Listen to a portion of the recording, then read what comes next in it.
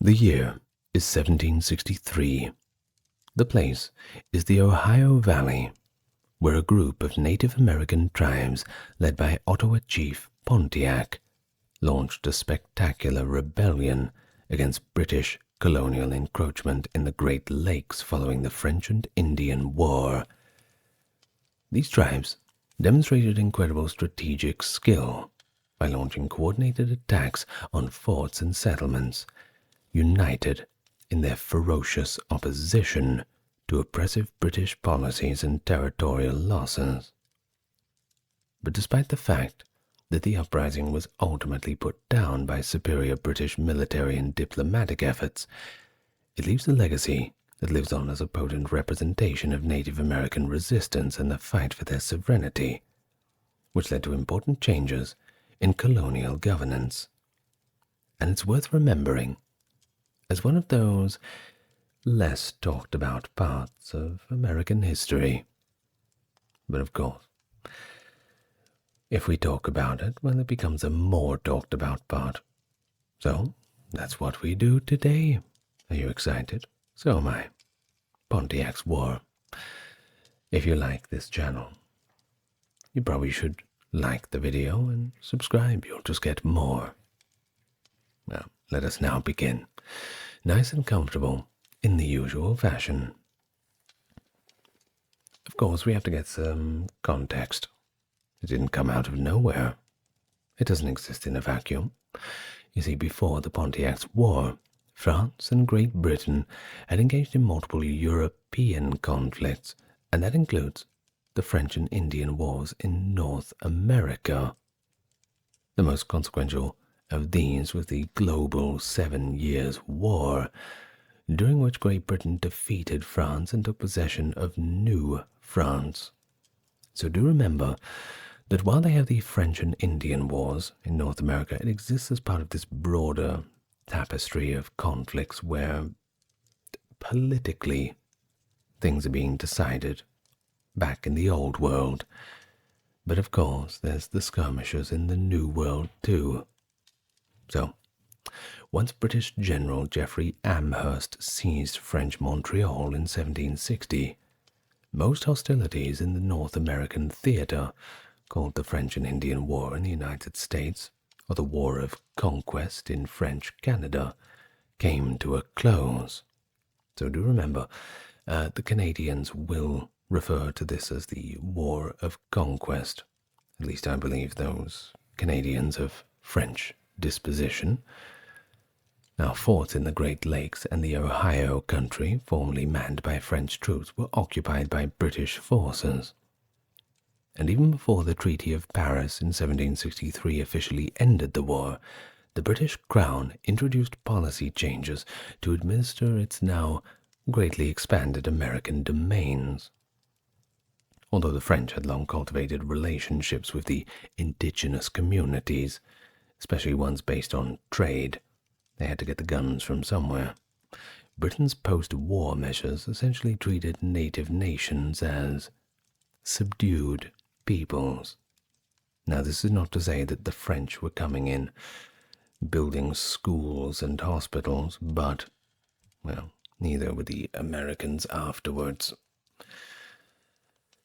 So, this approach, of course, soon led to dissatisfaction from the Native American side with the British presence.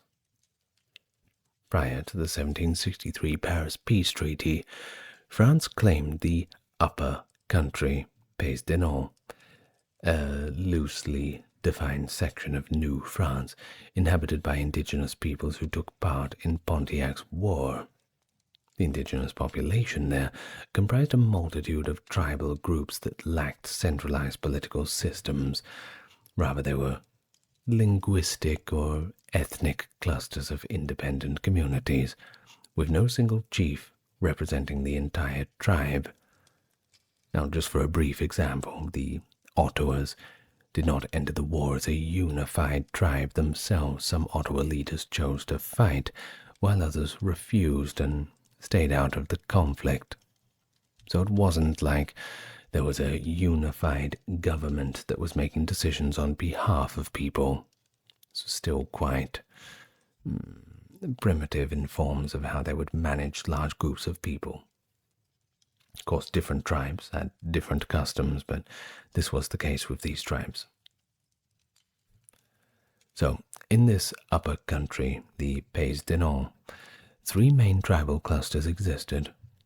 The first group included tribes from the Great Lakes region, that being the Hurons, who actually spoke an Iroquoian language, and the Ottawas and Ojibways, the Potawatomis, always have trouble with that one, who spoke an Algonquian language.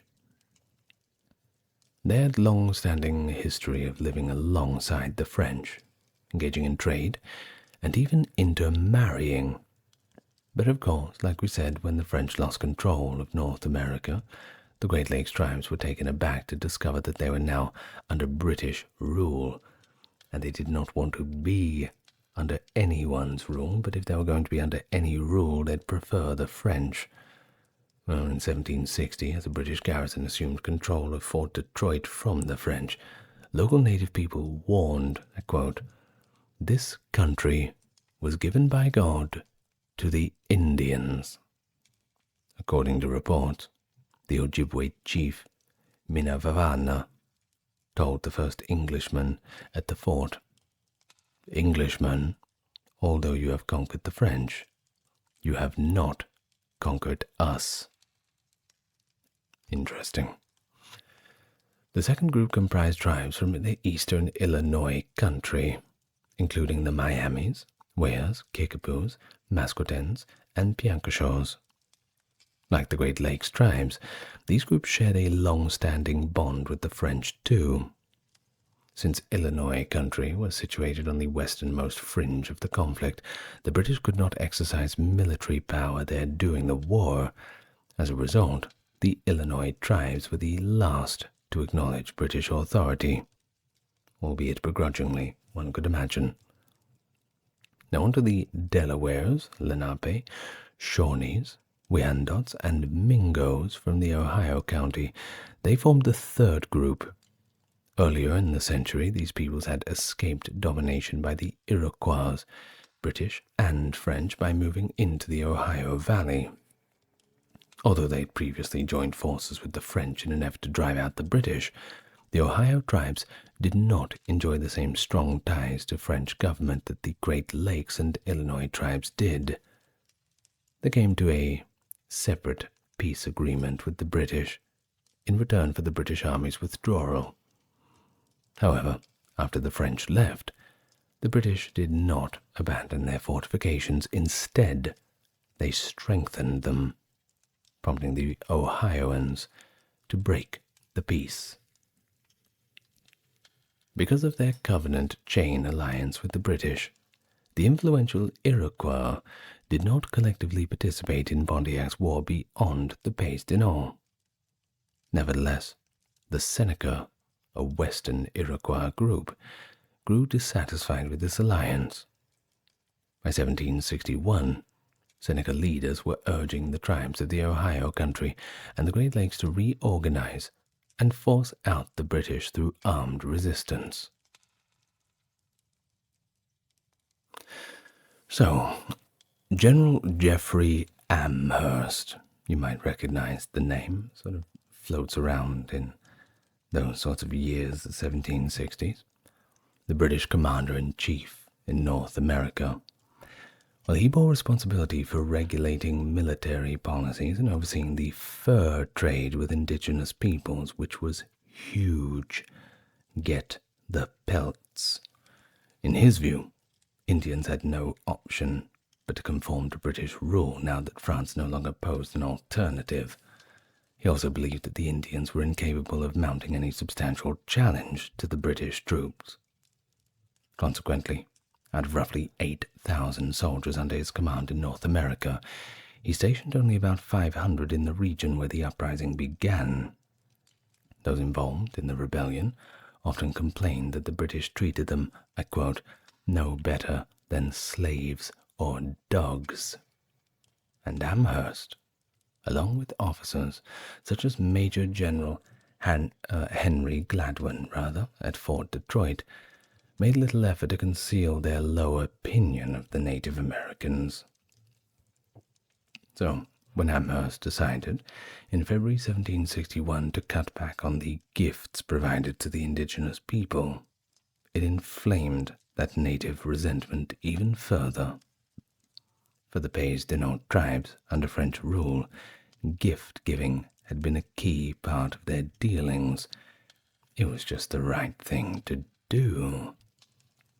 Well, in accordance to tradition, holding deep symbolic value, the French supplied them items like firearms, knives, tobacco, and clothing to the village leaders, who then distributed them to their communities, to whoever needed them. This system elevated the chief's standing and gave them reasons to maintain positive relations with the Europeans. So everybody was winning, right? Well, Amherst, under pressure to reduce expenses after the war, because both Britain and America had spent, well, a little bit over budget on that one, especially Britain, regarded these gifts as simple bribery. But you see, the Indians, they viewed them as a necessary part of diplomacy. Well, many felt that this policy shift was offensive, quite frankly just rude, and the British now didn't see them as allies but conquered peoples to be subjugated. It's no wonder that they were resentful. Well, it's not only that. New regulations restricted how much gunpowder and ammunition the traders could actually supply to the Indians. Amherst distrusted the natives more than the French had, especially following the 1761 Cherokee Rebellion, when Cherokee warriors attacked their former British allies. Because the Cherokee War effort suffered from gunpowder shortages, Amherst believed that curtailing distribution would discourage future uprisings. However, since gunpowder and ammunition were vital for producing furs and obtaining food, this policy caused further discontent and hardship. Many Indians also suspected that the British intended to disarm them to advance their own conquests. I wonder why they would think that. Well, Sir William Johnson, superintendent of the Indian Department, warned Amherst about the dangers of reducing the gunpowder and the gifts. But of course, this caution went completely unheeded. Land issues also fueled Pontiac's War. While the French population had been relatively small, the number of British colonists was huge. It seemed to be boundless, and they just kept coming. While the Shawnees and the Delawares in the Ohio country were motivated to fight because they had been displaced by British colonists from the East. In contrast, although they were aware of the events of the East, indigenous communities in Illinois country and around the Great Lakes had not yet been greatly affected by white settlement. Well, it's been contended that the British Army's attitudes and policies which Indians regarded as overbearing and threatening were really the decisive factors. A religious resurgence that spread through the indigenous communities in the early 1760s also contributed to the outbreak of the war. Food shortages, outbreaks of disease, and displeasure with British policies all helped spur the movement. The most prominent figure was Neolin, known as the Delaware Prophet. He encouraged Indians to reject the settlers' trade goods, alcohol, and firearms. Blending Christian beliefs with traditional Indian teachings, Neolin insisted that the British endangered the Indians' very existence and that the Master of Life was enraged because they had taken up the white man's destructive ways. Master of Life, of course, being their word for their deity, somewhat. We're going to boil it down to that. So he delivered a forceful warning to people whose lives were being altered by the uncontrollable changes, quoting, If you suffer the English among you, you are dead men. Sickness, smallpox, and their poison will destroy you entirely. Now, when he said their poison, what he meant was alcohol. Alcohol is poison, my friends, and it will destroy you. So try to at least moderate your consumption. Now, although Pontiac's War did not start until 1763, British officials received reports in 1761 that enraged Native Americans were preparing to strike.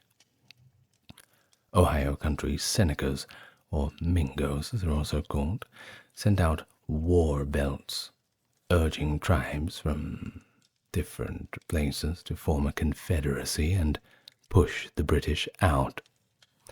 Worried about being surrounded by British forts, the Mingos under Guyasuta helped distribute these belts, which also circulated in Detroit and the Illinois country. In June of 1761, however, natives at Detroit informed the British commander of Seneca's plan, illustrating the Indians' lack of unity, which was one of the big problems, of course. And despite William Johnson's large council with the tribes at Detroit in September of 1761, which brought about a fragile peace, the war belts continued to circulate. When Indians realized in early 1763 that the French would cede the Pays du Nord to the British, that was when violence finally erupted. Led by Pontiac, the conflict began at Fort Detroit and quickly spread. Although Fort Detroit and Fort Pitt were not captured, 8 British forts fell. Now, it has been claimed that Pontiac had actually led these attacks and directed them himself, but modern scholars maintain that the uprising was not devised in advance, but rather expanded once news of Pontiac's actions at Detroit traveled through the Pays du Nord, inspiring disgruntled Indians to take up arms and join in. Well, most Ohio Indians did not enter the conflict until nearly a month after Pontiac began the siege at Detroit, so the seizure of the British forts seems to not be a coordinated effort. Early historians claim that the French colonists secretly triggered the war by encouraging the Indians to trouble the British, although British officials at the time shared this belief. Later historians found no evidence of any official French role in the rebellion. Yeah, but I don't know. It's hard to tell, isn't it? Indian leaders, however, frequently spoke about the French returning to power and reviving their old alliance.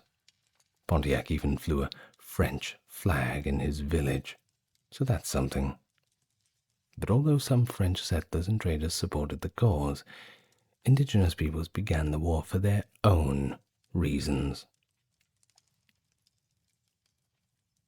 Well, the idea of independence for all Indians west of the Allegheny Mountains had not initially came from Tahiadores and Guyasata, but by February 1763 Pontiac appeared to agree with it. In contrast to traditional tribal structures and leadership, he sought to involve other tribes in the military campaign he was helping to lead, explaining his endorsement of the broader Seneca strategy during an urgent council, starting with the northern Ojibwa and Ottawa. He sent war belts to the Mingo, Seneca, on the upper Allegheny River, the Ohio Delaware near Fort Pitt, and the more westerly Miami, Kickapoo, Piankashaw, and Weah nations. On April 27, 1763, near the Ecorse River about 10 miles southwest of Detroit, Pontiac convened a council. Motivated by the teachings of Neolin, Pontiac convinced several Ottawas, Ojibwas, Potawatomis, and Hurons to help him seize Fort Detroit. To assess the fort's defenses, he arrived with 50 Ottawas on May the 1st. And so, on May the 6th, Indians attacked a small party on Lake St. Clair led by Captain Charles Robertson, killing the captain and 3 others. among them the 5th Baronet Sir Robert Davers, and capturing Davers, an Indian slave, and 3 more people. On May the 7th, Pontiac entered Fort Detroit with about 300 warriors, all carrying hidden weapons, hoping to surprise the garrison. But the British, however, were warned, and they were ready. After a brief council and the failure of his plan, Pontiac withdrew and began a siege 2 days later. His followers killed British soldiers and civilians, including women and children, unfortunately, when they found them outside the fort. In keeping with some Great Lakes and Indian practices, they ritualistically consumed one of the soldiers, which is interesting, I suppose.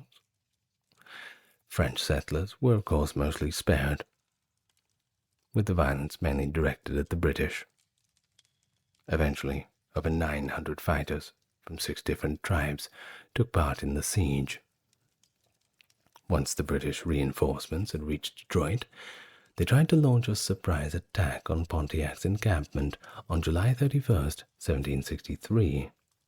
But Pontiac was prepared, and he prevailed. This was later known as the Battle of Bloody Run.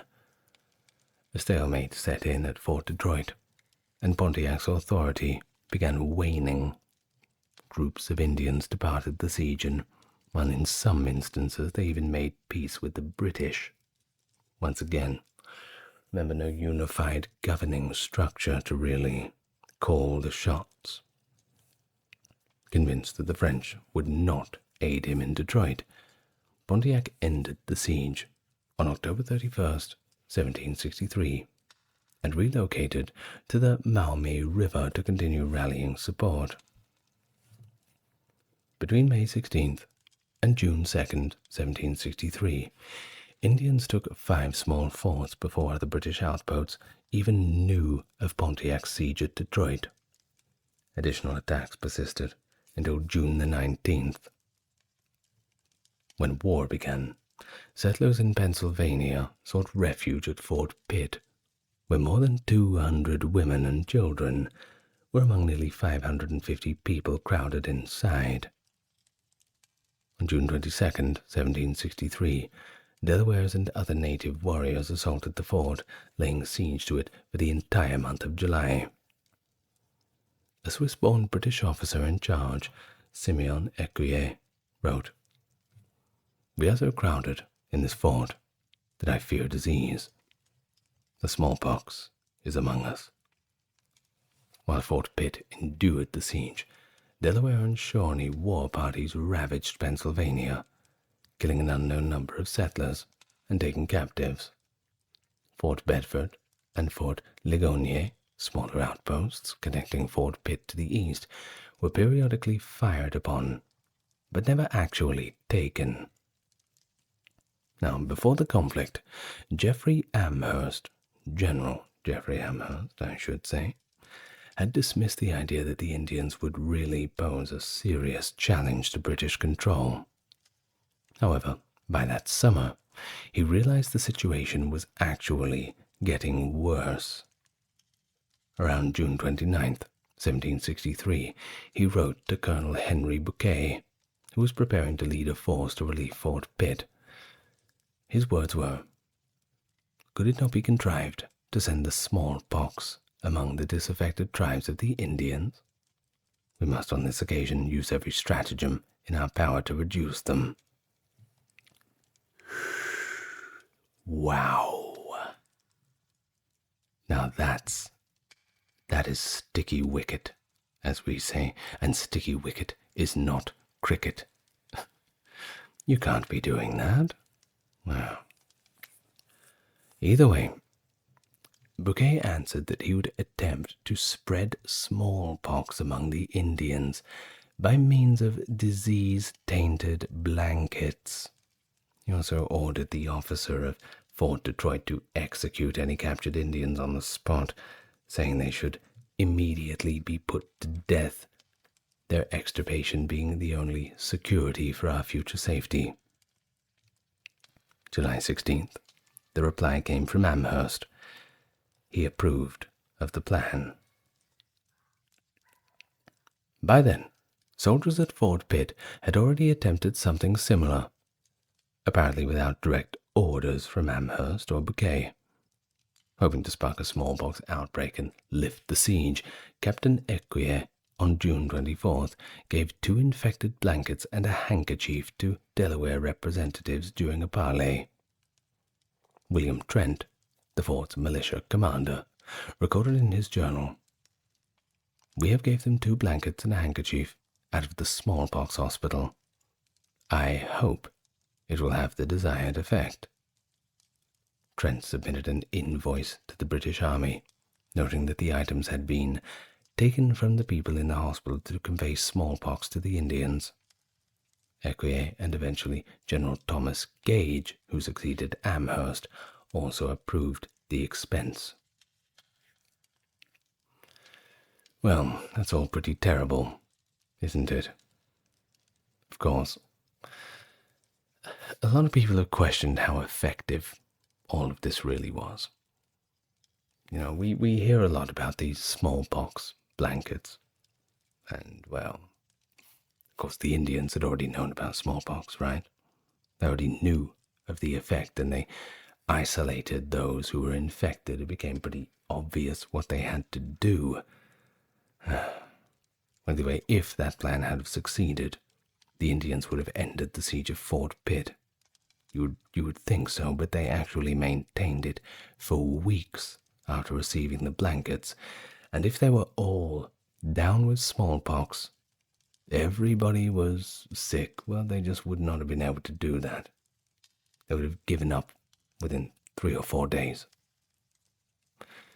Well, medical writers have also challenged how feasible it was to actually transmit smallpox via blankets, and people have even debated whether any outbreak was caused by this scheme or just rather occurred naturally. It could have been something else. Smallpox was in the air, of course. It's pretty easy to get smallpox when you're crowded in together like that. I suppose we'll never really know the true extent.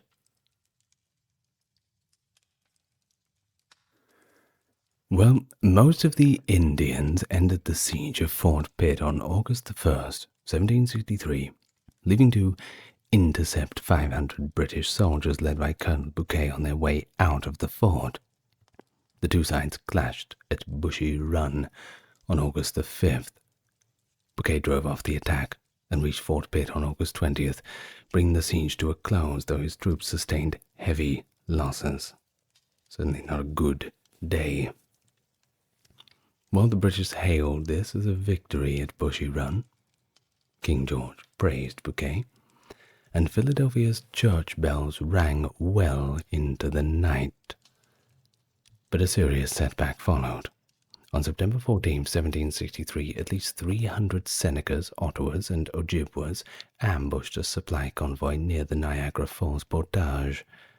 Fort Niagara, a major western stronghold, was not itself attacked, but 2 companies sent from there to rescue the supply train were also defeated. The ambush, termed the Devil's Hole Massacre by colonists, was the deadliest battle of the war for the British forces, claiming the lives of over 70 soldiers and teamsters. Many Pennsylvanians grew convinced that their colonial governor was failing to protect them after the violence and fear brought by Pontiac's War. The most extreme sign of this frustration was an uprising by a vigilante group known as the Paxton Boys, named for the Paxton area of Pennsylvania where most of them lived, and they don't sound very friendly, don't they? Their anger was directed at the Susquehannock, Moravian, Lenape, and Mohican, who lived peacefully in small settlements near white Pennsylvanian communities. On December 14, 1763, following rumors of a raiding party, more than 50 Paxton boys rode to the Susquehannock village of Conestoga Town and killed the 6 individuals they found there.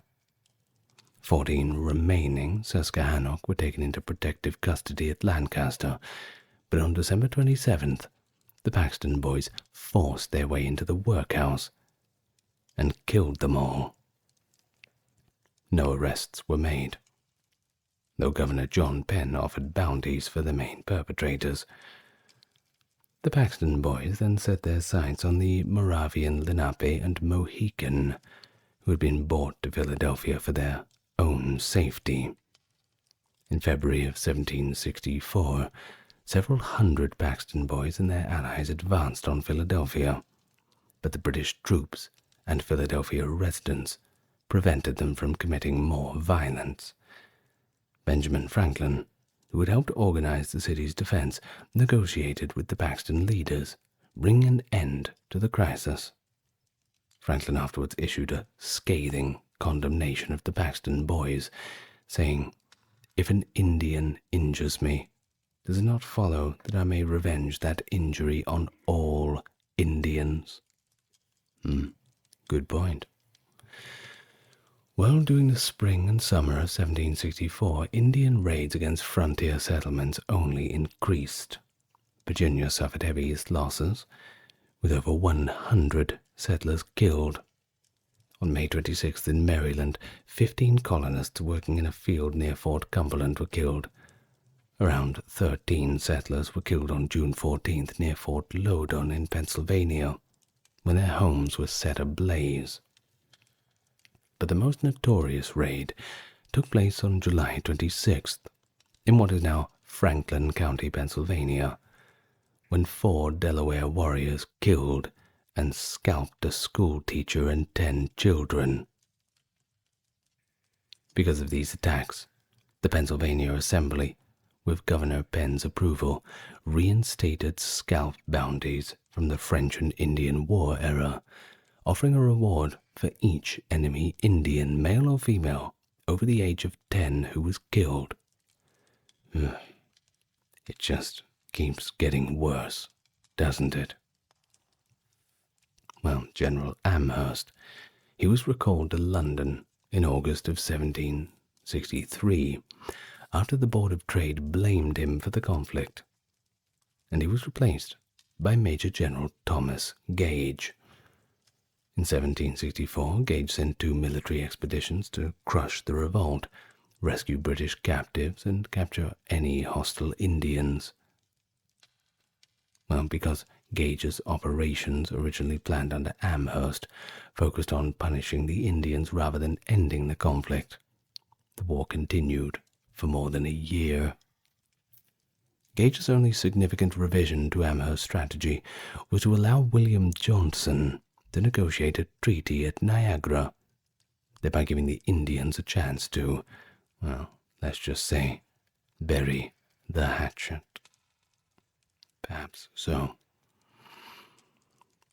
Johnson's treaty took place at Fort Niagara from July to August 1764 with about 2,000 Indians in attendance, largely Iroquois. Although most Iroquois had stayed neutral, Johnson worked to bring the Senecas from the Jennies River region back to the Covenant chain. As part of this agreement, the Senecas surrendered control of the strategically vital Niagara Portage in reparations for the Devil's Hole ambush. Johnson also convinced the Iroquois to field a war party against the Ohio tribes.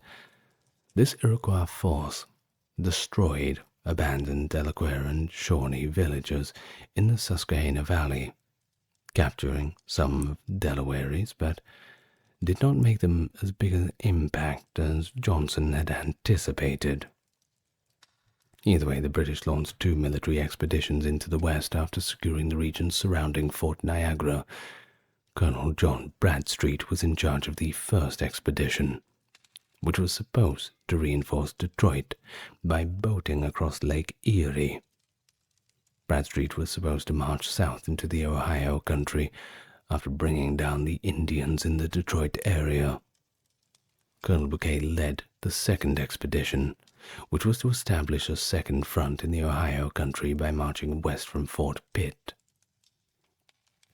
In early August of 1764, Bradstreet departed Fort Schlosser with roughly 1,200 soldiers and a sizable contingent of Indian allies that Sir William Johnson had recruited himself. When Bradstreet was forced to stop at Fort Presque Isle on August 12 due to strong winds at Lake Erie, he decided to negotiate a treaty with a delegation of Ohio Indians led by Guyasuta because he believed he lacked the troops necessary to forcefully subdue enemy Indians. By conducting a peace treaty instead of a straightforward truce, and agreeing to stop Bouquet's expedition, which had not yet left Fort Pitt, Bradstreet went beyond his authority. When Gage, Johnson, and Bouquet found out what Bradstreet had done, they were obviously furious. Gage flew off the handle, and he thought that Bradstreet had been tricked into giving up his offensive in the Ohio country, so he rejected the treaty. Now, Gage might have been right. Some Shawnees were attempting to recruit French assistance to carry on the war, and the Ohio Indians failed to return prisoners as agreed in a follow-up meeting with Bradstreet in September. Either way, unaware that his unapproved diplomacy was upsetting his superiors, Bradstreet kept moving west. On August the 26th, he arrived at Fort Detroit and negotiated the second treaty. Bradstreet tore up a peace belt Pontiac sent to the meeting in an effort to discredit Pontiac, who was actually not there at the time. Bradstreet also asserted that his negotiations had led to the Indians accepting British sovereignty, but Johnson was not convinced that the Indians had been fully informed of this, and that more councils were actually required. British forts in the area had been successfully reoccupied and reinforced by Bradstreet, but his diplomacy was contentious and unresolved. After being delayed in Pennsylvania while assembling the militia, Colonel Bouquet eventually left Fort Pitt on October 3, 1764, accompanied by about 1,150 men. In the Ohio country, he marched to the Muskingum River, which was remarkably close to several Indian villages. The Ohio Indians were isolated and, with a few exceptions, prepared to make peace after treaties were negotiated at Fort Niagara and Fort Detroit. Bouquet insisted that the Ohio Indians return all of their prisoners, including those who had not yet been returned from the French and Indian War, during a council that started on October 17th. More than 200 prisoners, many of whom had been adopted into Indian families, were grudgingly turned over by Guyasuta and other leaders. Since not all of the prisoners were present, the Indians were forced to turn over hostages in exchange for the return of the remaining prisoners. In July of 1765, a more formal peace conference with William Johnson was finalized, and the Ohio Indians consented to attend. In the Illinois country, where British troops had not yet seized Fort de Chartres from the French, Indians continued to demand resistance even after the 1764 expeditions effectively ended the military conflict. For a time, Charlotte Gasquet, a Shawnee war chief, temporarily overtook Pontiac as the most vocal anti-British leader in the area. In an attempt to recruit French support against the British, Gasquet journeyed as far south as New Orleans. The British concluded in 1765 that the only way to successfully occupy the Illinois country was through diplomacy. Now, he was determined to have none of our enemy among the Indian peoples, including Pontiac, to whom he now sent wampum belt, that war belt, proposing peace negotiations, as Gage had said to one of his officers. After learning of Bouquet's truce with the Ohio country Indians, Pontiac had softened his stance.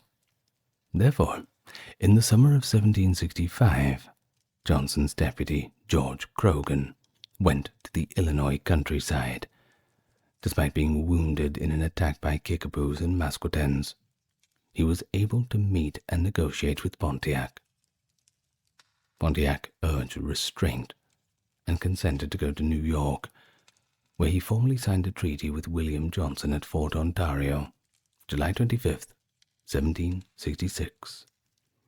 Despite Charlotte Gaskett's desire to burn Croghan at the stake, that is. The old-fashioned methods, huh?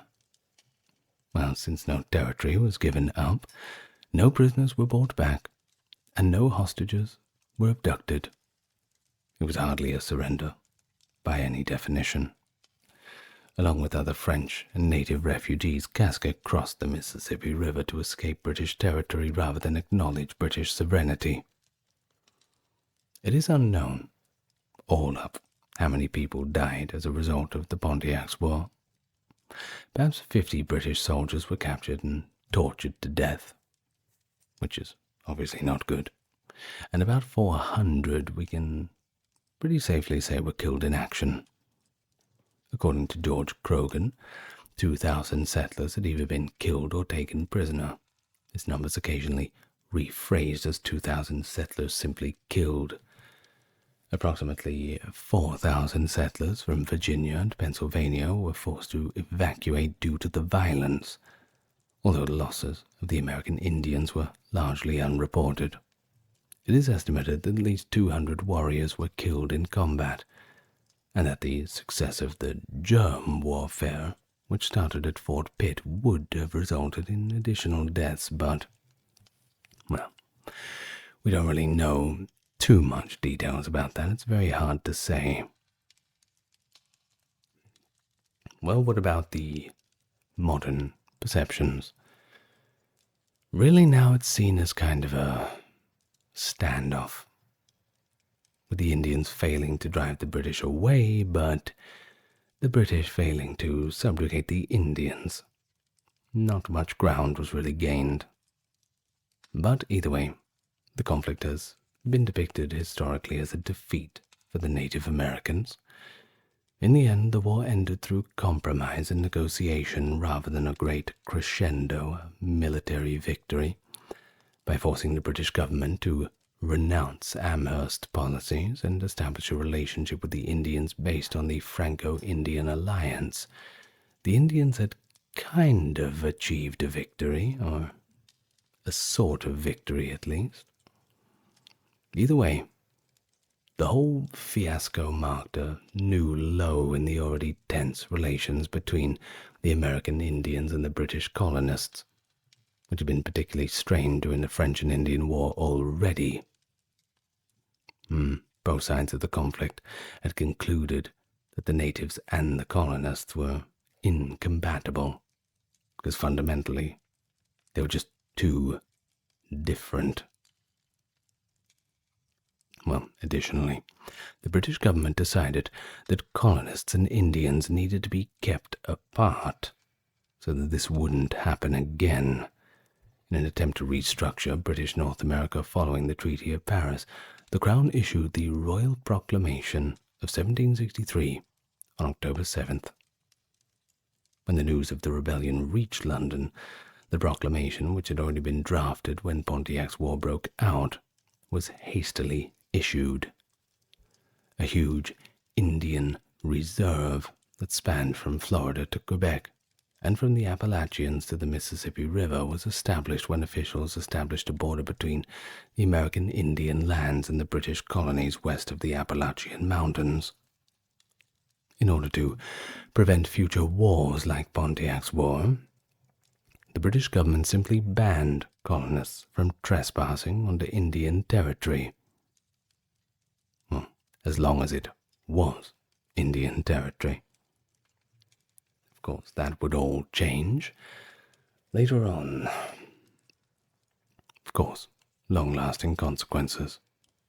This proclamation, which has been referred to as kind of a Native American Bill of Rights, formally acknowledged that indigenous people had certain rights to the lands that they occupied, and actually continues to influence relations between First Nations and the Canadian government. However, the proclamation appeared to deny British colonists and land speculators access to Western lands that had been gained during the war with France. Of course, this led to animosity, which weakened colonial ties to the empire and aided in the start of the American Revolution. Either way, it's all very complex and interconnected. But that's how we like it.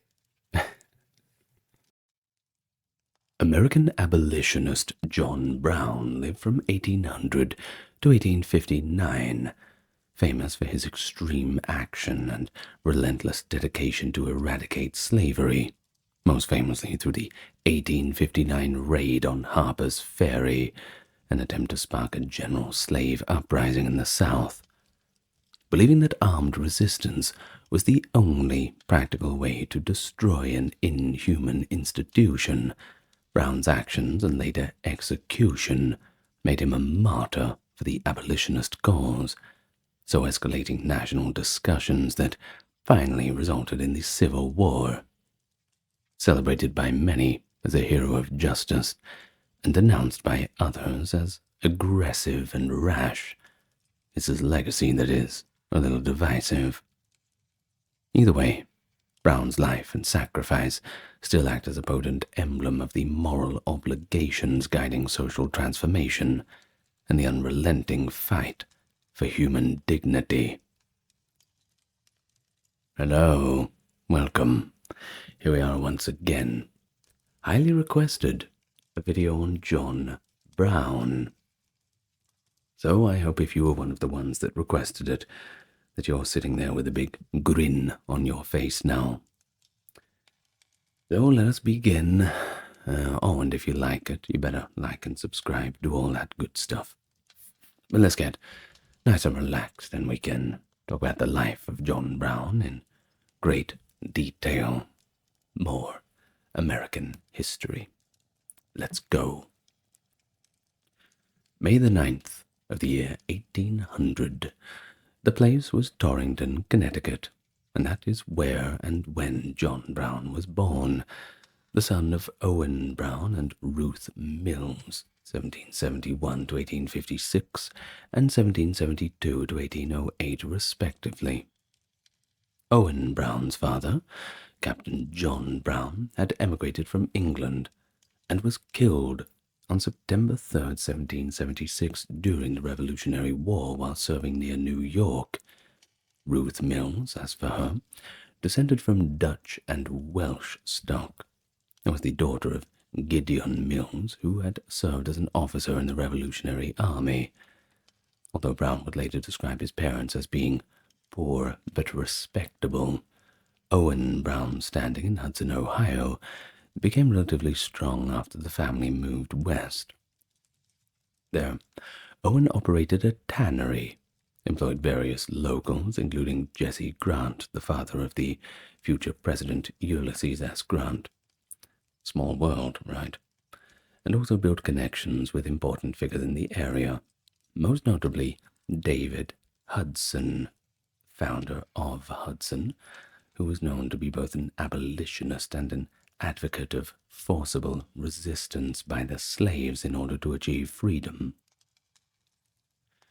So, John Brown had older siblings, including Anna Ruth, born in 1798, Salmon, that's right, Salmon, born in 1802, and Oliver Owen, born in 1804.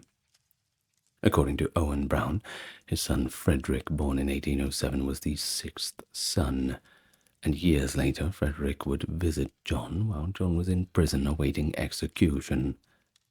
Another sibling, Levi Blakesley, was adopted into the family prior to 1805. Salmon, one of John Brown's older brothers, eventually found success working as a lawyer, newspaper editor, politician, highlighting the diversity of past and was certainly taken by the Brown family. Even so, many of them retained close bonds with one another for the majority of their lives, fostered by their father's strong convictions and the environment in which they lived. You see, this was a frontier region in northern Ohio, marked by abolitionist sympathies and a social network intent on shaping an increasingly anti-slavery culture. Brown's father briefly relocated the family to West Simsbury, Connecticut, which was his hometown when he was very young. The family relocated once more in 1805 to Hudson, Ohio, in the Western Reserve, which at the time was primarily wilderness, turning out to be the nation's most anti-slavery area. As for Owen, who detested slavery from the bones, took part in Hudson's anti-slavery debate and activities, and provided a safe haven for refugees from the Underground Railroad. After a black man was denied admission to Western Reserve College, Owen started to support Oberlin College. From 1835 to 44, Owen served as a trustee at Oberlin. The most active and vocal abolitionists in the Brown family were John and his eccentric brother Oliver. In December of 1808, John's mother Ruth passed away just hours after a newborn girl had done the same. According to Brown's memoir, he grieved his mother for many years.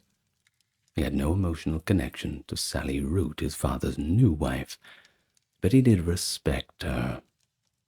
Lucy Hinsdale, who had previously been married, was Owen's third wife, and all up, Owen had 10 sons and 6 daughters. Since Hudson at the time had no elementary schools, Brown attended the abolitionist Eliza Wright's school in nearby Talmadge. According to a story he told his family, Brown worked for a man who had a colored boy who was beaten in front of him with an iron shovel when he was 12 years old and away from home moving cattle. The man responded that he was a slave when he was asked why he was treated in this way.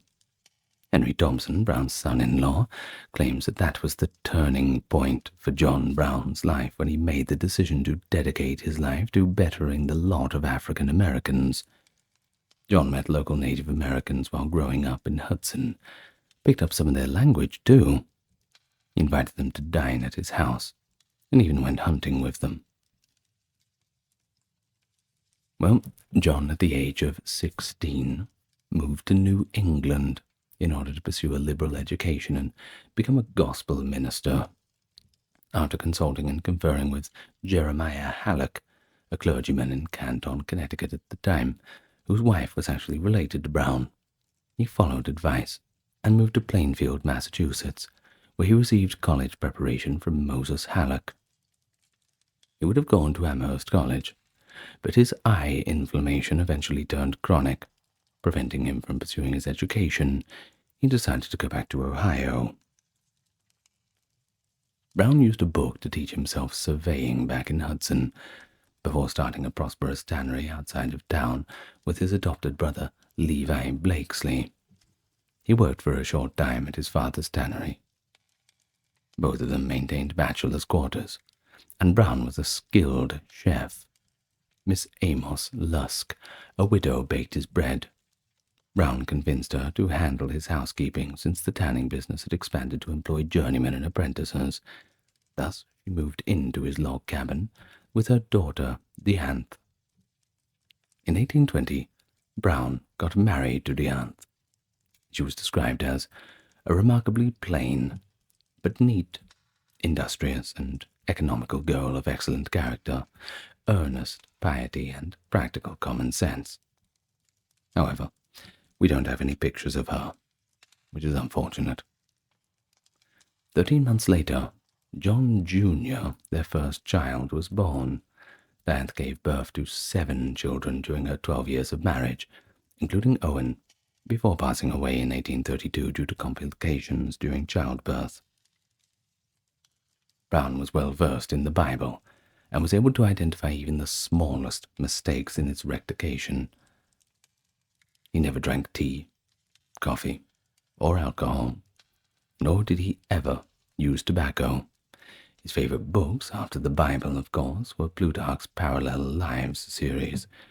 It's very good taste, actually. Parallel Lives was fantastic. I'm just saying, that's my opinion. He liked to read about Oliver Cromwell and Napoleon as well. Truly successful men were, in his opinion, those who owned libraries. I like him more and more. To be in a better position to run a secure and effective Underground Railroad station, Brown left Hudson, Ohio, where he owned a prosperous tannery. He spent more time in Richmond Township, Crawford County, Pennsylvania, than anywhere else after relocating there in 1825.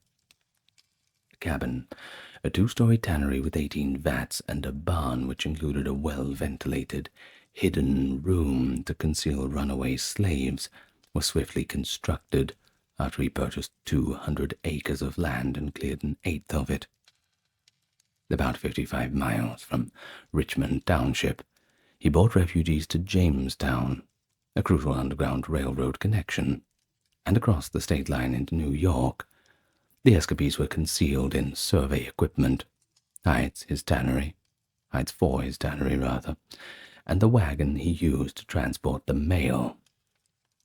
According to the Pennsylvania Department of Community and Economic Development, his farm served as a significant stop on the railroad for 10 years, assisting an estimated 2,500 enslaved individuals on their journey to Canada. To bolster the network, Brown enlisted additional Underground Railroad station masters. By surveying new roads, Brown earned a bit of money. He helped establish a school, which met in his house at first because he was its first teacher, and he recruited a preacher for a Richmond Congregational School. The farm and tannery compound served as the venue for their initial meetings. In 1828, President John Quincy Adams appointed him the first postmaster of Randolph Township, Pennsylvania, after he assisted the establishment of a post office.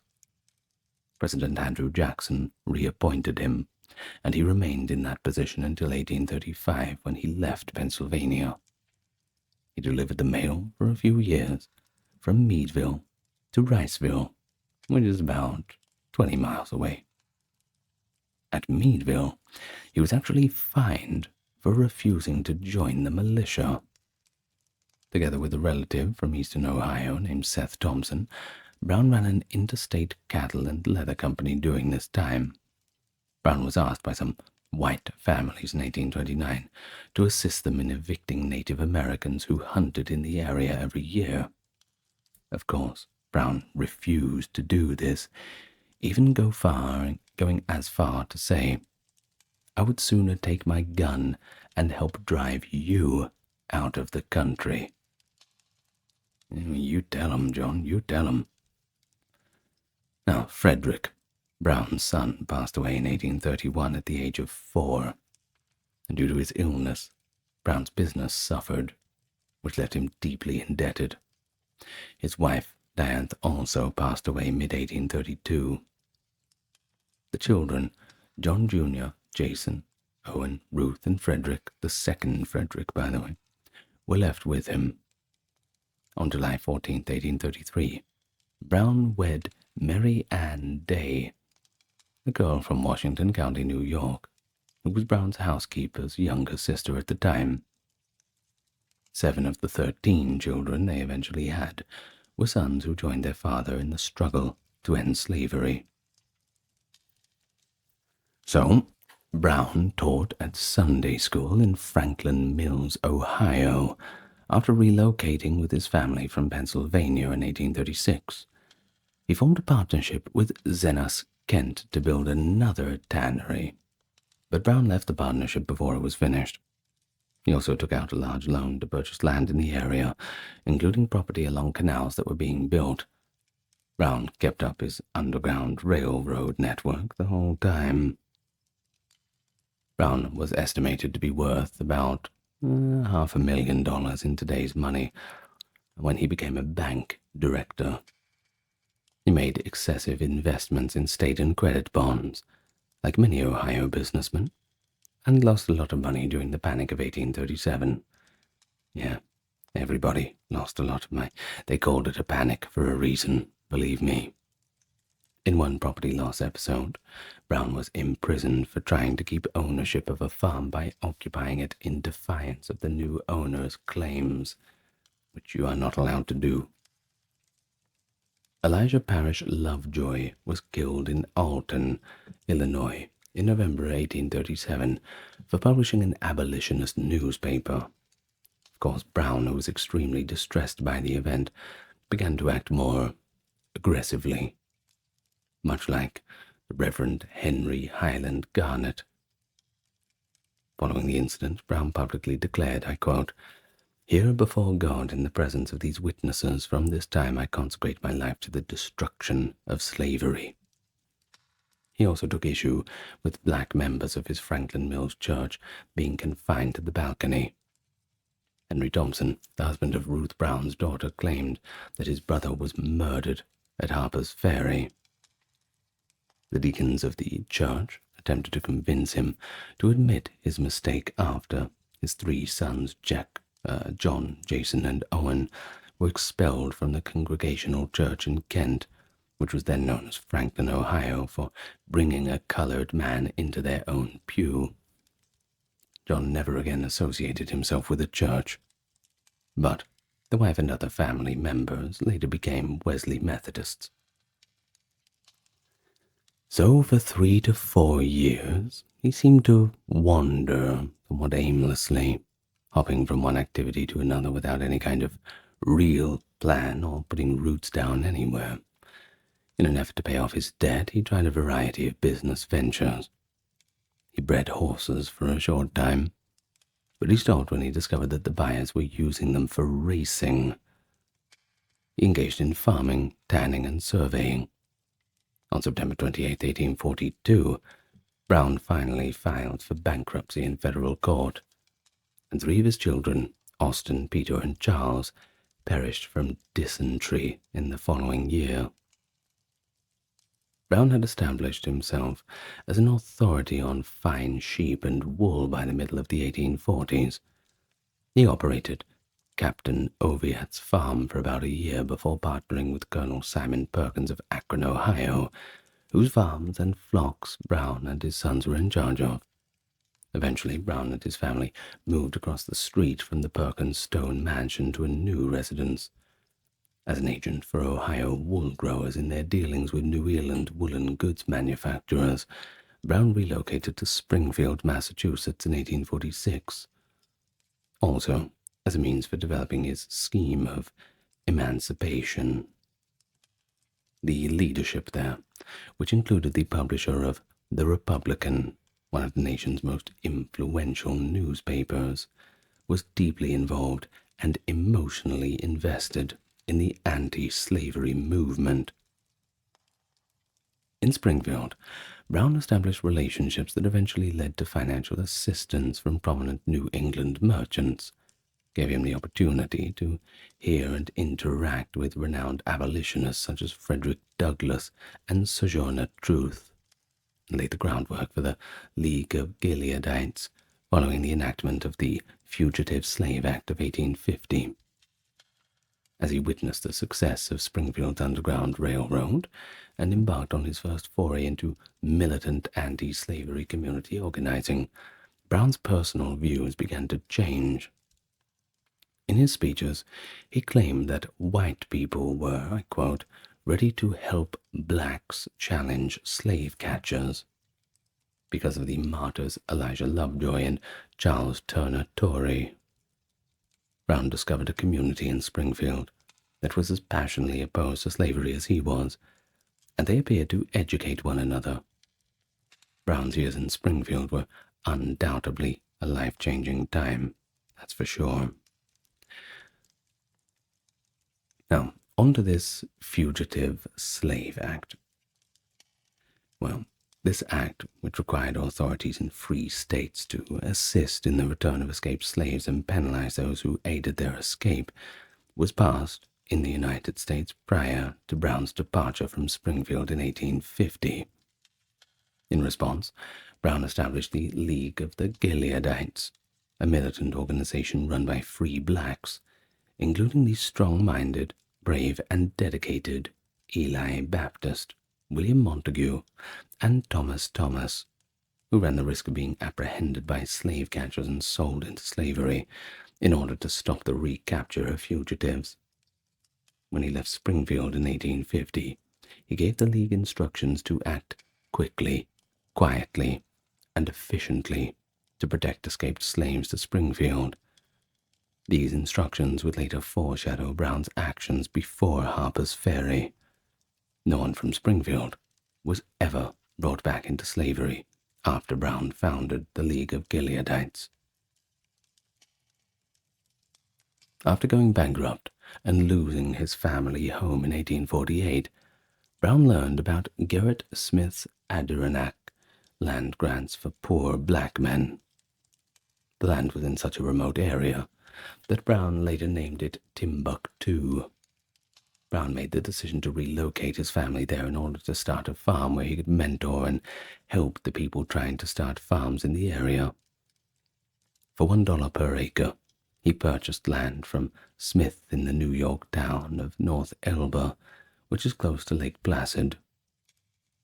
He had the current house, which is now a monument maintained by New York State, built for his family because he saw it as a haven for them while he was away. Safe place, comfortable. It had a great view, too, and had been referred to as the highest arable spot of land in the state. He and his family lived in a small rented house for about 2 years, before moving back to Ohio for a number of years after. Salmon, the youngest son, had said, "Frugality was absurd from a moral standpoint, but one and all, we were a well-fed and well-clad lot." Fair enough. From 1854 to 1860, known as the Bleeding Kansas period, Kansas Territory was embroiled in a state-level civil war between forces that supported and opposed slavery. Slavery politics had been responsible for 8 murders in Kansas Territory between 1854 and 56, and by 1856, abolitionists had not organized against forces that supported slavery. Kansas voters were supposed to decide the matter, but it was unclear who they were. A congressional investigation revealed widespread voter fraud in favor of the pro-slavery forces. Well, in the spring of 1855, 5 of Brown's sons, John Jr., Jason, Owen, Frederick, and Salmon, relocated to Kansas Territory. Later that year, Brown, his son Oliver, and his son-in-law Henry Thompson arrived with a wagon full of ammunition and weapons. Brown stayed with his half-sister Florella and her husband, the Reverend Samuel Adair, who lived close to Osawatomie. He became the head of the Kansas anti-slavery forces during that time and mobilized to support forces that opposed slavery and opposed those that supported it. The goal of Brown and the Free State settlers was to admit Kansas as a state free of slavery to the Union. The pro-slavery activists launched a campaign to take over Kansas in their own terms in 1856 after the winter snows had melted. On May 21st, 1856, the sacking of Lawrence had occurred, the epicenter of the Kansas anti-slavery movement, and had a particularly significant impact on Brown, of course. The Free State Hotel and 2 abolitionist newspapers were demolished by a sheriff-led posse from Lecompton, Kansas, a hotbed of pro-slavery activity. Well, fortunately, only 1 man got killed, but still 1 too many. Brown was not very happy about all this. His ire was further stoked by the Telegraph reports of Preston Brooks' canning of anti-slavery Senator Charles Sumner in the U.S. Senate on May 22nd. His words were as follows: pro-slavery forces are determined to repel this northern invasion and make Kansas a slave state. Even if our rivers are covered in the blood of their victims, and their carcasses of the abolitionists are so numerous in the territory as to breed disease and sickness, we will not be deterred from our purpose, said the writer Benjamin Franklin Stringfellow, one for a squatter sovereign. The night of May 24th and the morning of May 25th saw the Potawatomi massacre. That's in 1856. 5 professional slave hunters and militant pro-slavery settlers were killed, and their homes taken from them by Brown's sons and other abolitionist settlers under his supervision. The massacre served for the catalyst of the bloodiest chapter in the bleeding Kansas Times, which of course in total resulted in 29 fatalities from retaliatory raids and battles. Henry Clay Pate, who participated in Lawrence's sacking, received his commissions as a deputy United States Marshal either during or soon before. After learning of John Brown's actions during the Potawatomi massacre, Pate assembled a group of 30 men to pursue Brown. 2 of Brown's sons, Jason and John Jr., were apprehended during the search for him and accused of murder, therefore slapped in irons. To face Pate, Brown and the Free State militia assembled, and thus the battle began on the 2nd of June after 2 of Pate's men were taken prisoner. On June the 2nd, 1856, Brown and 9 of his supporters and 20 local men successfully repelled an attack by Henry Pate on a Free State settlement in Palmyra, Kansas, during the Battle of Blackjack. Pate was captured along with 22 of his men. General John W. Reed led a company of more than 300 Missourians who crossed into Kansas in August with the goal of destroying the Free State settlements in Osawatomie before marching on Topeka and Lawrence. They shot and killed Frederick, Brown's son, and David Garrison, his neighbor on the outskirts of Osawatomie, early on August the 30th, 1856. Brown positioned his 38 men behind natural defenses along the road, despite being outnumbered by more than 7 to 1.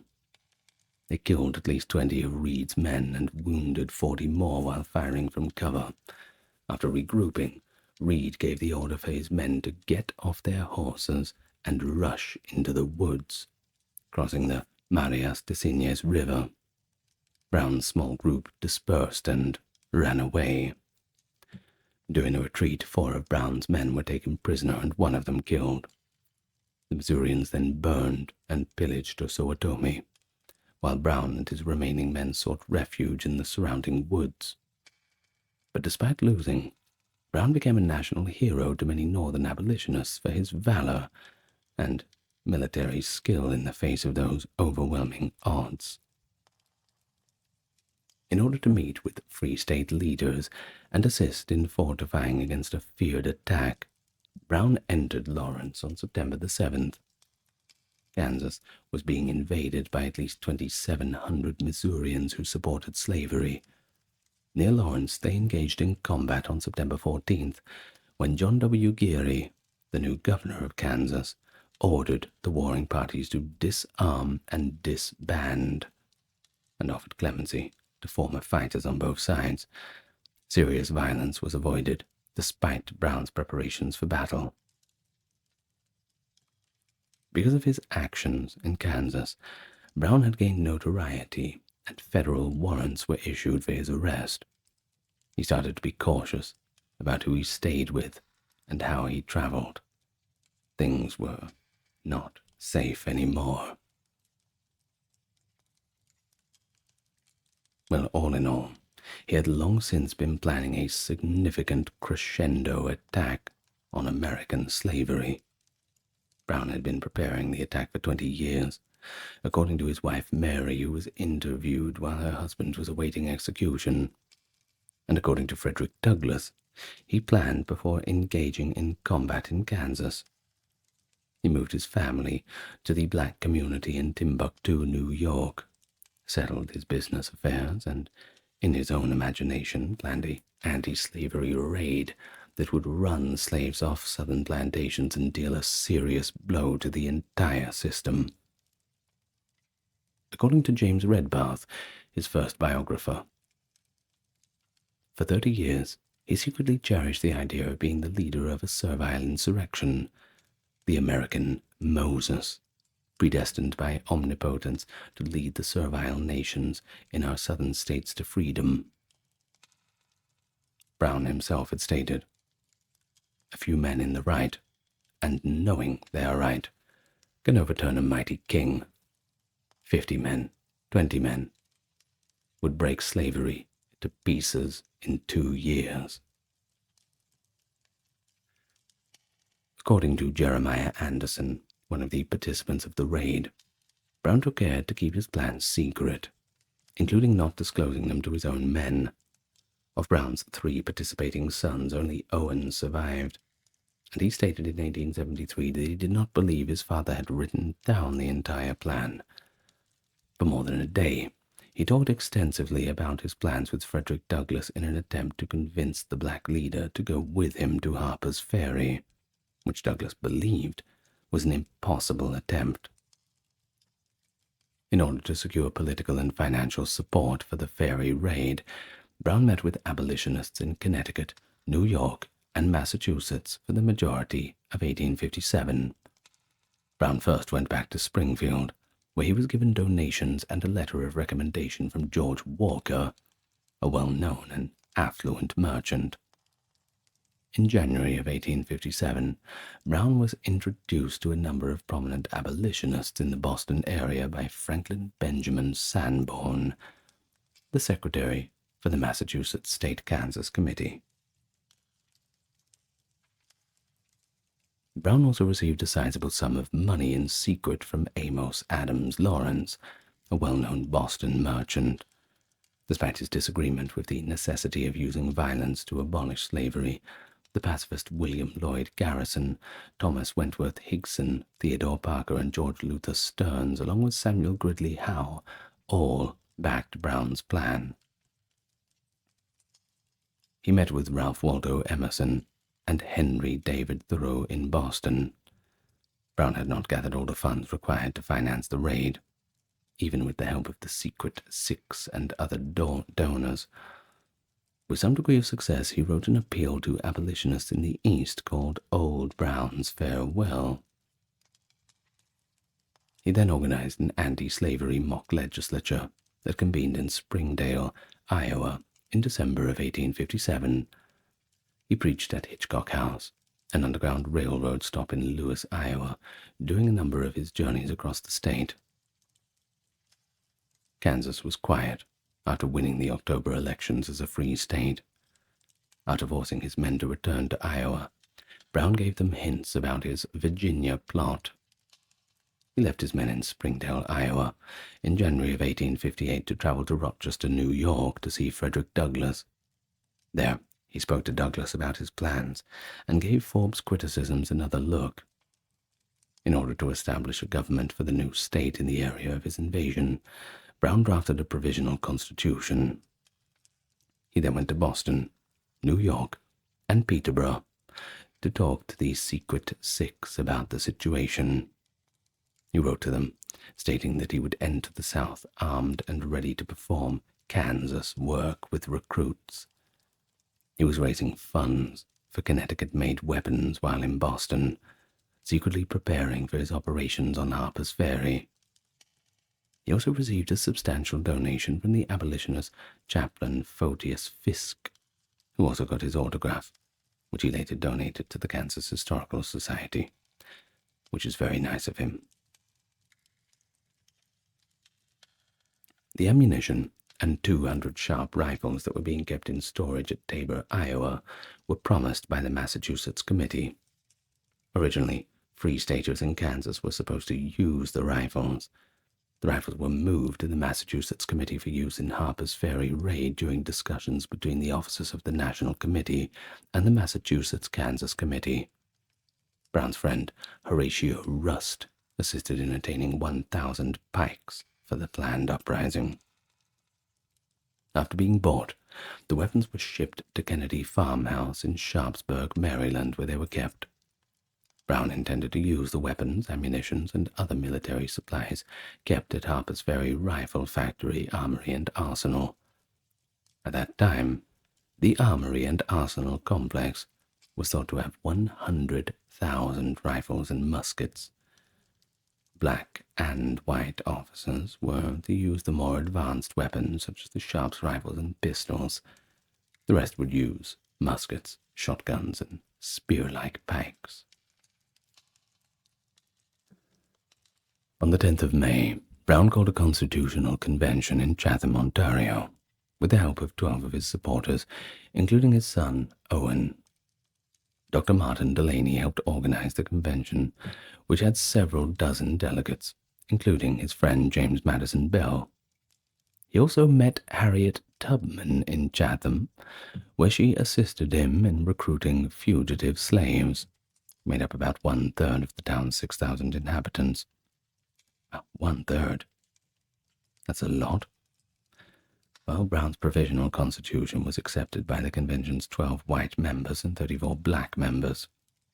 Delaney might have confused Brown's claims over the years, because Brown had long used the subterranean passway terminology from late 1840s.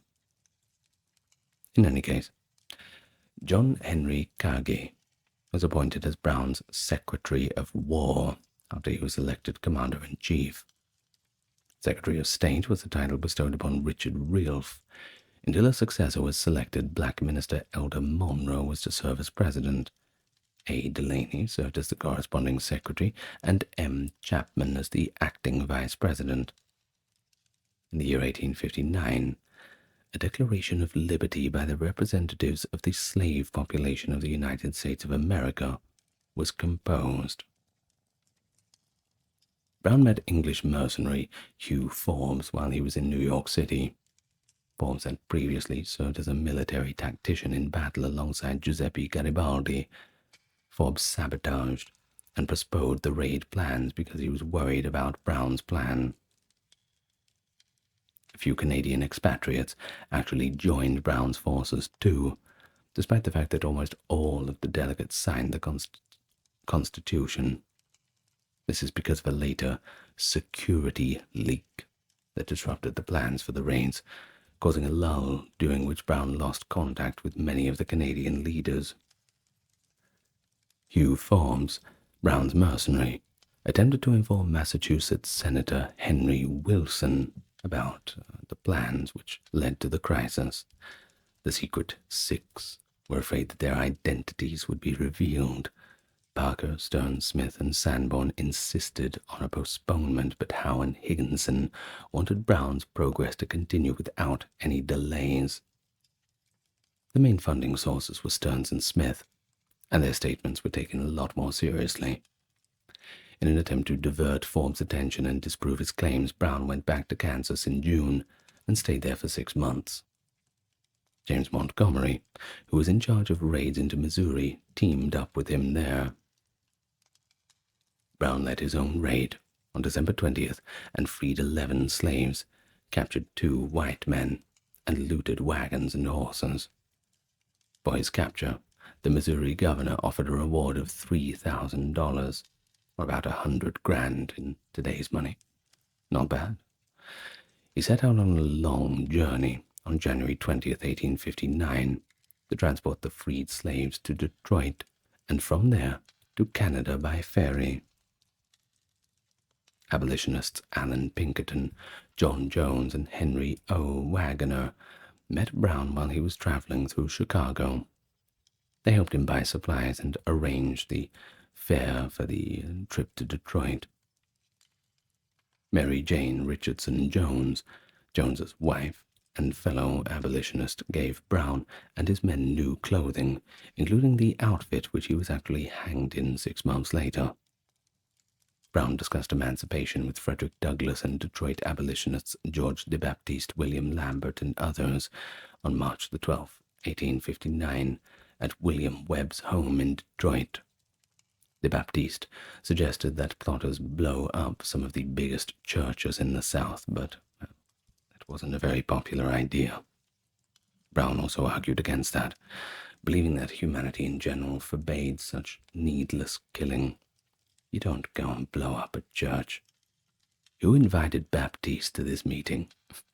For a name like De Baptiste, it's a little ironic that he's suggesting blowing up churches. Well, in order to rally more support for the cause, he made additional trips through Ohio, New York, Connecticut, and Massachusetts over the course of the following months. Thoreau, Emerson, and Amos Bronson Alcott attended his May 9th lecture in Concord, Massachusetts. Brown and the Secret Six reconnoitred.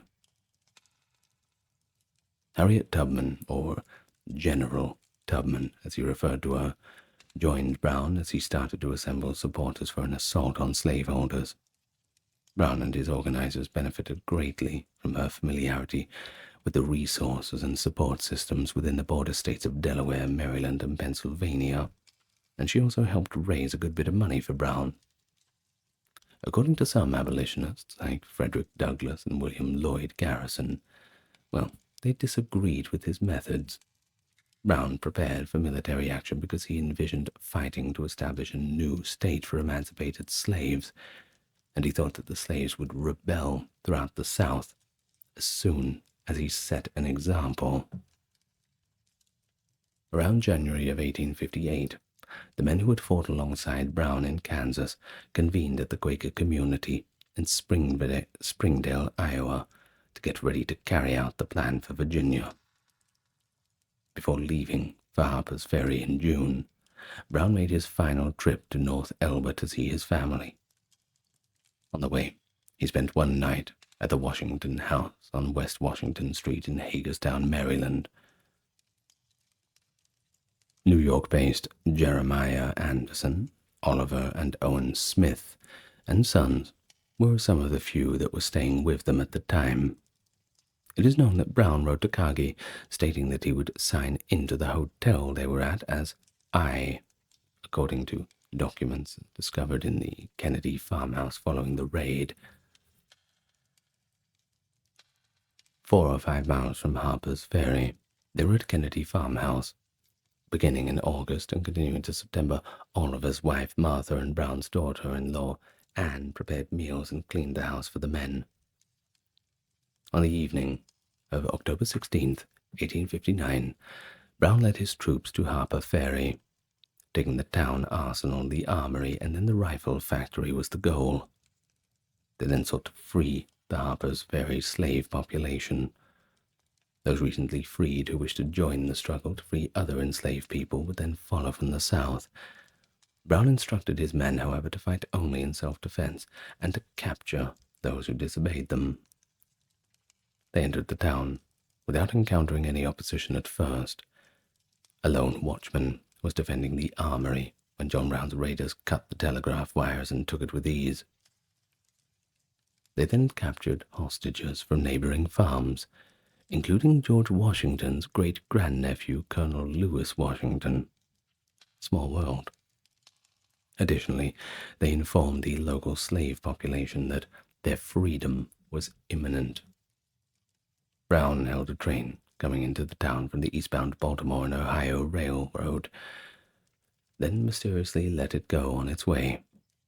A conductor sent a telegram to B&O headquarters in Baltimore at the next station, where the telegraph was still operational.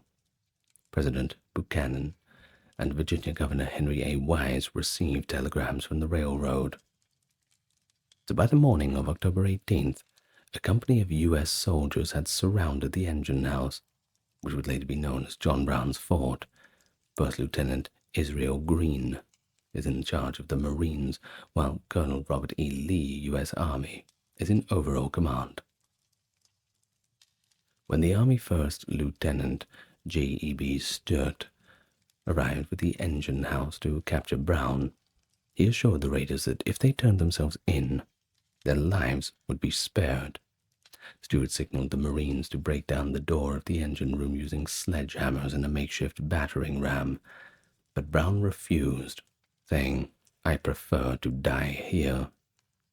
Brown was cornered by Lieutenant Israel Green, who repeatedly hit him in the head, causing quite a few wounds.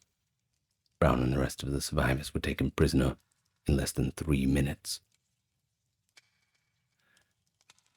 The men killed 1 Marine and 4 townspeople in total. There were 10 injured, including a Marine. The remaining 4 of Brown's men were either captured and put to death or perished in the raid. John Henry Kagi, Lewis Sheridan Leary, and Dangerfield Newby were among the raiders who were killed. In addition to Brown, John Copeland, Edwin Copac, Aaron Stevens, and Shields Green were also hanged. While some managed to elude capture, the majority of the enslaved individuals were returned to their slaveholders. 1 Jim drowned in the Shenandoah, and another Phil was taken prisoner with Brown. Brown and the other prisoners were detained in the Armory office. Representative Clement Vallandigham of Ohio, Virginia, Senator James M. Mason, and Governor Henry A. Wise of Virginia arrived in Harper's Ferry on October 18, 1859. Brown acknowledged that if he did not get the support he had hoped for from black and white people, the interrogation went on for several hours. You can only imagine that it was not very friendly.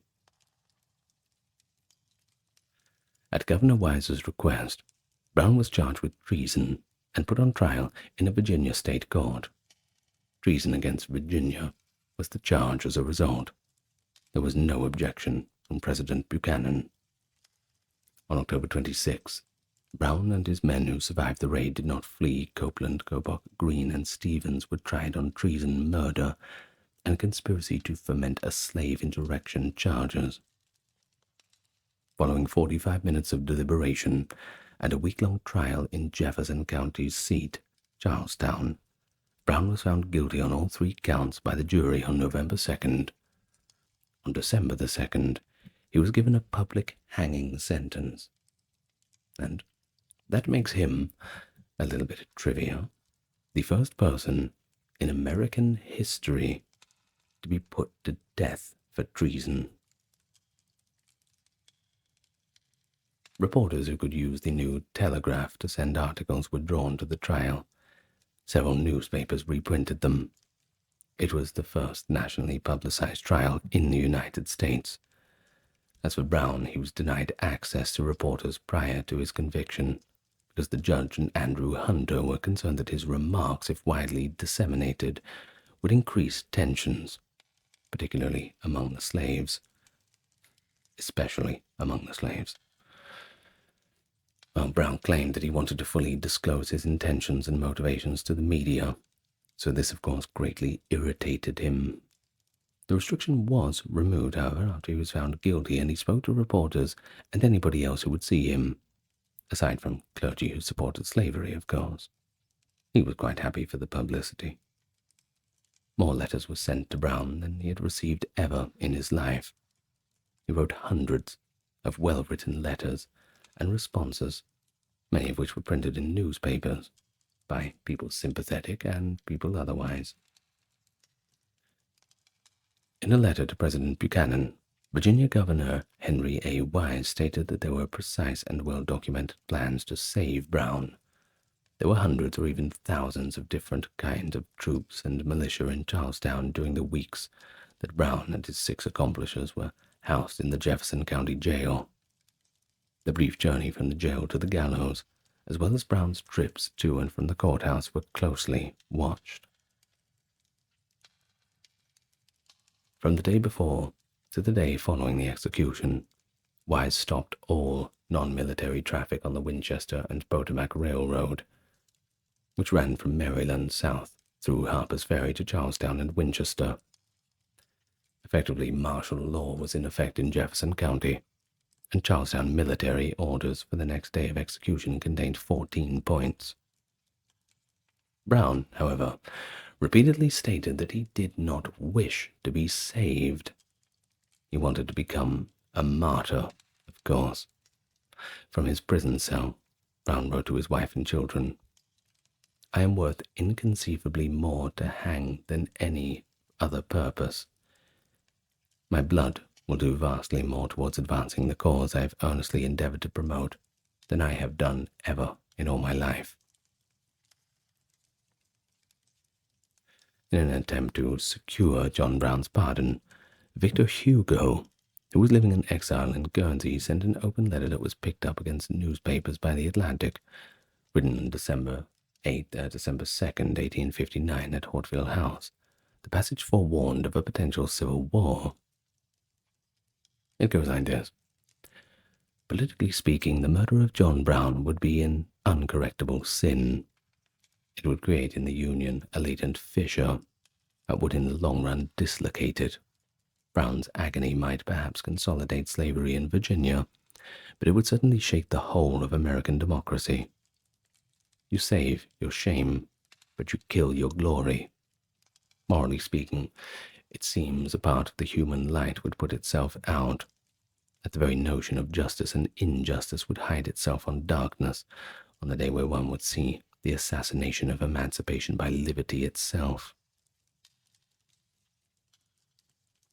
Well, 11 a.m., on the morning of his execution, a throng of 2,000 soldiers, and Brown, riding in a furniture wagon, sitting on top of his coffin from the county jail to the small field a few blocks away, came to the gallows. According to Major Preston, the greatest array of disciplined forces ever seen in Virginia lined the square where Brown was to be hanged, ready for an assault. Future Confederate Generals Stonewall Jackson and John Wilkes Booth were actually among the soldiers in the crowd.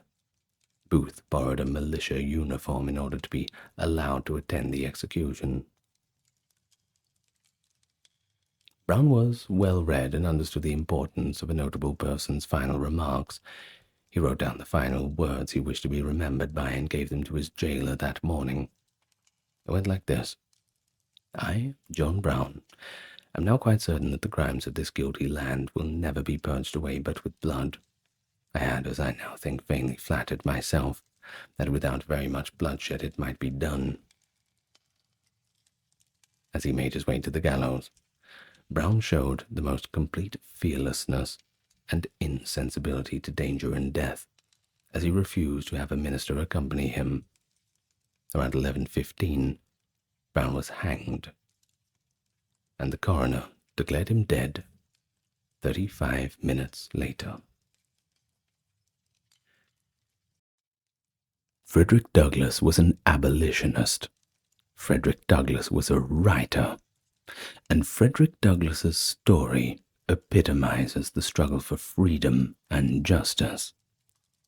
You see, he was born into slavery, but escaped, and after that he became one of the most prominent voices against the inhumanity of the slave system, using his eloquent speeches and groundbreaking autobiography to expose the brutal reality. His passionate advocacy for abolition and civil rights not only galvanized the anti-slavery movement, but also paved the way for broader social reforms in the future. And thus, it is his story, marked by his unyielding commitment to equality and empowerment, that is an absolute roller coaster. I will give it that. And for all its juicy little details, we are indeed gathered here to listen. So welcome to the my biography of Frederick Douglass, at least. The autobiography I'll perhaps link in the description, and you can read it through his own words. But for now, let's get all nice and comfortable, and let's all click the like and subscribe button, and we can begin. Did you click it? Great. Now we start. Frederick Augustus Washington Bailey was born into a slave system in Talbot County, Maryland, on the eastern shore of Chesapeake Bay. Now, at the time of his birth, his family was associated with a plantation located between Hillsborough and Cordova, likely near his grandmother's cabin, which stood west of Tuckahoe Creek and east of Tapper's Corner. Because enslaved people were seldom provided with precise birth records, the exact date of his birth is always uncertain. This pretty much goes for most people born into slavery. In his first autobiography, Douglass had noted, I quote, "I have no accurate knowledge of my age, never having seen any authentic record containing it."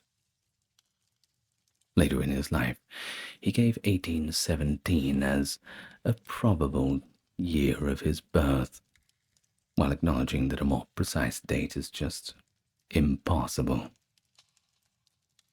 Though uncertain of the precise day, Douglass chose to celebrate his birthday on February 14th, largely inspired by a pet name from his mother Harriet Bailey, who called him her Little Valentine.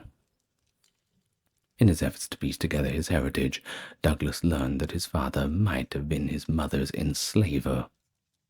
According to another biography by David Blight, Douglass spent much of his life searching in vain for conclusive information about his paternity.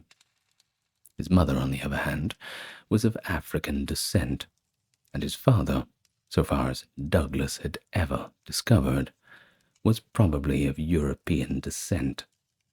But, well, that's pretty much where the trail runs cold.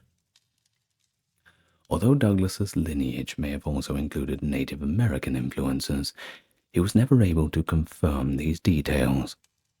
In 1845, in his narrative, Douglass stated plainly, "My father was a white man." His mother gave him the name Frederick Augustus Washington Bailey, but after fleeing enslavement in September 1838, he dropped his two middle names upon reaching safe territory in the North and simply adopted the name Douglass. So there we have the modern rendering, which we'll continue to use throughout the talk, Frederick Douglass. That was one of the several names that he would use before deciding on the version history most recognizes today. Separated from his mother during infancy, a young Frederick initially lived in the care of his maternal grandmother, Betsy Bailey, who was also enslaved, and his maternal grandfather, Isaac, who was actually free. Betsy's presence offered him a semblance of family stability in the midst of harsh constraints imposed by slavery. Harriet Bailey resided on a different part of the plantation, about 12 miles away, and only managed a handful of visits before dying when Frederick was around 7 years old. This early separation meant that Douglass grew up lacking a consistent maternal figure, further showing his sense of uncertainty about his origins. But much later, actually, in 1883, Douglass actually made a significant return to Talbot County. Invited to speak at a colored school, as it were, he also chose to buy land in the area, seeking to honor the place of his birth and early childhood. The gesture carried deep emotional weight, as his memories of that part of Maryland, and especially of his grandmother's small cabin, had always retained a special place in his life. Even as he rose to prominence as an orator, writer, and abolitionist, Douglass never entirely escaped the questions surrounding his earliest years, his parentage, and the painful reality that he had been born into slavery. When Douglass was 6 years old, he was taken from his grandparents and placed on the Wye House plantation, where Edward Lloyd served as his unofficial master and Aaron Anthony as his overseer. Following Anthony's death in 1826, Douglass was given to Thomas Ould's wife, Lucretia Ould, who sent him to Baltimore to work for Thomas's brother, Hugh Ould, and his wife, Sophia. Sophia made sure Douglass was fed and clothed appropriately, and that he slept in a bed with blankets and sheets. From the moment he arrived, in contrast to those on plantations, Douglass felt fortunate to be in the city, where he claimed that enslaved people were nearly free men. He described her as gentle and kind, and said that she treated him as she supposed one human being ought to treat another. Suppose that's all you can really ask for, isn't it? Douglass persisted in teaching himself to read and write in secret. As he started reading newspapers, pamphlets, political materials, and books of all kinds, he developed a new way of thinking that led him to question and criticize the system of slavery. He would later say that knowledge is the pathway from slavery to freedom. Quite right. Quite rightly indeed. Write that down. Put it on the wall above your desk, everybody. That's your homework. Douglass later claimed that his understanding of freedom and human rights was defined and clarified by an anthology he came across at the age of 12, The Columbian Orator. This book, which was first published in 1797, is a classroom reader that includes speeches, dialogues, and essays to help the students learn grammar and reading. Later on, he discovered that his mother had also been literate, and he would subsequently say, "I am quite willing, and even happy, to attribute any love of letters I possess, and for all which I have got, despite of prejudices, only too much credit, and to my admitted Anglo-Saxon paternity, but to the native genius of my sable, unprotected, and uncultivated mother, a woman who belonged to a race whose mental endowments it is at present fashionable to hold in disparagement and contempt." After being hired by William Freeland, Douglass gathered eventually more than 30 male slaves on Sundays, sometimes even on weeknights, in Sabbath literacy schools. Douglass later wrote, as a means of punishing Hugh, after Thomas Auld repelled him from Hugh in 1833, Edward Covey was a poor farmer, with a reputation as a slave breaker who hired Douglass. Douglass's wounds had little time to heal because he was whipped so often. Douglass later claimed that his body, soul, and spirit were broken by the frequent beatings, but at last, at the age of 16, he rebelled and resisted the constant thrashing. Covey never attempted to beat Douglass again after he prevailed in a physical altercation. You can only push people so far, can't you? Yes, it's a bit different when you hit back. Well, in the narrative of the life of Frederick Douglass, an American slave, as it's called, Douglass described the brutal beatings he endured at Covey's farm, calling himself a man transformed into a brute. Yet he considered the physical struggle with Covey life-altering, and opened his autobiography declaring, "You have seen how a man was made a slave. You shall see how a slave was made a man." Douglass first attempted to flee Freeland, who had hired him from his owner, but failed. In 1837 he met with Anna Murray, a free black woman in Baltimore about 5 years older than him. Her freedom deepened his hope that he too one day might be free. Murray offered him both financial help and material support. On September 3rd, 1838, Douglass succeeded in escaping by boarding a northbound Philadelphia, Wilmington, and Baltimore Railroad train in Baltimore. It was once believed he embarked near what is now the Harbor East and Little Italy neighborhoods. But research cited in 2021 indicates that he actually boarded at the railroad's Canton Depot on Boston Street further east. Traveling along the southwest shore of the Susquehanna River to Havre de Grace, Maryland, he then used the railroad's steam ferry to cross into Perryville. Although he was just 20 miles from the Maryland-Pennsylvania line, it was simpler to keep going by rail through Delaware, another slave state, before continuing northeast by steamboat to Philadelphia, the Quaker City. From there, he proceeded to abolitionist David Ruggles' safe house in New York City, arriving in under 24 hours.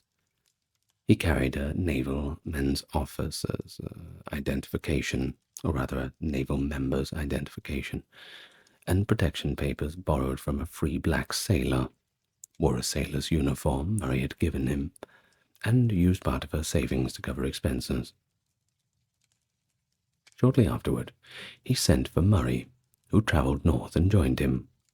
On September the 15th, 1838, 11 days after his arrival, they were married by a black Presbyterian minister, and briefly assumed the married name Johnson to avoid scrutiny.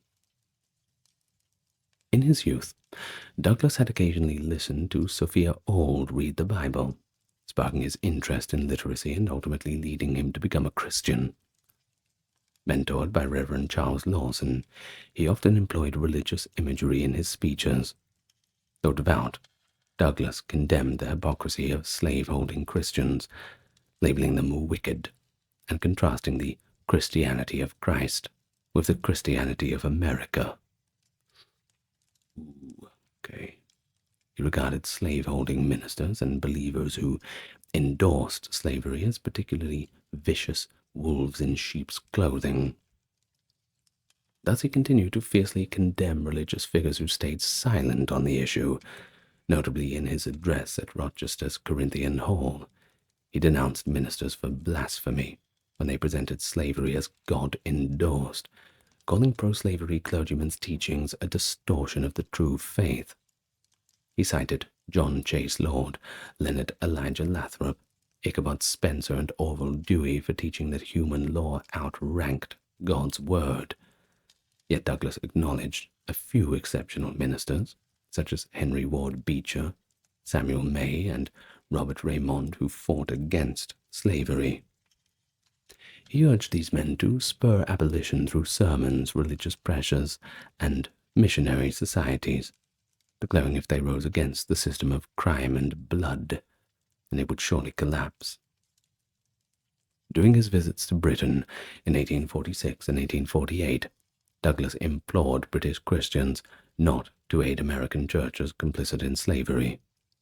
Delighted by some to Belfast ministers' refusal to accept slaveholders, he repeated this refrain: "Right is of no sex, truth is of no color, God is the Father of us all, and we are all brethren."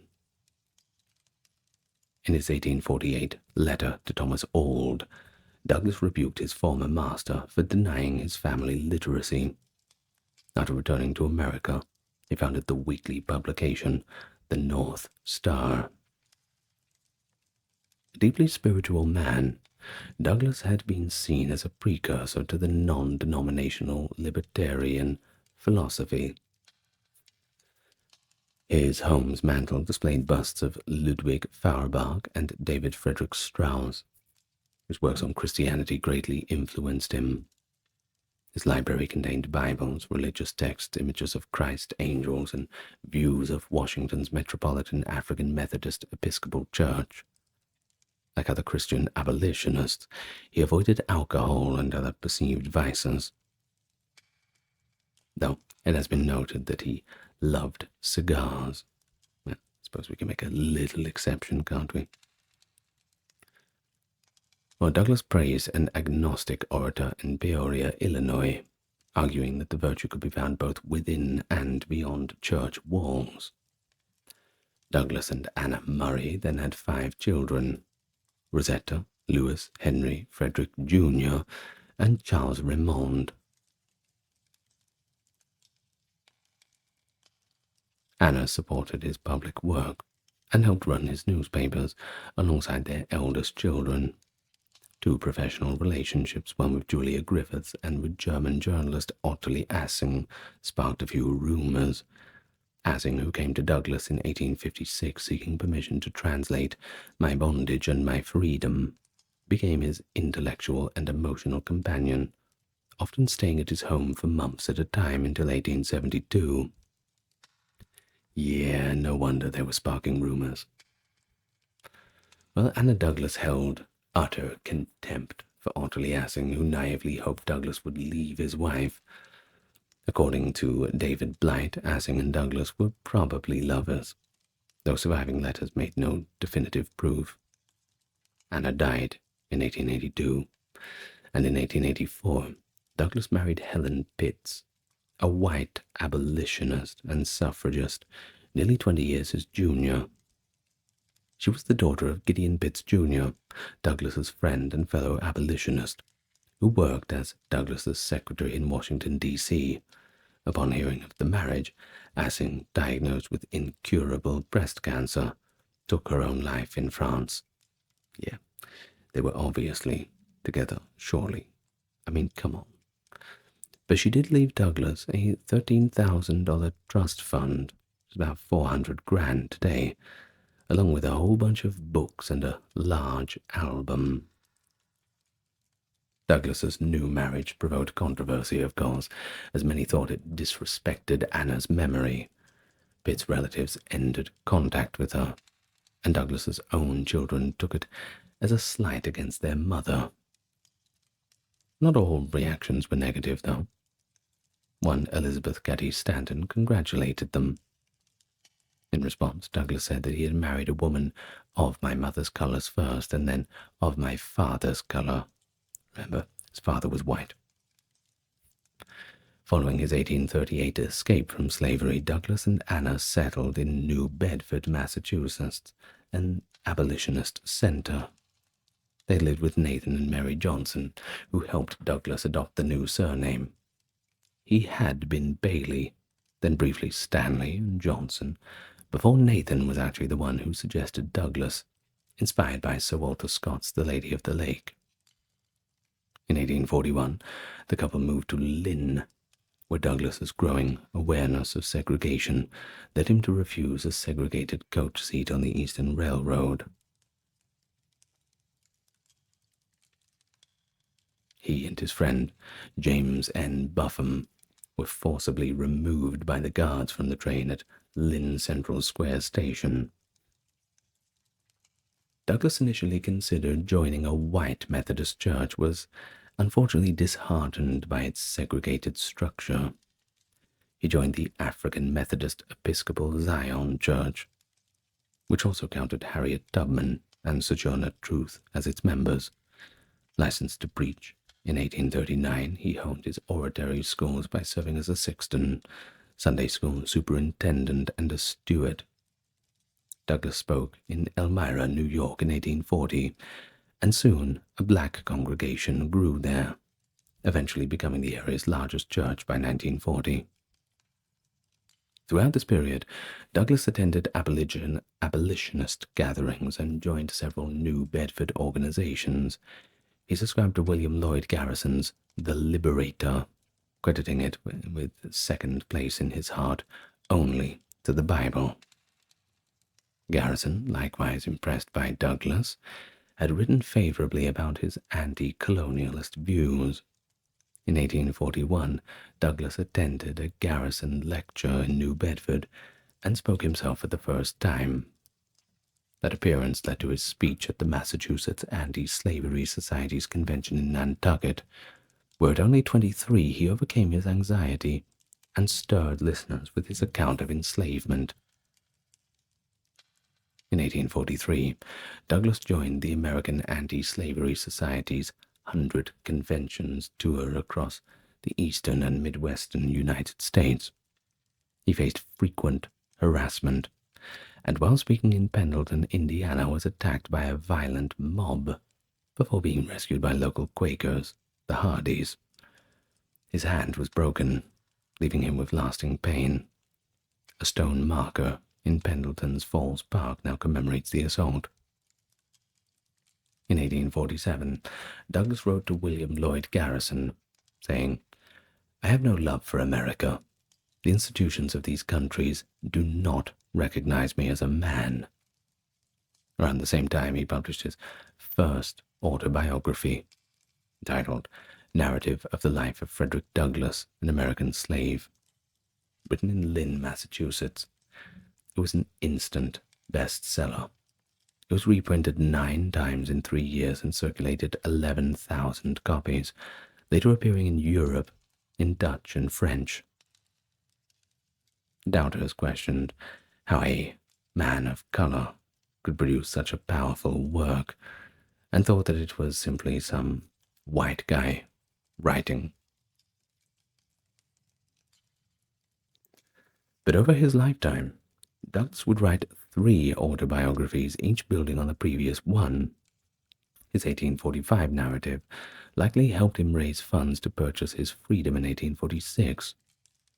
He followed it with My Bondage and Freedom in 1855, then Life and Times of Frederick Douglass, 1881, revising the later in 1892.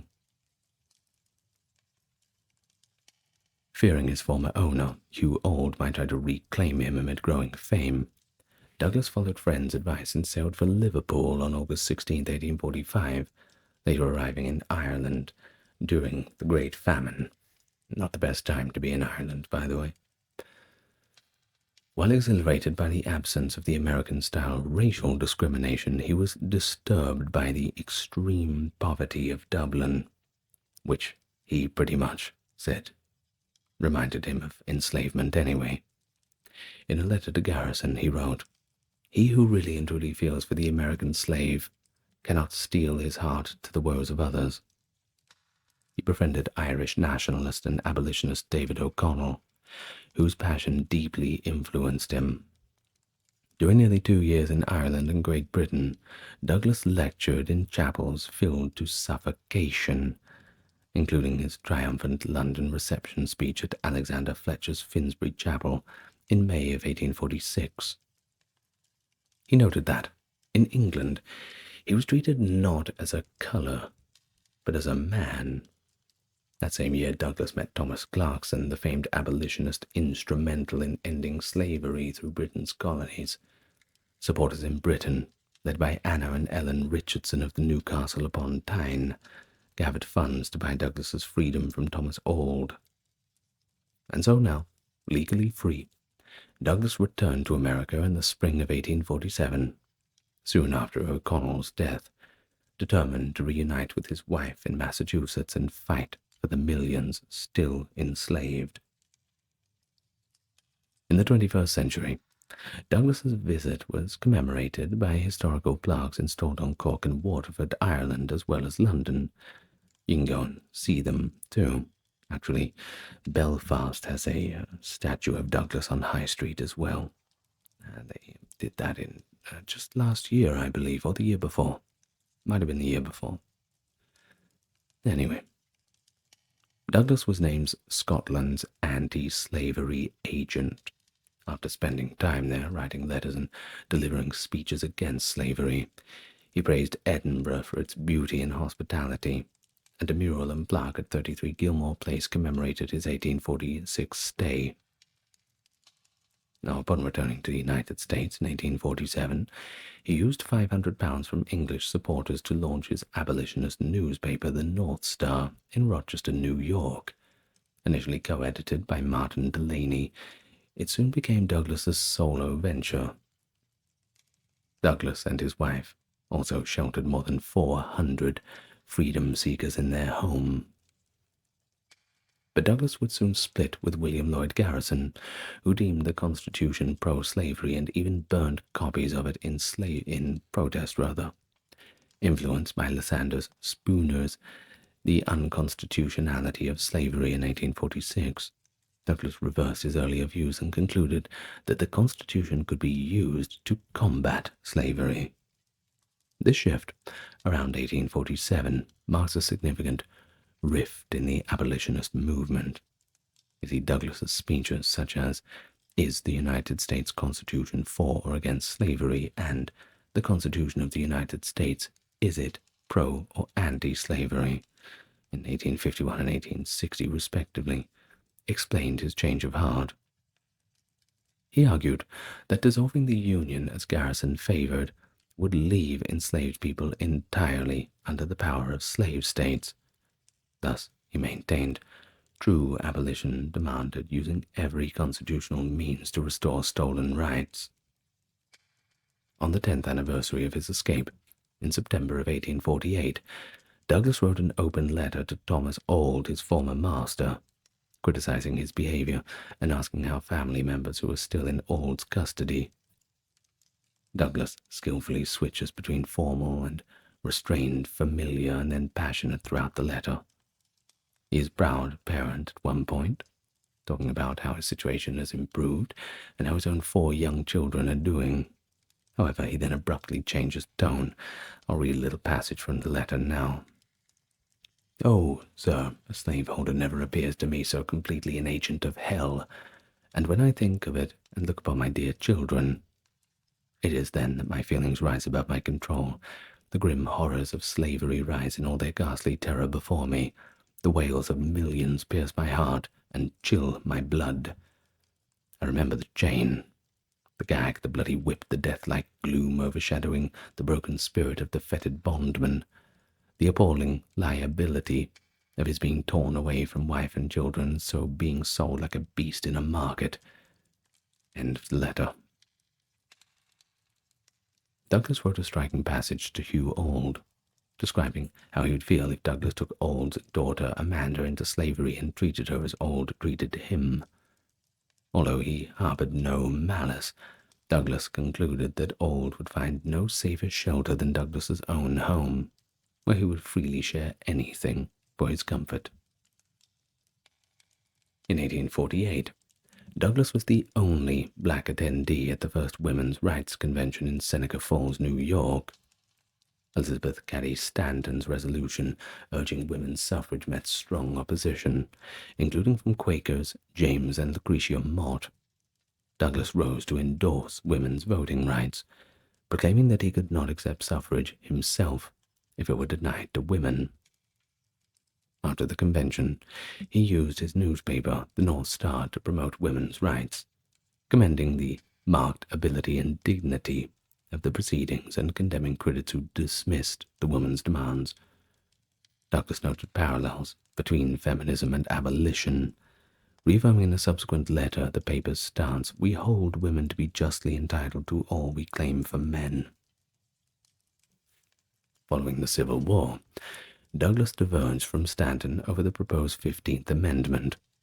While Stanton opposed granting voting rights to black men before women, Douglass worried that linking the two causes could doom both of them. He believed that white women already had their influence through their fathers, husbands, and brothers, and that once black men secured suffrages, black women would share that advantage too. Though this disagreement distanced him from Stanton, Douglass repeatedly affirmed that he was never against women's enfranchisement. Meanwhile, he helped establish the American League of Colored Laborers, the nation's first black labor union, and served as its vice president in 1850. The following year, he merged the North Star with Gerrit Smith's Liberty Party journal to form Frederick Douglass's paper, which ran until 1859. Douglass spoke at a gathering hosted by the Rochester Ladies' Anti-Slavery Society on July 5, 1852 in Corinthian Hall. He was well known as a participant in the Radical Abolitionist National African American Convention in Rochester in 1853, where he delivered what became known as "What to the Slave is the 4th of July." One biographer described it as perhaps the greatest anti-slavery oration ever given. Douglass was one of the 5 individuals whose names appeared on the convention's address to the American people, which was published under the heading "The Claims of Our Common Cause." Henry O. Waggoner, George Boyer Vachon, James Monroe Whitfield, and Amos Noé Freeman were the other 4. Douglass was also an early supporter of the school desegregation, because like many abolitionists, he thought that education would be essential for African Americans to improve their situations. He noted in the 1850s that African American children in New York received far less facilities for education than European Americans. Douglass demanded that the courts take action to allow all children to enter schools. He asserted that African Americans' needs for full inclusion in the educational system outweighed political concerns like suffrage. Douglass also discussed emancipation with radical abolitionists like John Brown, George de Baptiste, and others on March 12, 1859, at William Webb's Detroit home. 2 months prior to leading the Harper's Ferry raid, Douglas had another encounter with Brown when he came to his house. During his 2 weeks with Douglas, Brown wrote his provisional constitution. As he frequently did, Douglas also stayed with Shields Green, a runaway slave, for more than a year. Douglas took Green with him when he traveled from Rochester to Brown's communications headquarters in Chambersburg, Pennsylvania, via New York City, just prior to the raid. Blacks there recognized him and invited him to give a talk. Douglas concurred, but claimed that slavery was the only subject he covered. Brown sat in the audience, unidentified, while Green joined him on stage. Well, it was described as a flaming address, the notorious black orator, by a white reporter. The name of the actual talk I cannot say without having my entire channel being demonetized, so let's just call it Black Democracy. Do apologize for the unintentional censorship on that one. So in order to maintain confidentiality, Douglas and Green met with Brown and John Henry Cargie in an abandoned stone quarry to talk about the raid, after what Douglas described as a day and a night of talks. He let Brown down by refusing to accompany him because he thought the mission was doomed from the start, which it pretty much was. Well, Brown wanted to go out in a blaze of glory. If you've watched my video about him, you'll know what I'm talking about there. David Blight described this as much more of an ex post facto bitterness than reality. You see, Green chose to accompany Brown rather than accompany Douglas back to Rochester, which was a big surprise to Douglas. But Anne Brown claimed that Green informed her that Douglas promised to reimburse him upon his return. Douglas is largely responsible for what is known about this incident. Not going with John Brown was obviously a life-changing event for him. Could have been a life-ending event for him if he did go. And it also had significant impact on his public persona. You see, Douglas kept this whole meeting a secret for 20 years. Nobody knew about this. During his unsuccessful attempt to raise funds to support a John Brown professorship at Storer College, which would likely be held by a black man, he first revealed it in his 1881 speech on John Brown. Suddenly he also mentions it once more in his final autobiography. Well, following this raid, which occurred between October 16th and 18th, 1859, Douglas was charged with both aiding and abetting John Brown. After coming dangerously close to being arrested on a Virginia warrant, he briefly fled to Canada before continuing on to England for a prearranged lecture tour, arriving there at the end of November. Douglas presented his opinions on the American Constitution in a speech titled "The Constitution of the United States, Is It Pro or Anti-Slavery?" to the Scottish Anti-Slavery Society in Glasgow, March 26, 1860. Annie, Douglas's youngest daughter, at this time passed away in Rochester, New York, at the age of 10. The following month, Douglas sailed back from England, passing through Canada to avoid detection. One of the most well-known black men in the nation by the time of the Civil War, Douglas was well known for his speeches about the state of the black race and other topics like women's rights. At every venue, his eloquence attracted large crowds.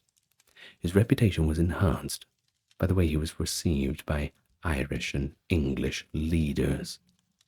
Everyone respected him.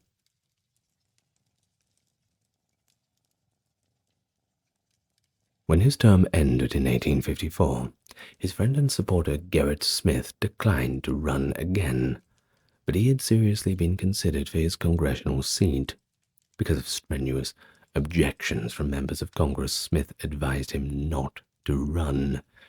If the House agreed to seat him, which was very unlikely, all the Southern members would walk out, causing the nation to finally be split. The possibility afflicted some with convulsions, others with panic, or with an astonishing flow exceedingly select and nervous language, giving vent to all sorts of linguistic enormities, as it was said at the time. What a beautiful way to describe it. It wasn't until 1870, actually, shortly after the 15th Amendment was ratified, that a person of color would actually hold a position in Congress. Douglass and the abolitionists maintained that African Americans should be permitted to participate in the struggle for freedom, since the Civil War was intended to abolish slavery. Douglass made the viewpoint widely known through his speeches and publications. He also published his well-known broadside, Men of Color to Arms, to aid in the recruitment efforts after Lincoln had finally permitted black soldiers to serve in the army. March 21st, 1863. Charles Douglass, his eldest son, enlisted in the 54th Massachusetts Infantry Regiment, but spent a large portion of his time in the military sick. At the Battle of Fort Wagner, Lewis Douglass participated too. Frederick Douglass Jr., another son, was also a recruiter. Douglass battled for equality for his people after the North was released from its obligation to return slaves to their owners to the South.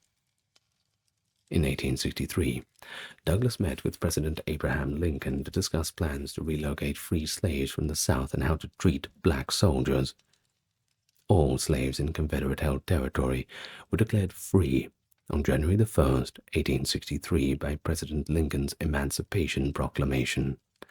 But slaves in Union-held areas were not covered, because the proclamation was only allowed under the Constitution as a war measure. They were set free on December 6, 1865, when the 13th Amendment was adopted. Well, Douglass characterized the mood of those who were waiting for the proclamation. He wrote thusly: "We were waiting and listening as for a bolt from the sky. We were watching, by the dim light of the stars, the dawn of a new day. We were longing for the answer to the agonizing prayers of centuries." While the U.S. Douglass-backed abolitionist Radical Democracy Party candidate John C. Fremont in the 1864 presidential election, Douglass was disappointed that President Lincoln did not openly support black freedmen's right to vote. Douglass felt that African American men should have the right to vote because they were serving in the Union Army during the Civil War. Well, following the war, the 13th Amendment was ratified December 6, 1865, which made it illegal to have slaves, except as punishment for a crime. The 14th Amendment guaranteed birthright citizenship and forbade states from denying any person equal protection under the law or due process of law. All citizens were shielded from racial discrimination in voting by the 15th Amendment. Douglass discussed black suffrage with President Andrew Johnson following Lincoln's assassination. Douglass gave the keynote address at the dedication of the Emancipation Memorial in Lincoln Park, Washington, on April 17, 1876. He discussed Lincoln's complicated legacy openly, pointing out on both the good and bad qualities he thought the president had. I quote, "He had been ready and willing at any time, the first years of his administration, to deny, postpone, and sacrifice the humanity of colored people to promote the welfare of white people. Lincoln was neither our man nor our model." Not the best review, isn't it? Well, he pointed out that Lincoln had initially opposed the expansion of slavery, but did not support its abolition. He continued, "Can any colored man or any white man, friendly to the freedom of all men, ever forget the night which followed the first day of January 1863, when the world was to see if Abraham Lincoln would prove to be as good as his word?" He further stated, "Though Mr. Lincoln shared the prejudices of his white fellow countrymen against the blacks, it's hardly necessary to say in his heart of hearts he loathed and hated slavery."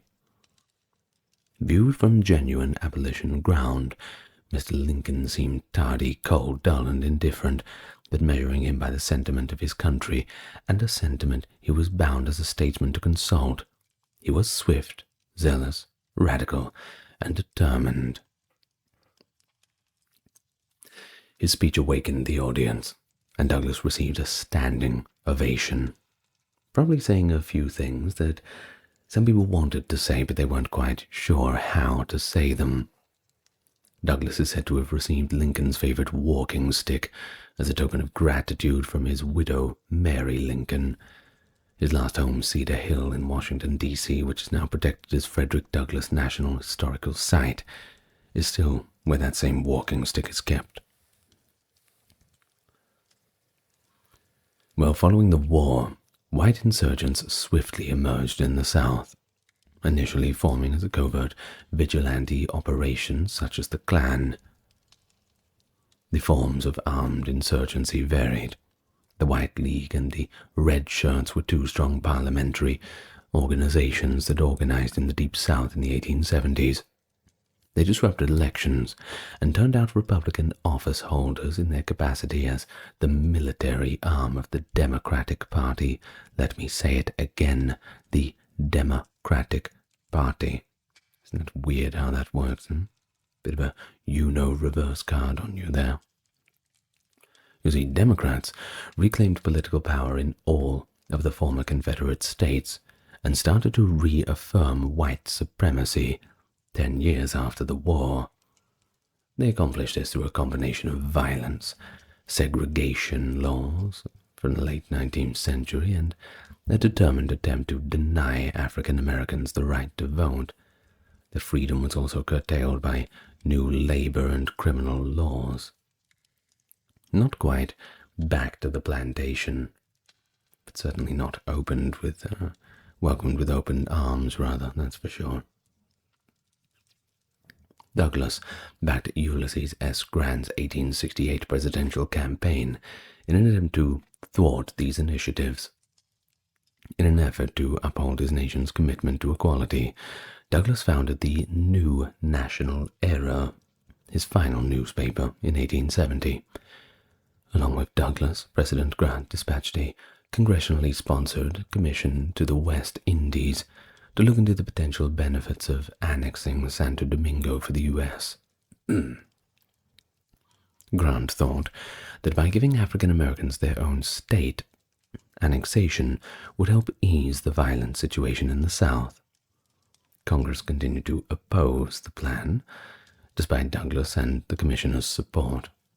According to Douglass, if Senator Charles Sumner persisted in his opposition to annexation, he would regard him as the worst foe of the colored race has on this continent. Following the midterm elections, Grant signed the Second and Third Enforcement Acts, as well as the Civil Rights Act of 1871, popularly referred to as the Ku Klux Klan Act. Grant made extensive use of their provisions, sending troops to South Carolina and other states, suspending habeas corpus there. More than 5,000 arrests were made while he was in charge, although many white people disliked Grant for his vigorous efforts to dismantle the Klan. Douglass, of course, praised him for it. Because, of course he would. I'm sure he wasn't the only one praising him for it, but you see, the Klan at this point, I don't think it was quite at its zenith. I think its zenith came after they released the movie, I think. I'll have to do a full video on them. That will be an interesting video, that's for sure. Well, it was written by Douglass's associate that African Americans will ever cherish a grateful remembrance of Grant's name, fame, and great service.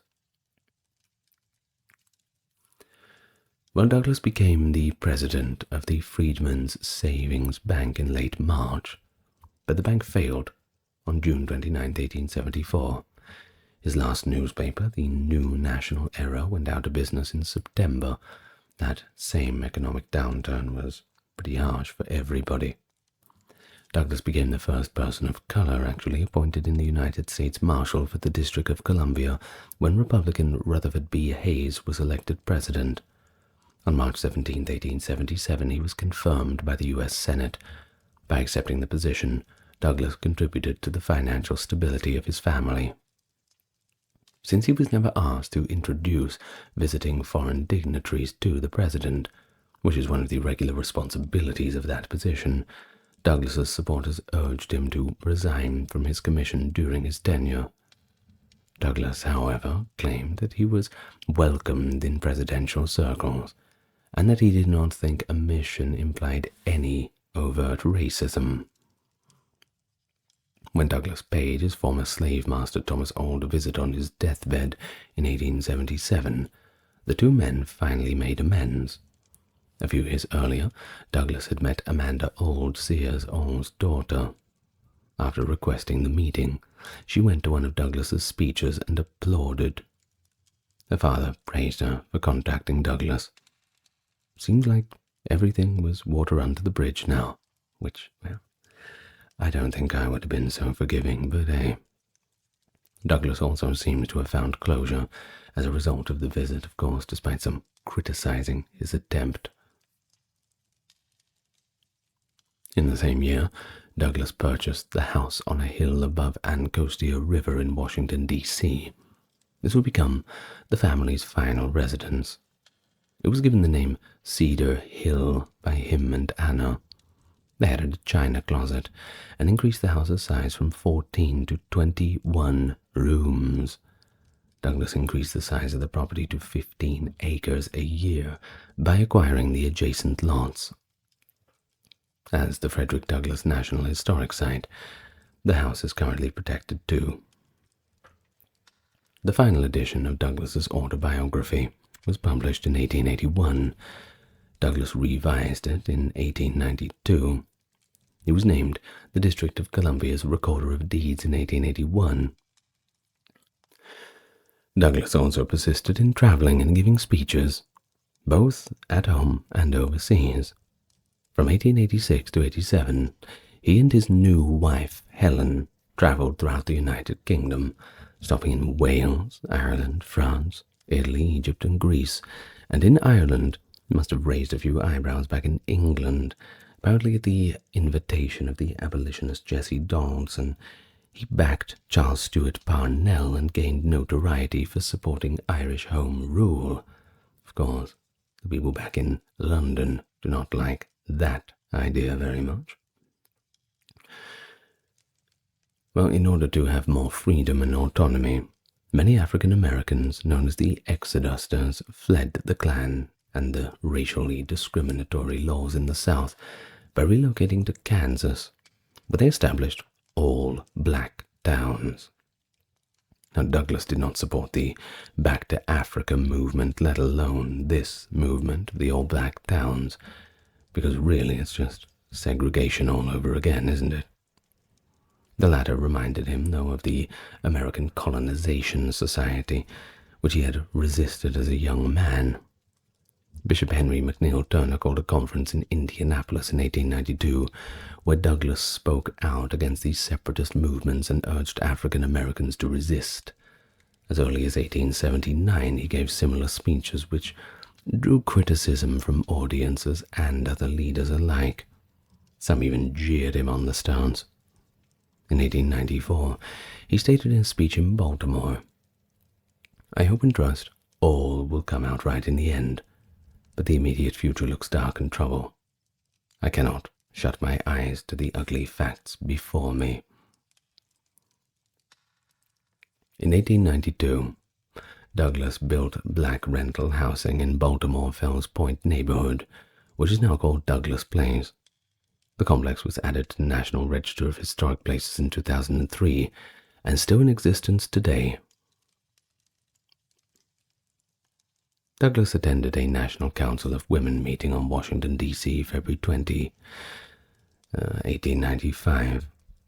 He was brought to the platform and given a standing ovation. But soon after this, at the age of 77, he passed away from a heart attack. Not long after, he he got home, thousands of people came to pay their respects by passing by his coffin at his funeral. Pallbearers included Supreme Court justices and U.S. senators. A masterly address was given by Howard University President Jeremiah Rankin. Elizabeth Cady Stanton's letter was read too. The Haitian legation secretary expressed their condolences of his country in melodious French. Edgar Allan Poe, an American poet and writer, famed for his contribution to the development of horror, mystery, and detective fiction, with works such as The Raven, The Telltale Heart, and The Fall of the House of Usher being just a few of his renowned works, delving into the supernatural and human misery. His intricate symbolism and eerie narratives never failed to captivate the reader. And even though he had a tragic and difficult life, his groundbreaking use of language and story structure managed to reshape modern literature. To this very day, has impacted the genres to which he contributed to. Poe's work will always be a powerful and thought-provoking influence in literature because of his reputation as a visionary of literary artistry and a master of the grim. Well, hello everyone. Introductions out of the way. You know what we're here for. If you're new to the channel, why not like and subscribe to it? Sounds like a pretty good idea. And if you're coming back, well, you're probably already subscribed, so whatever. Now, let's begin today nice and relaxed, and as always, let's take it nice and slow. We begin January 19th, 1809 in Boston, Massachusetts, and it was where Edgar Poe was born. He was the middle child of David Poe, Jr., an American actor who was actually of Irish descent, and Elizabeth Arnold Hopkins Poe, an English-born actress known for her graceful stage presence. Edgar's older brother was named Henry, and he also had a younger sister too. Her name was Rosalie. The family's paternal line originated with his grandfather David Poe, who emigrated from County Cavan, Ireland, around 1750, settling in the United States to seek better opportunities. Edgar's parents, of course, led a tenuous life in touring theatrical troupes, which was unstable, even in the best of circumstances. But matters worsened when David Poe, Jr. abandoned the family in 1810, and poor old Elizabeth was left alone to support 3 children, all by herself. A year later, when Edgar was not yet 3 years old, his mother also died in 1811 from pulmonary tuberculosis, an illness which was referred to at the time, by the way, as consumption. And she wasn't old either. She was only in her early 20s. This sudden tragedy left Edgar and his siblings without any immediate family to care for them. Henry was sent to live with relatives, while Edgar was placed into the household of John Allan, a prosperous merchant from Richmond, Virginia. Allan was involved in diverse trading ventures, including cloth, wheat, tobacco, tombstones as well, and also slaves. A surprisingly varied portfolio, to be honest. Of course, allowed him a measure of wealth, which was quite rare in that era. Although Allan and his wife Frances never formally adopted Edgar, they gave him the middle name Allan, and he became widely known as Edgar Allan Poe, which is why, of course, I did not immediately address him as the more well-known moniker. So by 1812, the Allans had Poe baptized in the Episcopal Church, reflecting their own religious affiliation, and the desire to integrate him into the family's social and cultural sphere. John Allan, however, was known for his unpredictable temperament, at times indulging Edgar with luxuries and generous allowances, while at other times scolding and withholding money for what he viewed as irresponsible behavior. In 1815, the family relocated to the United Kingdom, largely because John Allan wished to explore business opportunities abroad. Poe briefly studied at a grammar school in Irvine, Ayrshire, Scotland, which was significant for its ties to Allan's own birthplace. Then, in 1816, Pope rejoined the family in London, where he became a boarding student in Chelsea until the summer of 1817. Shortly afterwards, he moved on to Reverend John Bransby's Manor House School in Stoke Newington, situated a few miles north of central London. During this period, Poe was exposed to an education steeped in both traditional English curriculum and, of course, the emerging romantic sentiment of the day. This was, of course, an environment that would later filter into the theme and style of his writing.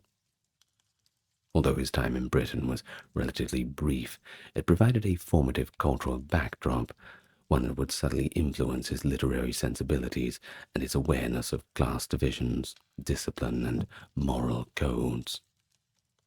This transatlantic upbringing, coupled with Allan's shifting attitudes, planted the seeds of tension as well that would mark much of Poe's early adulthood and eventually impact the course of his creative life.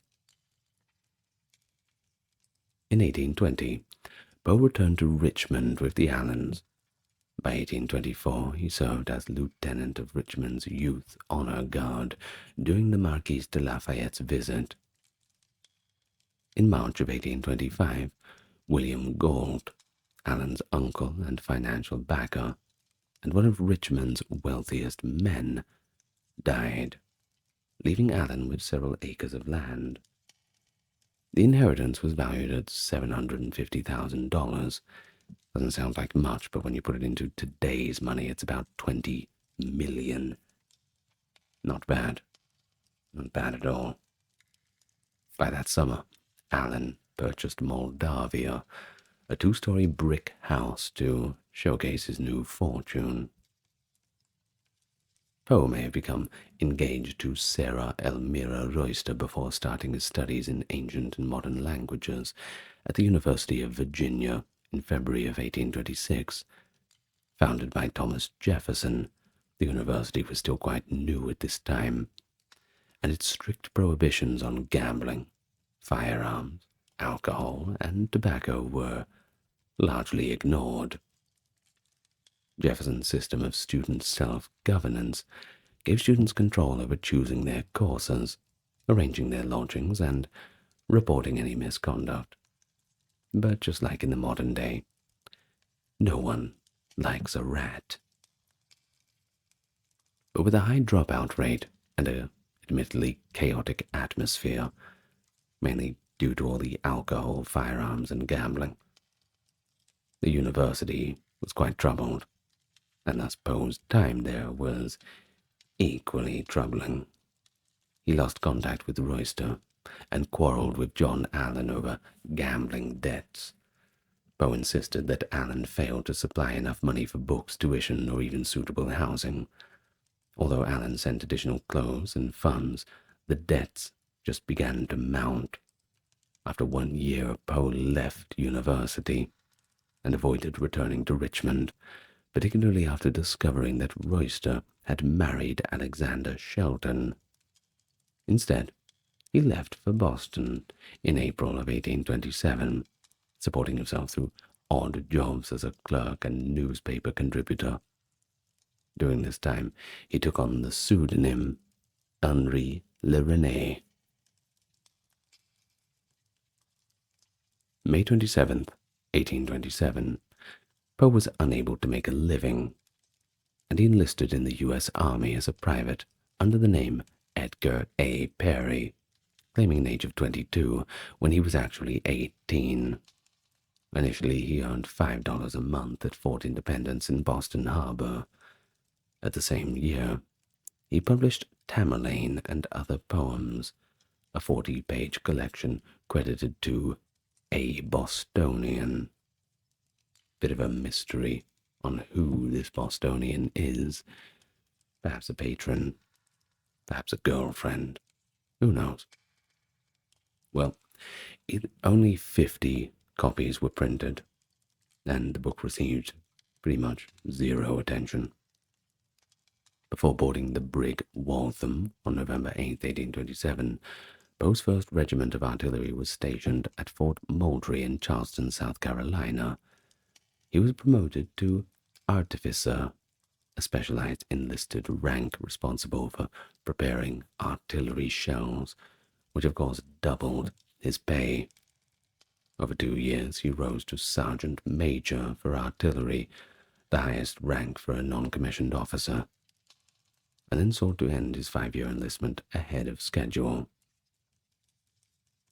Lieutenant Howard, his commanding officer, promised an honorable discharge if Poe reconciled with Allen after revealing his true name and circumstance. Poe wrote to Allen, but received no reply for months. It is possible Allen did not inform Poe of his foster mother's failing health, and Frances Allen passed away February 28, 1829. Poe arrived the day after her funeral. Possibly influenced by his wife's death, Allen agreed to support Poe's bid for a United States military academy appointed at West Point, New York. On April 15, 1829, Poe was discharged from service after finding someone to take his place. Before heading to West Point, he stayed in Baltimore with his brother Henry, his ailing grandmother Elizabeth Cairns Poe, his widowed aunt Maria Clem, and her daughter, Poe's cousin, Virginia Eliza Clem. Published in Baltimore in 1829, his second collection, Al-Araf, Tamerlane and Minor Poems, included a dedication to the eminent critic John Neal, who that September gave him the very first words of encouragement I ever remember to have heard. Poe's words. Poe entered West Point on July 1st, 1830. Later that year, in October, Allen married his second wife, Louisa Patterson. This union, along with disputes over Allen's children from other relationships, led him to disown Edgar Allan Poe.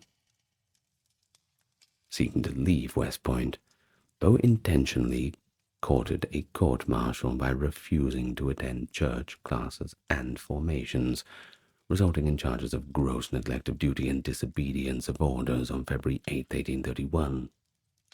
Aware that he would be found guilty, Poe pleaded not guilty in hopes of securing his dismissal.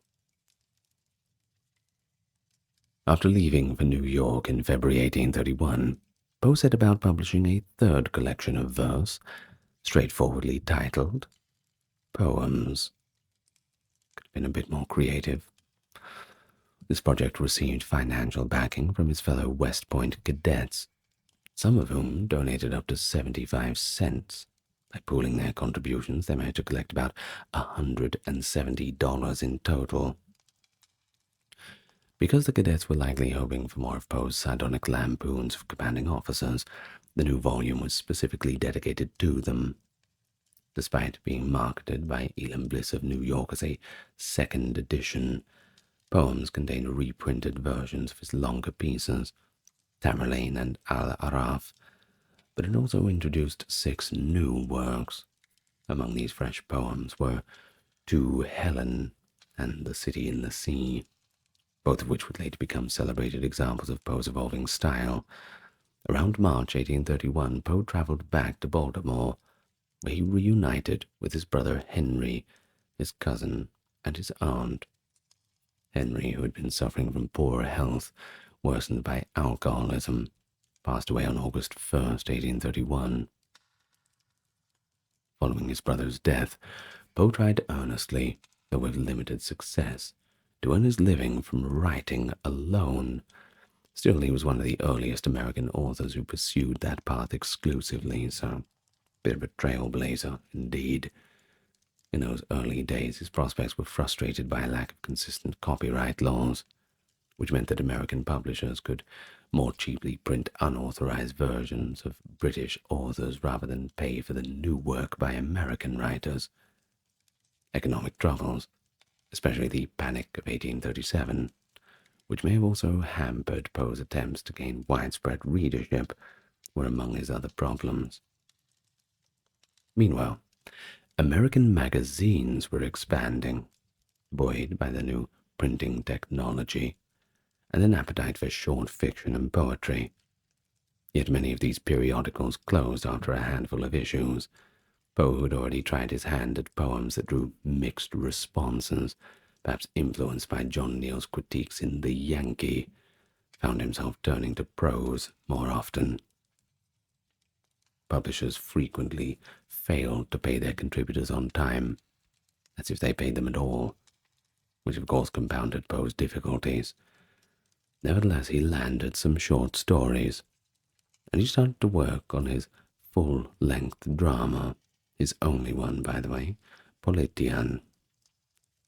In November of 1833, his lesser-known story, M.S. Found in a Bottle, won a prize from the Baltimore Saturday Visitor, attracting more attention, especially from John P. Kennedy, who was a wealthy Baltimore resident.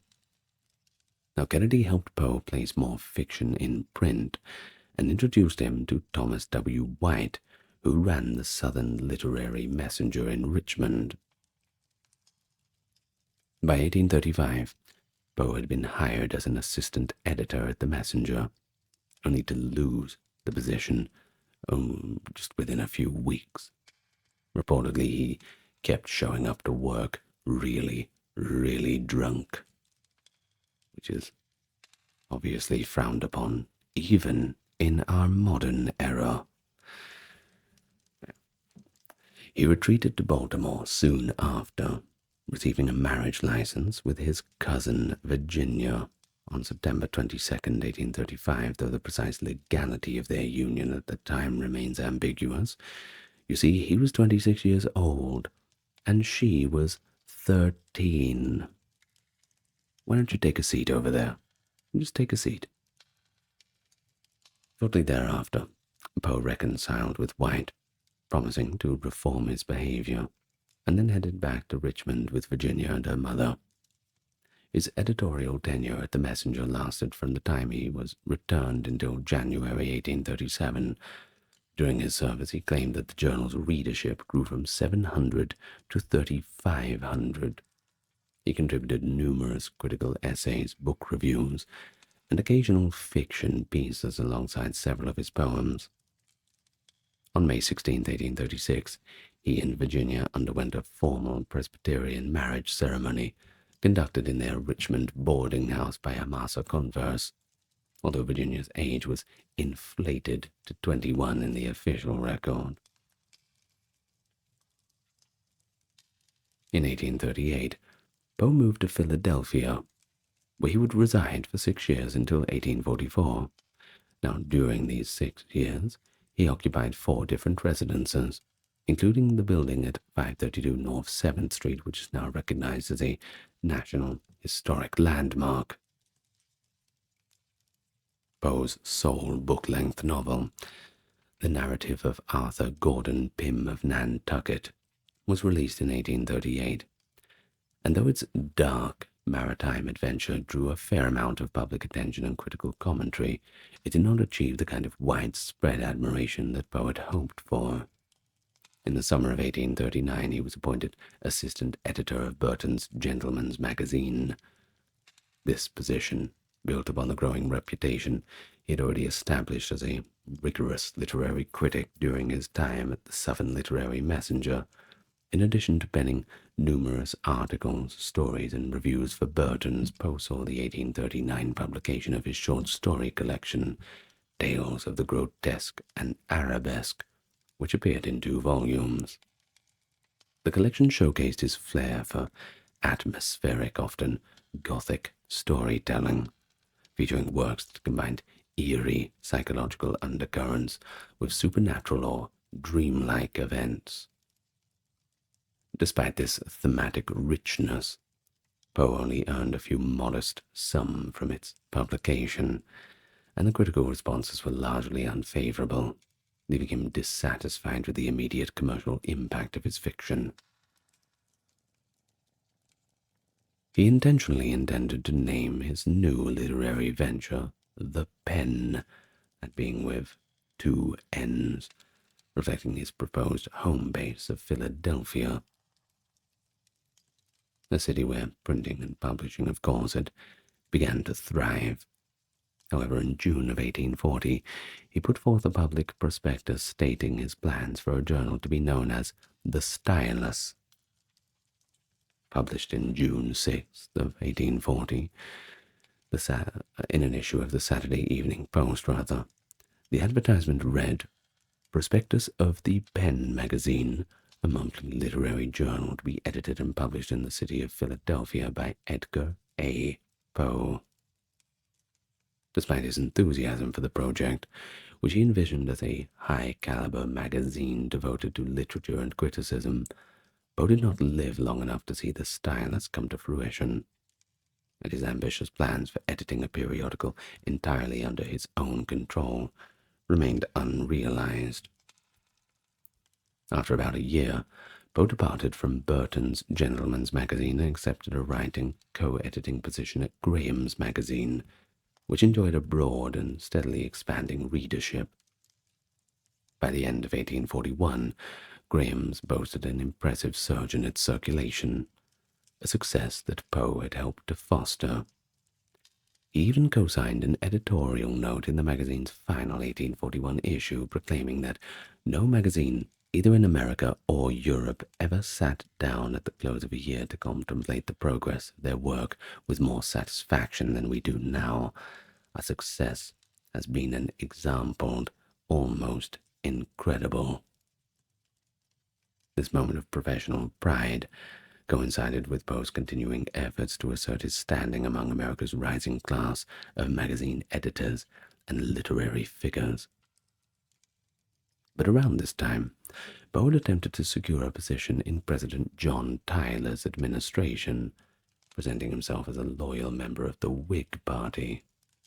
He had hoped that through the intercession of Robert Tyler, who was familiar with one of Poe's friends, Frederick Douglass, he could be appointed to the United States Custom House in Philadelphia. However, when Poe was meant to meet with Thomas in mid-September 1842 to formalize the details, he just did not show up. Now take a guess why he did not show up. Well, when they asked Poe about it, he said that he was sick. But everybody had suspected that once again he had just been too drunk. I suppose that counts as a kind of illness. Ultimately, despite verbal assurances that he would receive a position, none of the roles remained open when the appointments were finalized, and Poe's political ambitions came to nothing. Nevermore. Okay. Well, during the same period, a personal crisis arose in 1842 when his wife, Virginia, showed the first serious signs of consumption. Remember, that's the old name for tuberculosis. Poe described her condition as if a blood vessel in her throat had burst while she was singing and playing the piano, an event that not only alarmed the couple but also underscored how precarious Virginia's health would be from then on. Although she recovered partially, her ongoing illness caused Poe tremendous anxiety. Biographers generally agree that he turned more frequently to alcohol on these mounting pressures. When he left Graham's magazine, Poe again looked for work, including government positions, but he didn't have much success. Eventually, he relocated to New York, when he wrote briefly for the Evening Mirror before taking over as editor, later becoming the proprietor of the Broadway Journal. In its pages, Poe created a storm of controversy by publicly accusing the esteemed poet Henry Wadsworth Longfellow of plagiarism, an accusation that alienated many within the literary community. Although Longfellow himself never issued a direct rebuttal, Poe later explained that his real contention involved questions of how new ideas are formed when the earlier author's influence can be unconsciously absorbed, a stance that many of his contemporaries still found pretty confusing, baffling even. In January of 1845, Poe published his famous work, The Raven, in the Evening Mirror, but he only received $9 for the now famous poem. Its immediate popularity, however, made him a literary sensation pretty much overnight. Finally, somebody was paying attention. And the piece also appeared under the pseudonym Quarles in the American Review, a Whig journal, which broadened his impact on the reading public. After the Broadway Journal collapsed in 1846 due to financial struggles, Poe moved to a small cottage in the Fordham area of the Bronx, which was then a regional area of North Manhattan. The house, since renamed Edgar Allan Poe Cottage, was subsequently located to a park near Kingsbridge Road and the Grand Concourse, where it stands as a museum. Living in the vicinity of St. John's College, later Fordham University, he formed friendships with some of the Jesuits there. Within this modest home, Poe faced the most devastating blow to his personal life when Virginia passed away of tuberculosis, January the 30th, 1847, a loss that echoed the tragic pattern of women succumbing to illnesses that had haunted Poe's life. Many critics and biographers have pointed out these repeated bereavements as shaping his motive of the death of beautiful women reflected so prominently in his poetry and short stories. Nevertheless, other scholars argue that Poe's preoccupation with themes of mortality, bereavement, and beauty had been evident in his work long before Virginia's passing. Of course, he finished The Raven before that, The Raven being, of course, about my lost Lenore. Perhaps he was preparing himself mentally. When you think about it in those contexts, and you think about, see my lost Lenore, nevermore will I see her, all these sorts of things. Of course, I'm paraphrasing the poem. And then you think about his wife passing away, what he must have went through. Yes, 200 years ago, I get that, but human beings are still human. They get sad, they miss people. He must have went through a lot. He must have went through quite a lot at that time. Anyway, following the death of his wife, his mental state had completely deteriorated. He tried to establish a romantic relationship with the poet Sarah Helen Whitman, who lived in Providence, Rhode Island. Contemporaries attributed their failed engagement to Poe's drinking habits and unpredictable mood swings, which reportedly strained Whitman's already fragile trust within him.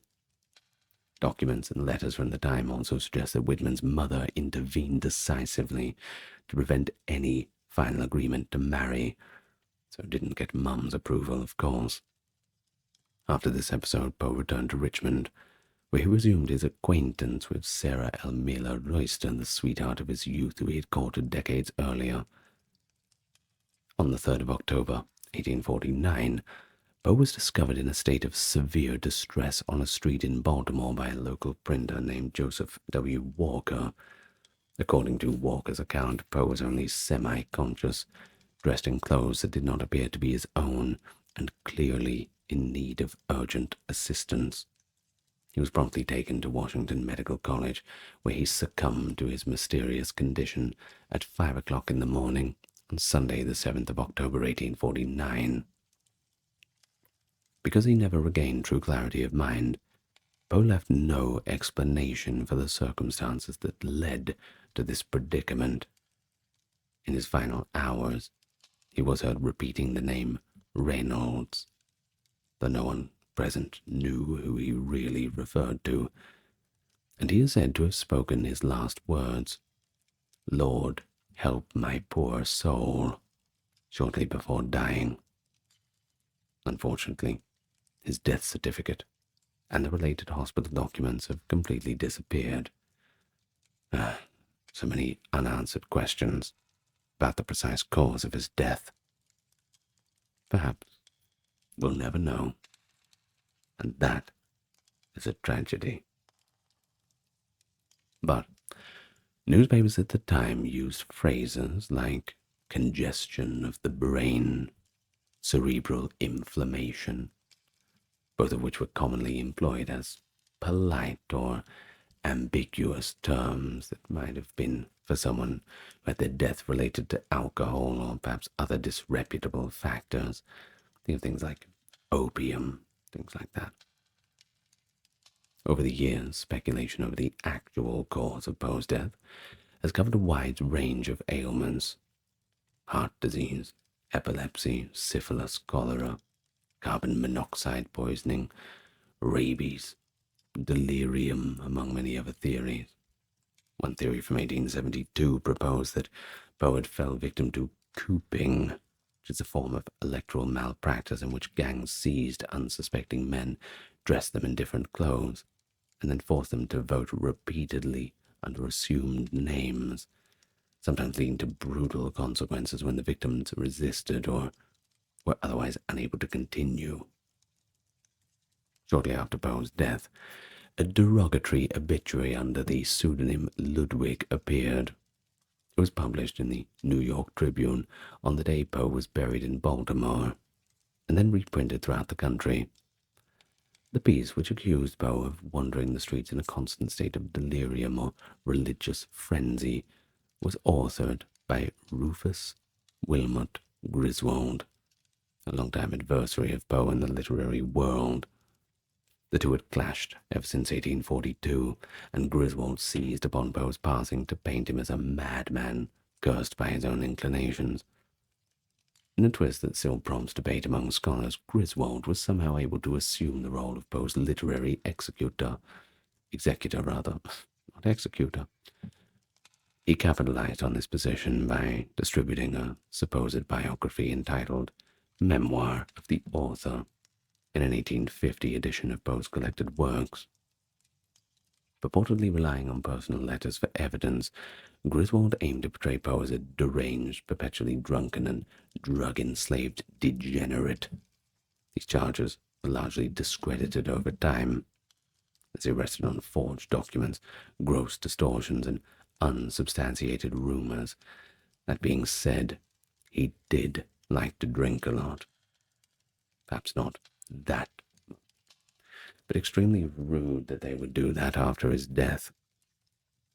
The only thing that you can say is, well, at least his poor wife Virginia wasn't around to see his name get driven through the mud. Poor Virginia. Poor Edgar. The whole thing is tragic. Well, despite the questionable foundation for Griswold's claims, many readers proved eager to learn about an author depicted as scandalously immoral. You see, because Griswold's edition was the only comprehensive biographical source available for many years, it gained widespread attention and acceptance, and it shaped Poe's posthumous image for nearly a century. A number of contemporaries, of course, rose to Poe's defense, including the writer John Neal, who attacked Griswold's motivation, calling him self-serving and, I quote, a rhadamanthus who will not be cheated of his fee a thimbleful of newspaper notoriety. Fighting words. However, popular fascination with Poe's alleged evil persona persisted long afterwards, encouraged by Griswold's spurious letters and enduring rumors. Over time, researchers have debunked these fabrications and established that Poe was neither the perpetual opium user nor the raving maniac that Griswold had made him out to be, although the negative slant on Poe's life proved to be difficult to uproot from the public imaginations for generations. Now, Poe was primarily known as a literary critic during his lifetime. Nonfiction makes up the great majority of Edgar Allan Poe's works, as he wrote countless essays, critiques, and editorials deeply influenced by both his peers and subsequent generations of writers. Contemporary critic James Russell Lowell once categorized Poe as the most discriminating, philosophical, and fearless critic upon imaginative works who has written in America, hyperbolically suggesting he sometimes substituted prussic acid for ink. Interesting. The perception helped cement Poe's reputation as a so-called tomahawk man, an epithet referring to his sharp, unsparing style of criticism. Rather than praise writing, it clearly achieved its artistic goals. Poe believed in emphasizing the weak points of literature, sometimes even in works authored by he otherwise admired to sharpen artistic standards for everyone. He found it unnecessary to highlight obvious successes, reasoning that any piece of writing so clearly effective in its style or execution could speak for itself. He hoped that by showing flaws in certain supposedly perfect pieces of prose or poetry, he could spur American literature to ascend more rapidly, matching or exceeding European work in quality. Boston-born poet Henry Wadsworth Longfellow, highly esteemed by the general public and many critics, was one of Poe's most frequent targets. This literary feud, often called the Longfellow War, saw Longfellow's supporters defend him vigorously when Poe accused him of the heresy of the didactic, that being writing unoriginal and moralistic poetry that borrowed too heavily from existing themes. Poe concluded his critique by remarking, "We grant him high qualities, but deny him the future." A prediction that Longfellow's poetic reputation would diminish over time, and indeed his style fell out of favor in later generations. Poe also gained notoriety for developing a genre of fiction that defied easy classification, dark, psychologically probing tales that were challenging to replicate successfully. While he struggled to find a large American readership during his lifetime, he achieved considerable popularity in Europe, particularly in France, where Charles Baudelaire's translation of Poe's work became the authoritative editions on the continent. Through Baudelaire, Poe's reputation grew rapidly in literary circles that admired his balance of imagination and intellect. Critics there viewed him not merely as an author of Gothic stories, but as a visionary who merged philosophical depth with macabre or dreamlike imagery. Consequently, he occupied a unique position among American writers, often celebrated more enthusiastically abroad than at home. His earliest detective stories, featuring C. Auguste Dupin, most notably The Murders in the Rue Morgue, The Mystery at Marie Roget, and The Purloined Letter, provided a foundational blueprint for the modern mystery genre. Dupin's analytical methods and calm unraveling of cryptic cases foreshadowed countless detective characters that would eventually become staples in the literary world. In recognition of Poe's pioneering influence, the Mystery Writers of America named their annual awards the Edgars. Now, the creator of Sherlock Holmes, Sir Arthur Conan Doyle, famously credited Poe as having breathed the breath of life into the detective story, noting that the subsequent explosion of mystery fiction owes an immense debt to Poe's brief but seminal Dupin tales. Additionally, Poe had a direct impact on what would later be labeled as science fiction, as writers like Jules Verne found inspiration in Poe's emphasis on exploration, the unknown and speculative frontiers. Verne even encompassed a sequel to Poe's The Narrative of Arthur Gordon Pym of Nantucket, titled An Antarctic Mystery, or The Sphinx of the Icefields. Critic and writer H.G. Wells pointed out that Poe's depiction of polar landscapes in Pym anticipated what, I quote, a very intelligent mind could imagine about the South Polar region a century ago. Historian and horror writer H.P. Lovecraft was profoundly influenced by Poe's Gothic horror tales, devoting an entire section of his lengthy treatise Supernatural Horror in Literature to explaining Poe's significance in shaping the genre. In private letters, Lovecraft dubbed Poe his God of Fiction, showing once again how thoroughly Poe's narratives of dread and psychological terror informed Lovecraft's own early compositions. Yes, a video about H.P. Lovecraft soon. Don't worry, I'll do it. Now, Lovecraft's At the Mountains of Madness contains direct references to Poe, and he echoed Poe's emphasis on the unity of effect, the principle that a strong mood or atmosphere should dominate any work of fiction from start to finish. Filmmaker Alfred Hitchcock likewise credited his own early fascination with suspense to a youthful passion for Poe's stories. Of course, Poe's writings have been inevitably produced many imitators over years. Its admirers have sometimes gone so far to claim they newly discovered this material channeled directly from Poe's spirit, asserting that he dictated poems from beyond the grave itself. I suppose it's hard to disprove. One notable example is Lizzie Doughton's book Poems for the Inner Life, 1863, which presented what she claimed were brand new compositions by Poe. In reality, the poems were evidently adapted from existing ones and lightly reworded, showing that very little was genuinely original. Yet the phenomenon of supposed posthumous collaborations testifies to Poe's massive cultural footprint. But Poe's been criticized as well. Not everybody is very keen on him. This is particularly due to the unfavorable opinion of his personal qualities and how it affected his reputation. William Butler Yeats once referred to Poe as vulgar, and was sometimes critical of him. Ralph Waldo said, "I see nothing in it," in response to The Raven, mockingly calling Poe the Jingle Man. Okay. According to Aldous Huxley, that is the author of Brave New World, by the way, please do read that, Poe's work falls into vulgarity because it is too poetical, the equivalent of having a diamond ring on each finger. Well, Poe was also fascinated by cryptography.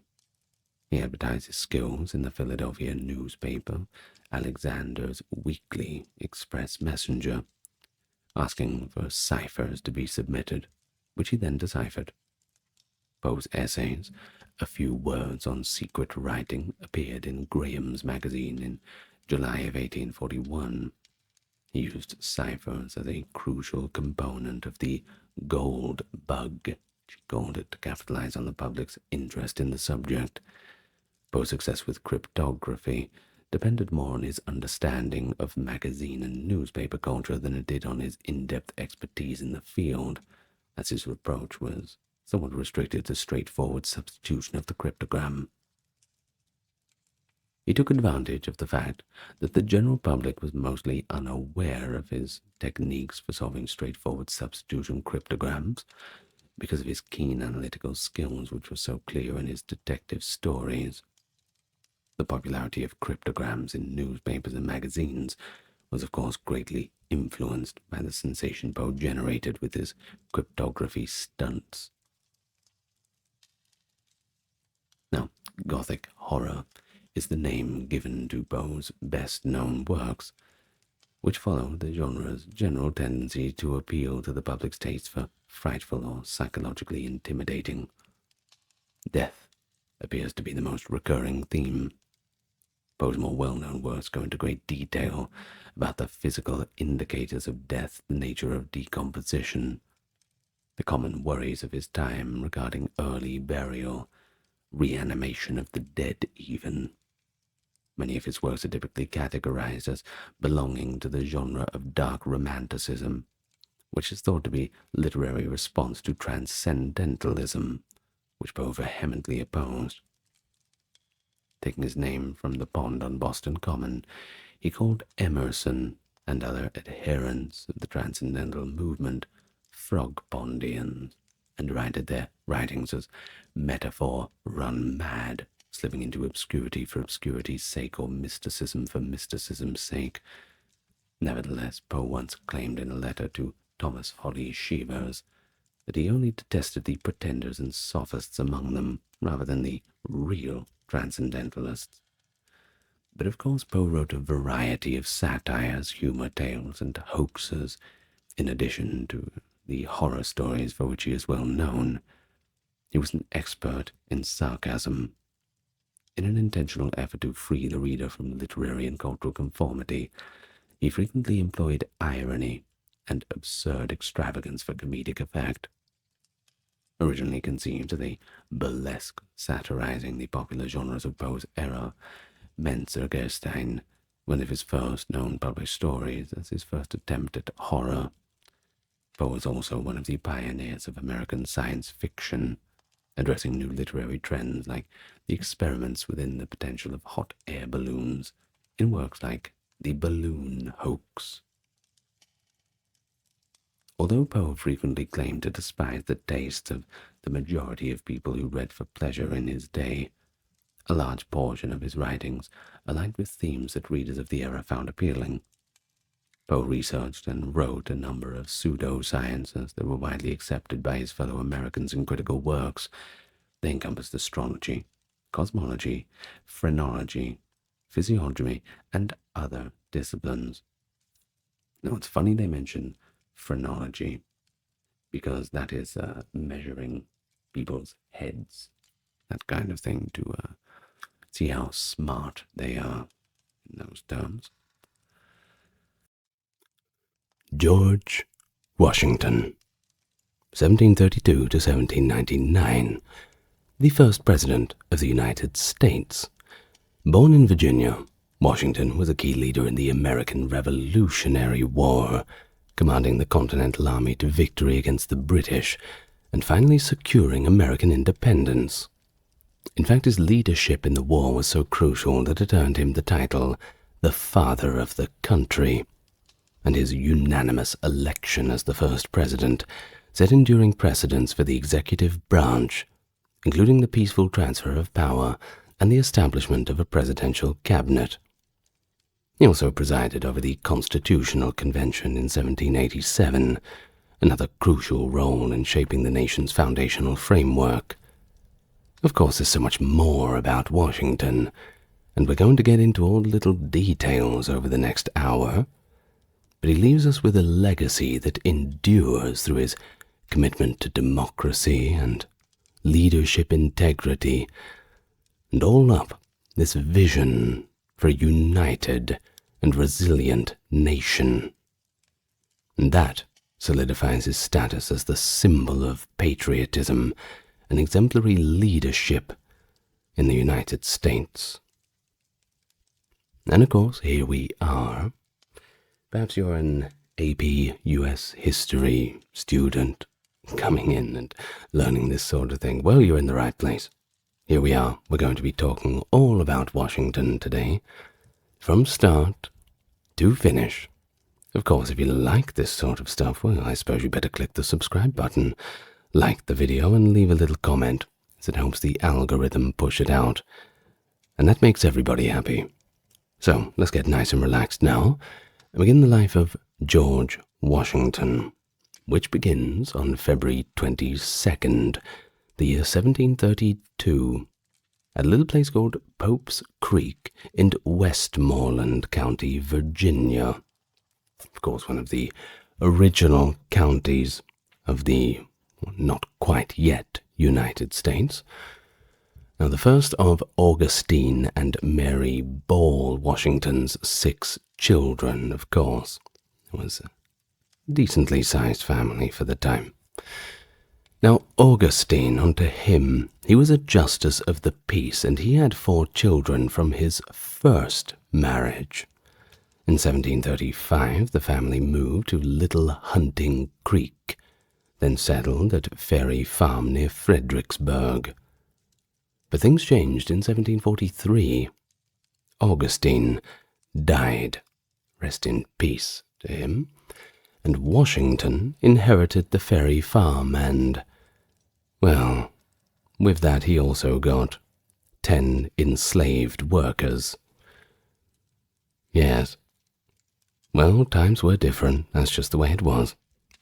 His older half-brother, Lawrence, received Little Hunting Creek and renamed it to Mount Vernon. Although Washington lacked the formal education from his half-brothers, who enjoyed this much better learning in England, he did attend the lower church school in Hartfield.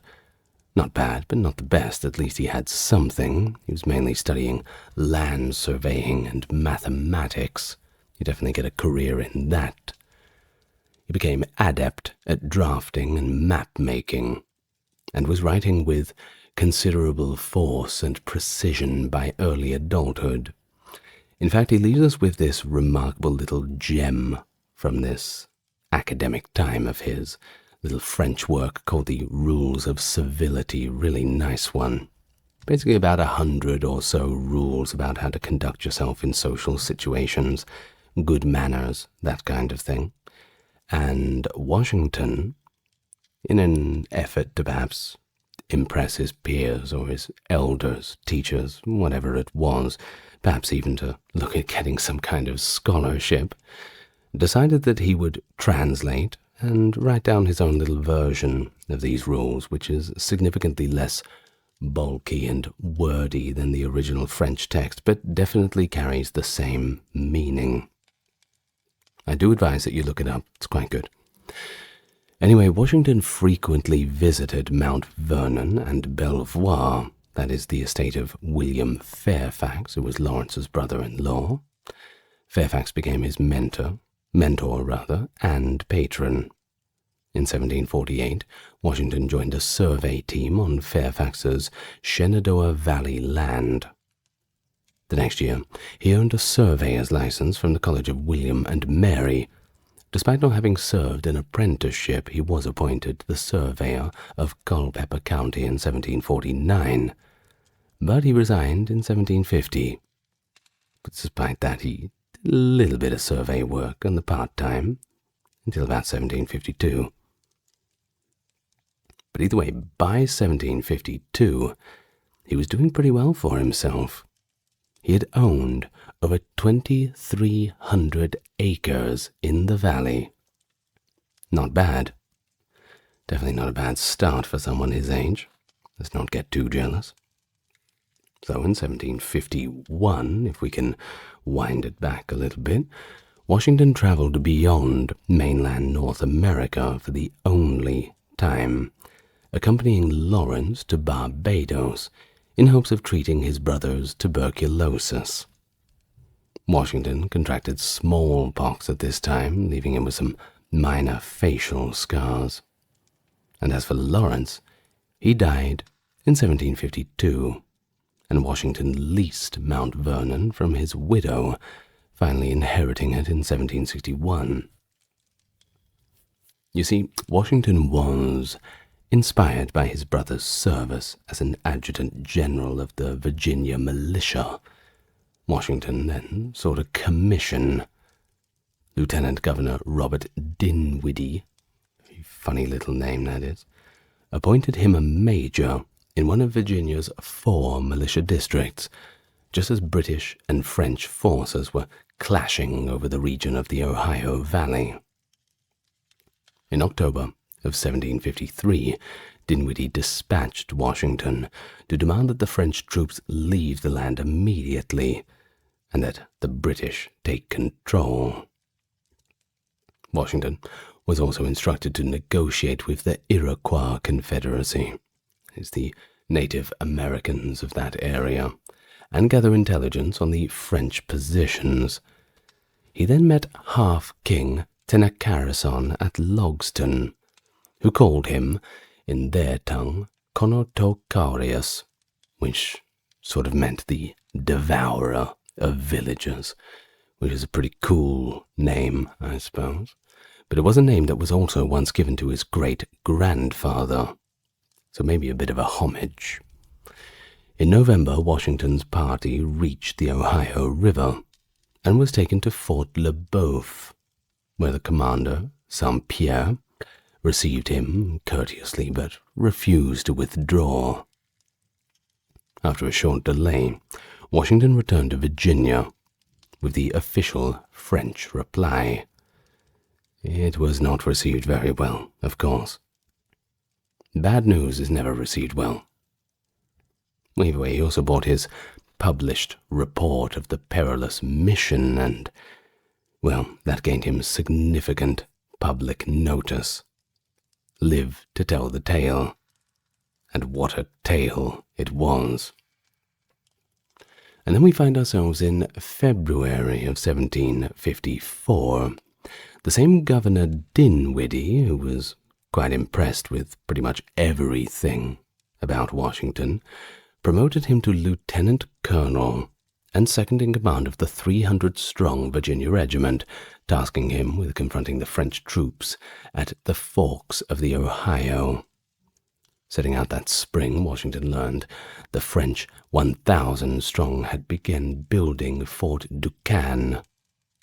From a defensive post at Great Meadows, he discovered a French camp nearby and, on May 28th, led a surprise attack on some 50 French, and it went very well, too. In fact, they managed to deal with and kill the commander, Joseph Coulon de Jumonville, who carried a diplomatic message. The very demoralized French then retreated to Fort Necessity, where I'm sure they had just enough of what they needed. Hence the name of the fort. Well, by June, the entire Virginia regiment joined Washington, and they were glad to do it. Made quite a name for himself, and he had even been promoted again to colonel, following the death of his superior in that position, jumping in his job pretty quickly, it seems.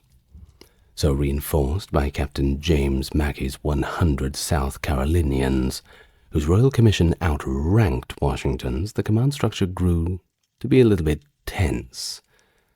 Too many chiefs, that sort of thing. But on July 3rd, about 900 French attacked, forcing Washington to surrender. Unaware of the language details, he signed a document admitting assassination of Jumonville, later accusing the translator of misleading him. Of course, this word assassination carries a lot of cunning sort of connotations with it. Not very honorable to do so. Colonel James Innes then took over, and Washington, offered only a captaincy under the new British policy limiting colonial ranks, decided it was best that he simply resign. And I suppose that this was the first time that he confronted this part of the British system and thought, I'm not one of them. These positions are reserved for people with the right accents and the right upbringing, the right education. Perhaps us colonists don't quite fit in. Bit of a foreshadowing. I don't want to spoil it.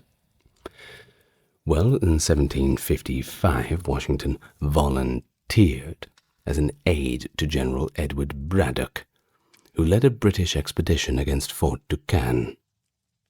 On Washington's advice, Braddock split his forces, but Washington, who was stricken with dysentery, which is obviously not good, fell behind.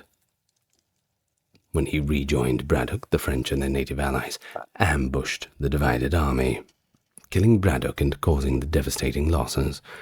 And this is all within this broader context of the French and Indian War, to this whole Jumonville affair with this assassination thing was one of the sparks that really kicked it off.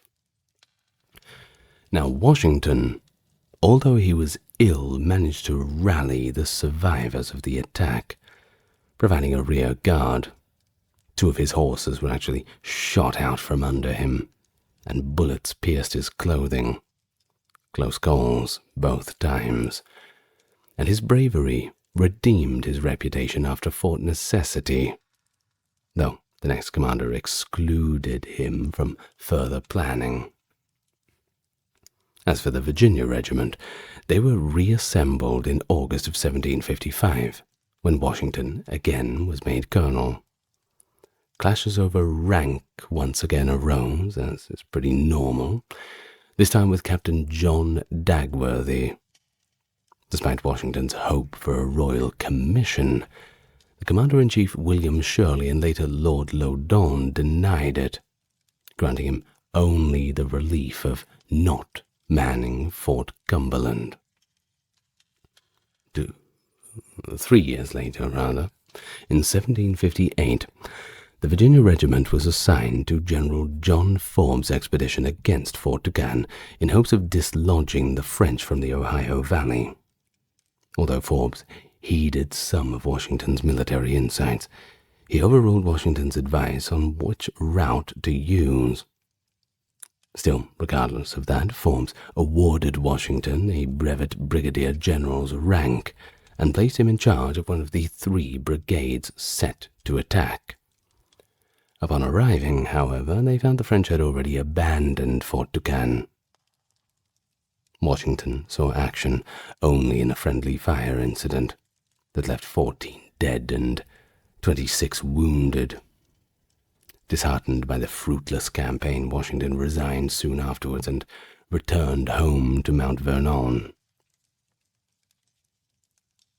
Of course, despite failing to earn those British royal commissions that he had longed hoped for, he still emerged from these frontier conflicts with really valuable leadership skills and first-hand knowledge of British military operations.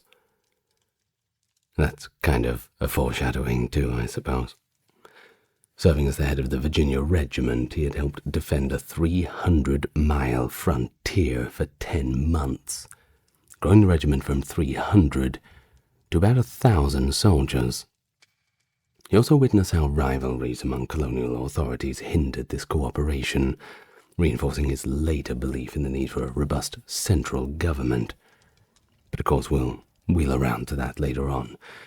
First we got to stay just a little bit before that, in 1759.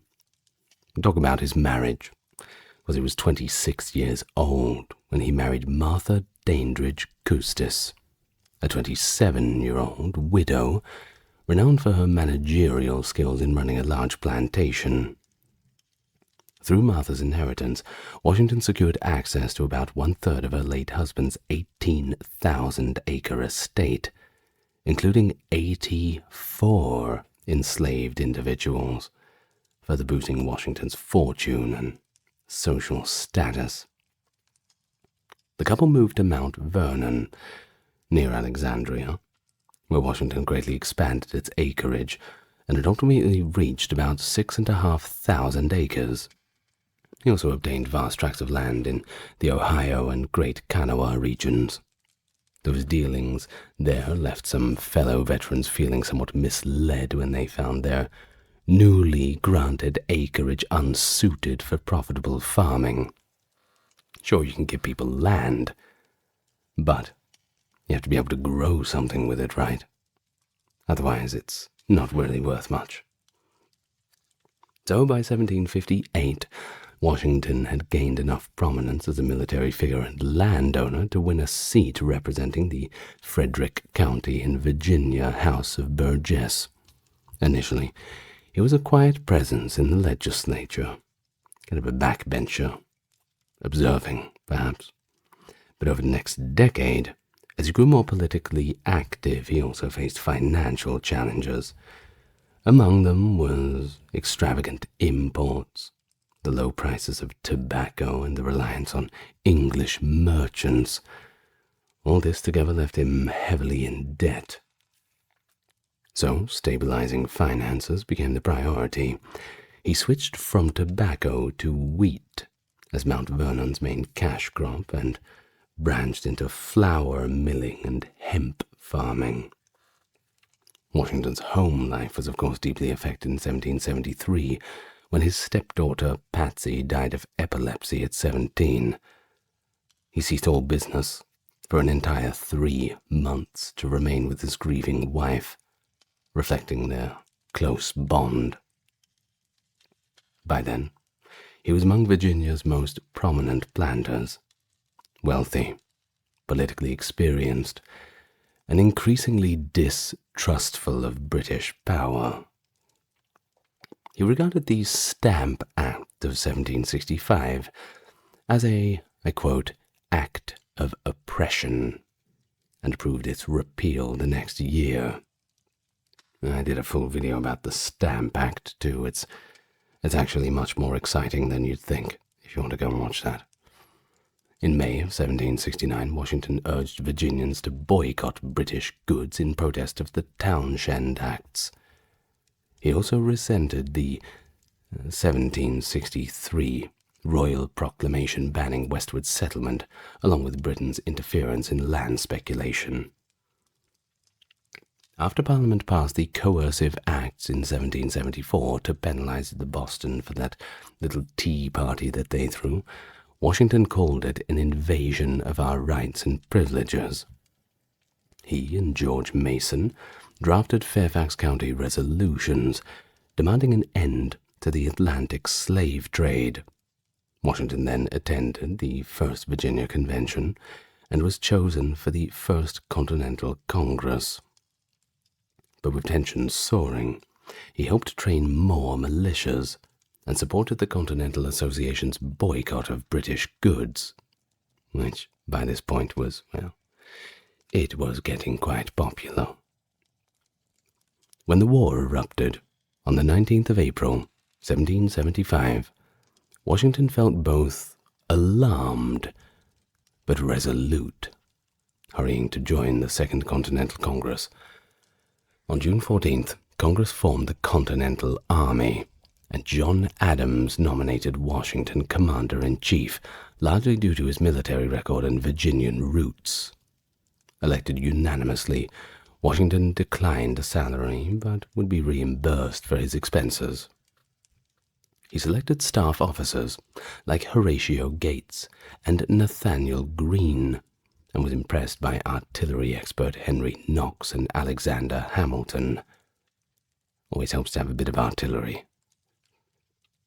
Originally, Washington had barred enlistments from African individuals, yet Britain's offer of freedom to enslaved recruits forced him to reverse that policy. By the war's end, about 1/10 of his forces were actually African origin. Early in 1775, General Thomas Gage occupied Boston, but the militia hemmed him in. Washington arrived on July 2nd to find a poorly disciplined force, not what he was expecting, and definitely not good enough. He instituted thorough training and reorganized the officer corps as King George III declared the colonies in revolt. By October, Gage was replaced by General William Howe, setting the stage for a more prolonged struggle. By January 1776, the Continental Army had dwindled to 9,600 men due to expiring enlistments, and Washington had to rely heavily on militia. Henry Knox soon arrived with artillery captured at Fort Ticonderoga. Eager to storm Boston once the Charles River froze over, Washington instead heeded his generals and chose to fortify Dorchester Heights. In early March, Patriot artillery targeted British shipping, compelling the British and their loyalist supporters to evacuate on March 17th. Washington then entered Boston with about 500 men, but he did mandate no looting not even a little bit. And he left local governance in the hands of these civilians. Correctly predicting that the British would strike next at the Loyalist stronghold of New York City, Washington arrived there in April of 1776, directing fortifications and instructing respectful treatment of civilians. By July, British forces, more than 100 ships and thousands of troops, began converging on Staten Island. Commanded by General William Howe, their ranks included 3,200 British regulars and Hessian auxiliaries, outnumbering Washington's largely untested 23,000. In late August, Howe landed 20,000 on Long Island and outflanked Washington in the Battle of Long Island, causing about 1,500 casualties on the colonist side to about 400 on the British side. Washington then withdrew to Manhattan, where Howe tried to negotiate, addressing him merely as George Washington, Esquire. Washington refused, insisting on formal recognition of his military rank. Fair enough, too. It was a bit rude. The British then bombarded Manhattan. Despite doubts, Washington defended Fort Washington, but soon had to abandon it, and he lost many troops. He retreated through New Jersey, at this time reduced to about 5,500 soldiers. Accusing him of setting fire to New York, the local Loyalists celebrated Howe as a liberator. Washington then crossed the Delaware into Pennsylvania, where General John Sullivan joined him with 2,000 more men. Facing a severe shortage of supplies, harsh winter conditions, and inspiring enlistments, Washington found many New Jersey residents to be pro-British, and if they weren't pro-British, they were simply unenthusiastic about the idea of independence. With Hessians stationed at Trenton, Washington and his generals conceived a desperate gamble, an assault on Trenton using 3 columns, commanded by Washington, General James Ewing, and Colonel John Cadwalder, to cross the Delaware and catch the enemy by surprise. Thus Washington ordered a 60-mile search for Durham boats, so his troops could cross the Delaware, destroying any vessels that the British might use themselves. Spotting Hessian outposts near Trenton, he divided his force into 2 columns, marching through sleet and snow. Many soldiers didn't even have shoes, and 2 of them actually died of exposure. At dawn, aided by Colonel Henry Knox's artillery, Washington launched a surprise attack on the Hessians, killing 22, wounding 83, and capturing 850 of them. Of course, all of their supplies came with that too, supplies that were desperately needed. I hope they had some shoes in those supplies, for the sake of those men without them.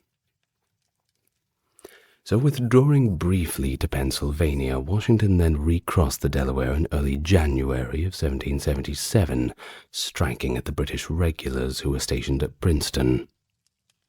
Although his generals, being Hugh Mercer and John Cadwalader, were initially repelled, Washington himself arrived and rallied the troops quite effectively. British casualties? 273. A good day for the colonists. Now some British did retreat after a brief stand. Others holed up in Nassau Hall until Alexander Hamilton's cannon fire and a patriot charge compelled their surrender. General Howe pulled back to New York City, while Washington wintered in Morristown, New Jersey, where his men cut British supply lines and reclaimed parts of the state. The twin victories at Trenton and Princeton transformed the conflict by boosting Patriot morale and undermining the British plan of showing force and then offering more lenient peace terms. In mid-1777, British General John Burgoyne led an offensive from Quebec, taking Fort Ticonderoga on his way south, hoping to isolate New England. General Howe, on the other hand, marched to Philadelphia rather than joining Burgoyne near Albany. Washington and the Marquis de Lafayette tried to stop Howe at Brandywine on September 11, 1777, but they were outflanked. Better luck next time. The British seized Philadelphia, and a Patriot counterattack at Germantown in October failed. Worried about Burgoyne's advance in upstate New York, Washington sent Generals Benedict Arnold and Benjamin Lincoln as reinforcements. Burgoyne denied any support from Howe, lost at Bemis Heights, and surrendered on October 7th. His victory, led by General Horatio Gates, led to some to compare Washington's losses unfavorably, reducing his standing in some eyes. In December of 1777, Washington and 1,100 men camped at Valley Forge near Philadelphia. Between 2,000 and 3,000 died from disease or exposure. By February, morale was low.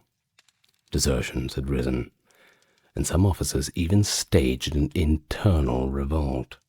A faction in Congress briefly considered removing Washington, but his allies pushed back against that, and the idea was eventually abandoned. Washington himself made repeated petitions to Congress for provisions, as he received a congressional delegation in order to express the urgency of the situation. Congress agreed to strengthen the Army's supply lines and reorganize the quartermaster and commissary departments, while Washington launched the Grand Forage of 1778 and the Battle of Quinton's Bridge to collect food from the surrounding region. Meanwhile, Baron Frederick Wilhelm von Steuben's incessant drilling transformed Washington's recruits into disciplined fighting force. By the end of winter, Washington appointed him Inspector General.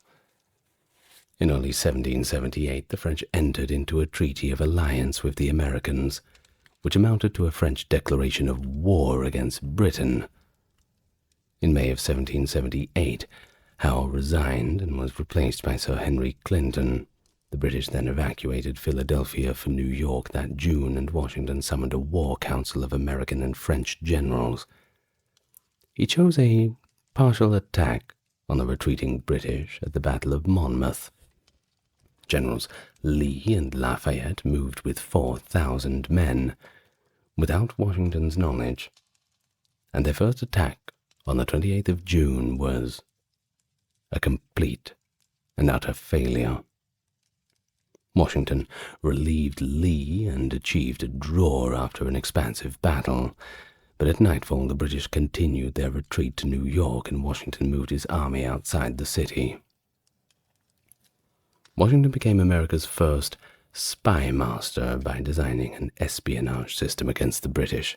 It's quite interesting, actually.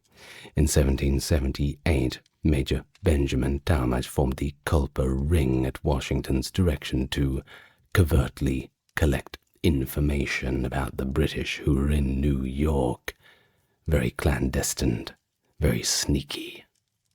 Washington had largely overlooked signs of Benedict Arnold's treachery. Despite Arnold's distinguished service, including the Quebec invasion, in 1779, Arnold began funneling British spymaster John Andre critical intelligence about West Point, a vital American fort on the Hudson River. After Arnold's repeated pleas, Washington granted him command of West Point in August. On September 21st, Arnold gave Andre plans to capture the garrison, but Andre was later caught with these documents, and Arnold fled to British-held New York. Washington realized the betrayal. He was not impressed. He recalled the officers under Arnold's command and personally restructured West Point's defenses, this time not being too trusting of any newcomers. If you want something done right, you better do it yourself. At the same time, the British shifted focus to the south In late 1778, General Henry Clinton's forces seized Savannah and withstood a combined Patriot-French assault, invigorating the British effort. As for Washington's men, they suffered another harsh winter, the harshest ever at Morristown. Cold, extreme. Provisions, scarce. By January of 1780, Clinton took Charleston, after defeating General Benjamin Lincoln. Then he left General Charles Cornwallis in charge of 8,000 troops. Congress replaced Lincoln with Horatio Gates, who was routed at Camden, and then appointed Nathaniel Greene, who was actually Washington's original choice, though the British largely still controlled the region.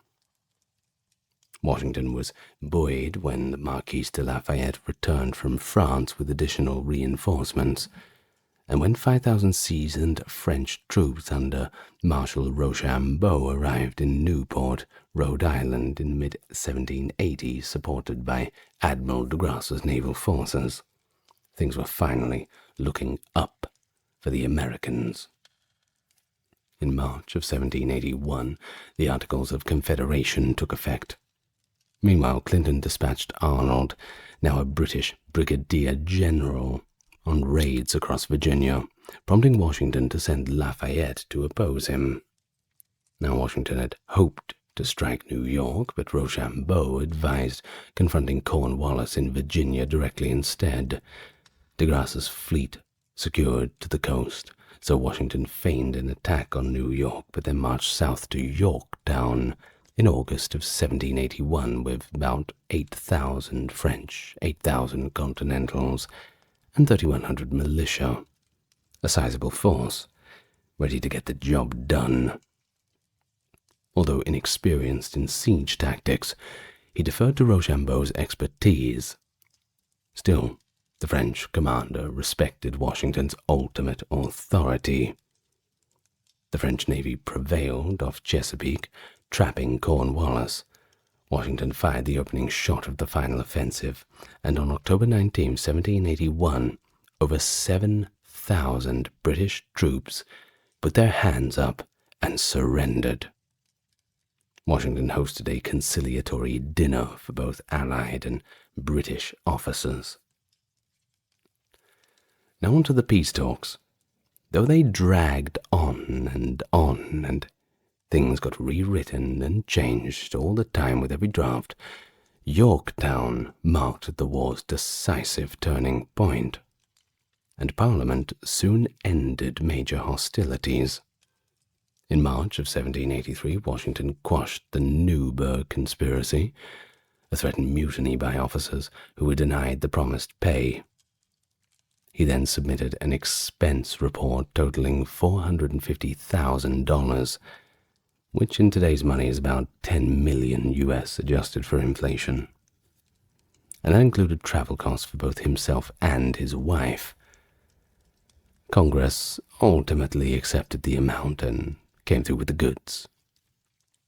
The Treaty of Paris was then signed on September 3rd, 1783, and Britain officially recognized American independence.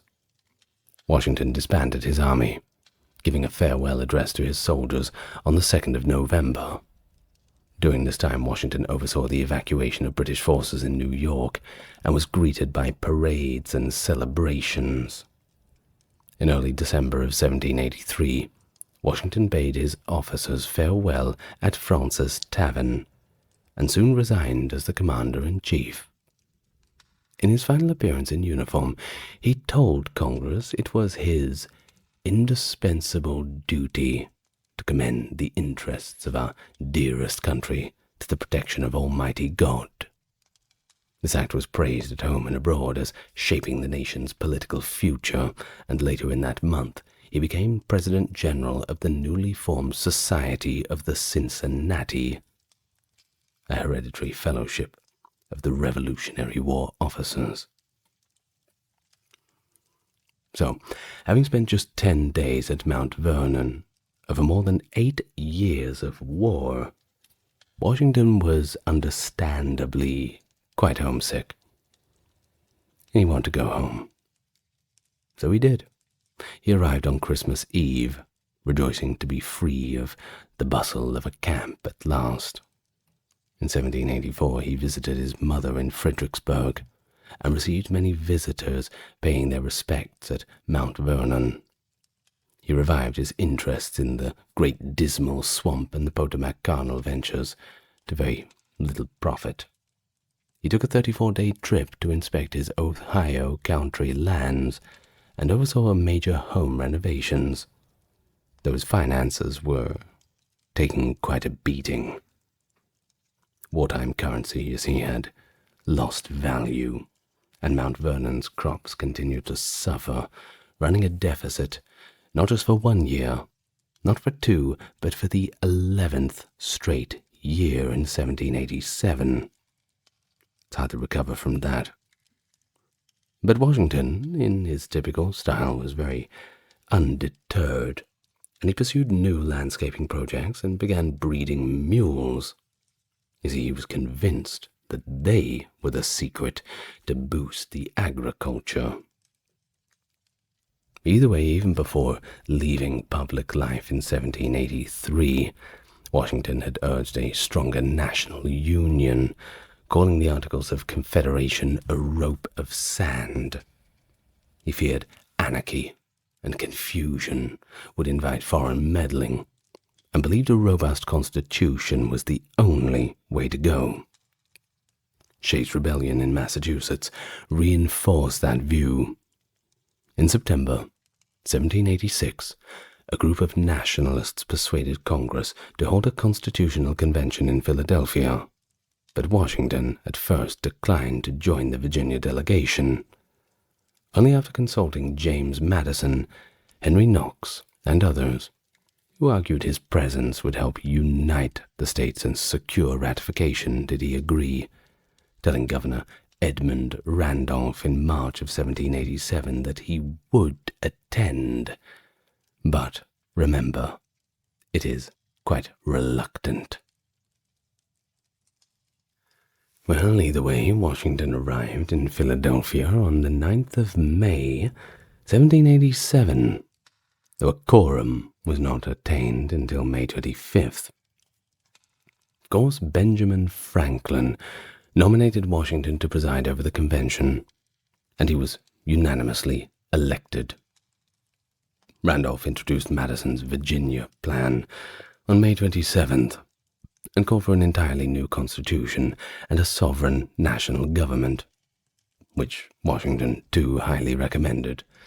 So on July 10th, Washington wrote to Alexander Hamilton, "I almost despair of seeing a favorable issue of the proceedings of our convention, and do therefore repent having had any agency in this business."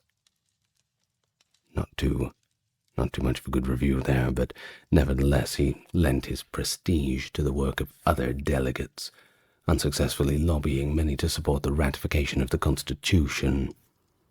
The final version was voted on and signed by 39 of 55 delegates on September 17, 1787. Just prior to the first presidential election of 1789, in 1788, Washington was appointed Chancellor of the College of William and Mary, of which he continued to serve through his presidency until his death. Now, back to the presidency. The delegates to the convention for the first presidential election anticipated a Washington presidency and left it for him to define the office once elected, pretty much giving him free rein. The state electors under the Constitution voted for the president on the 4th of February, 1789. Congressional quorum was reached on April 5th. The votes were tallied the next day, and Washington won the majority of every state's electoral votes.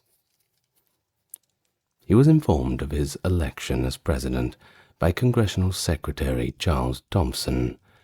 John Adams was elected vice president. Despite reportedly feeling anxious about everything and leaving Mount Vernon, which of course, as we mentioned, he was homesick about for so many years before, Washington departed for New York City on April 16th for his official inauguration. and that inauguration was the 30th of April, 1789, where he took the oath of office at Federal Hall in New York City. His coach was led by a militia and marching band and followed by statesmen and foreign dignitaries in an inaugural parade, reportedly with a crowd of 10,000. Robert R. Livingston administered the oath, using a Bible provided by the Masons, after which the militia fired a 13-gun salute. Washington read a speech in the Senate chamber asking that Almighty Being consecrate the liberties and happiness of the people of the United States. Though he wished to serve without a salary, Congress insisted that he receive it, providing Washington with $25,000 a year, which is equivalent to, and hold on to your seats, $6.4 million US. Really? Not a bad salary, I suppose. He probably wasn't paying tax on that either, I assume. Washington wrote to James Madison, "As the first of everything in our situation will serve to establish a precedent, it is devoutly wished on my part that these precedents be fixed on true principles." To that end he argued against the majestic titles proposed by the Senate, including His Majesty and His Highness the President, which sound so deeply un-American when we look at them in hindsight. But back then, traditional terms and titles of respect, His executive precedents included the inaugural address, message to Congress, and the cabinet form of the executive branch. He was also selecting the first justices of the Supreme Court. Washington was able to administer and judge of talent and character. The old Confederation lacked the powers to handle its workload and had weak leadership, you see, no executive, a small bureaucracy of clerks, large debt, paper money that was effectively worthless, and zero power to establish a proper taxation system. Congress created executive departments in 1789, leading the State Department in July, the War Department in August, Treasury Department in September. Washington appointed Edmund Randolph as Attorney General, Samuel Osgood as Postmaster General, Thomas Jefferson as Secretary of State, Henry Knox as Secretary of War, and Alexander Hamilton as the Secretary of the Treasury. Washington's cabinet became a consulting and advisory body, not mandated by the Constitution, by the way. Washington restricted cabinet discussions to topics of his choosing without participating in the debate, and expected department heads to agreeably carry out his decisions. No questions asked, just do as you're damn well told. While he exercised restraint in using his veto power, writing that, "I give my signature to many bills with which my judgment is at variance." He opposed the divisiveness of political parties and remained nonpartisan throughout his presidency, the only United States president to do so. But he was sympathetic to a federalist form of government and leery of the Republican opposition. Washington's closest advisers formed two factions, portending the first party system. Hamilton formed the Federalist Party to promote national credit and a financially powerful nation. Jefferson opposed Hamilton's agenda and founded the Jeffersonian Republicans. Washington favored Hamilton's agenda, however, and it ultimately went into effect. Of course, this resulted in pretty bitter controversy, but hey, what are you going to do? Domestic affairs under Washington addressed far-ranging issues, which included the selection of a permanent U.S. capital, the passing of the Tariff of 1789, assessing the rise of party politics in federal government, the passage of several constitutional amendments, including the Bill of Rights, as well as continuing the debate concerning the issues of slavery and policies concerning expansion into Native American territory. Washington proclaimed November 26th, 1789, as a day of thanksgiving to encourage national unity. Washington initially planned to retire after his first term, weary of office and in poor health. After dealing with the infighting in his own cabinet and with partisan critiques, he showed very little enthusiasm for a second term, and Martha wanted him not to run. His nephew, George Augustine Washington, managing Mount Vernon in his absence, was also critically ill, further increasing his desire to retire, go and look after family. Many, however, urged him to run for a second term. Madison told him that his absence would allow the dangerous political rift in his cabinet and the House to worsen. Jefferson also put his 2 cents in, pleading with him not to retire, agreeing to drop his attacks on Hamilton if he would just cooperate and stay in the job. Hamilton maintained that Washington's absence would be, quote, deplored as the greatest evil to this country. And so, with the election of 1792 nearing, eventually Washington gave in, and he agreed to run.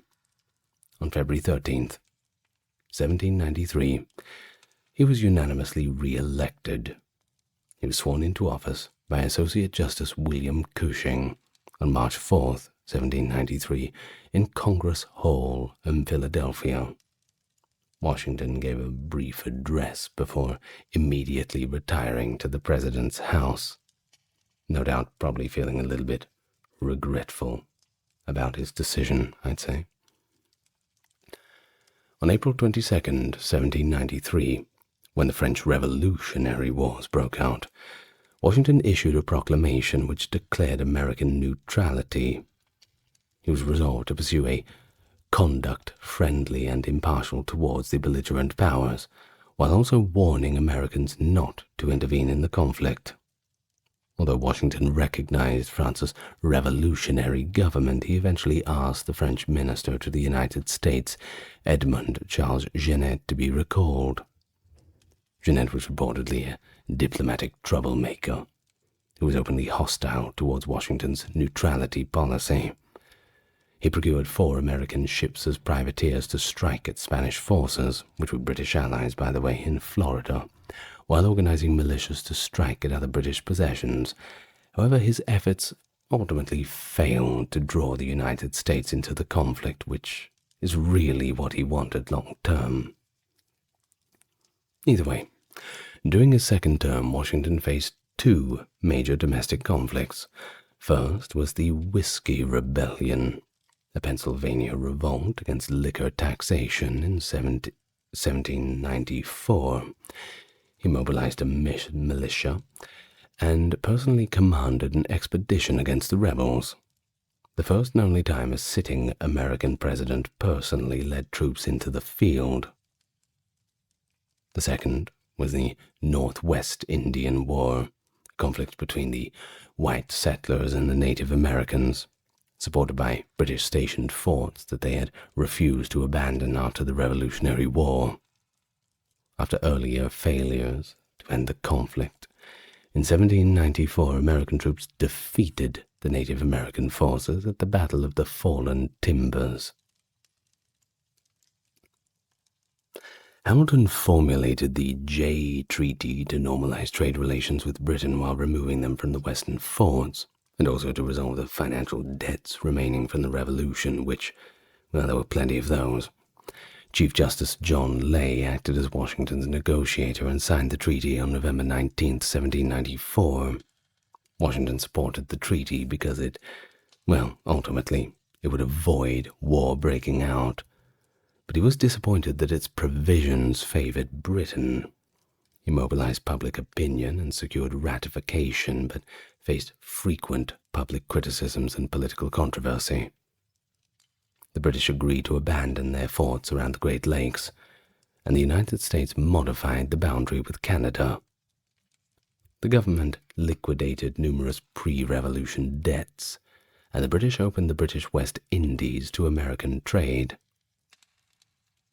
The treaty secured peace with Britain, and a decade of prosperous trade. However, Jefferson claimed that it angered France and invited rather than avoided war. It's just they invited it with somebody else. Relations with France, of course, deteriorated afterwards. 2 days before Washington's term ended, the French Directory declared the authority to seize American ships, succeeding President John Adams with a prospective war to deal with. Relations with the Spanish, however, they were slightly more successful. Thomas Pinckney negotiated the Treaty of San Lorenzo in 1795 to settle the border between U.S. and Spanish territory and guarantee American navigational access to the Mississippi River. On July 31st, 1793, Jefferson submitted his resignation from cabinet. Hamilton resigned from office in January of 1795 and was replaced by Oliver Wolcott, Jr. Washington's relationship with his Secretary of War, Henry Knox, deteriorated after rumors reached Washington that Knox had profited from the contracts for the construction of U.S. frigates, which had been commissioned under the Naval Act of 1794 to combat Barbary pirates, and, well, poor old Knox was forced to resign with his head down. And so, in the final months of his presidency, Washington was assailed by his political foes and a partisan press who accused him of being ambitious and greedy, which is quite ironic because he didn't even want to have a second term in the first place, and they talked him into doing it. So he couldn't have been that ambitious. Well, we know what politics are like, don't we? Either way, he came to regard the press as disuniting, diabolical forces of falsehoods, as he put them. He also opposed demands by Congress to see papers related to the Jay Treaty, arguing that they were not relative to any purpose under the cognizance of the House of Representatives, except that of an impeachment, which the resolution has not expressed. At the end of his second term, Washington retired for personal and political reasons, tired of all the personal attacks, and to assure that a truly contested presidential election could be held. He did not feel bound to a 2-term limit, but his retirement set a significant precedent. In May of 1792, in anticipation of this retirement, Washington instructed James Madison to prepare a valedictory address, an initial draft of which was entitled The Farewell Address. In 1796, Washington did the final edits himself. He stressed that national identity was paramount, and said the name of the American must always exalt just pride and patriotism. He warned against foreign alliances and their influence in domestic affairs, and bitter partnership in the dangers of political parties. He closed the address by reflecting on everything that he had done throughout his time as a president. And this is just the last little piece. Though in reviewing the incidents of my administration I am unconscious of internal error, I am nevertheless too sensible of my defects not to think it probable that I may have committed many errors. Whatever they may be, I fervently beseech the Almighty to avert or mitigate the evils to which they may tend. I shall also carry with me the hope that my country will never cease to view them with indulgence, and that after 45 years of my life, dedicated to its service with an upright zeal, the faults of incompetent abilities will be consigned to oblivion, as myself must soon be to the mansions of rest.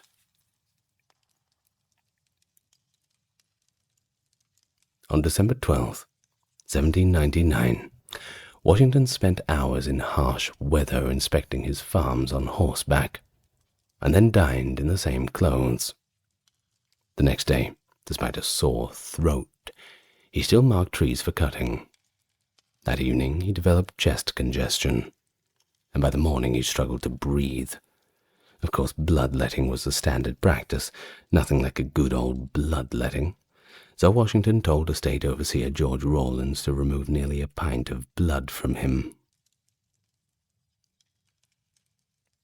Family members summoned 3 physicians, James Creek, Gustavus Richard Brown, and Elisha C. Deek. While Brown initially diagnosed quinsy, Dick expected more severe throat inflammation. They continued the bloodletting, taking almost 5 pints in total, but Washington only worsened. The bloodletting was not working. Dick proposed a tracheotomy, but the others, unfamiliar with the procedure, disregarded.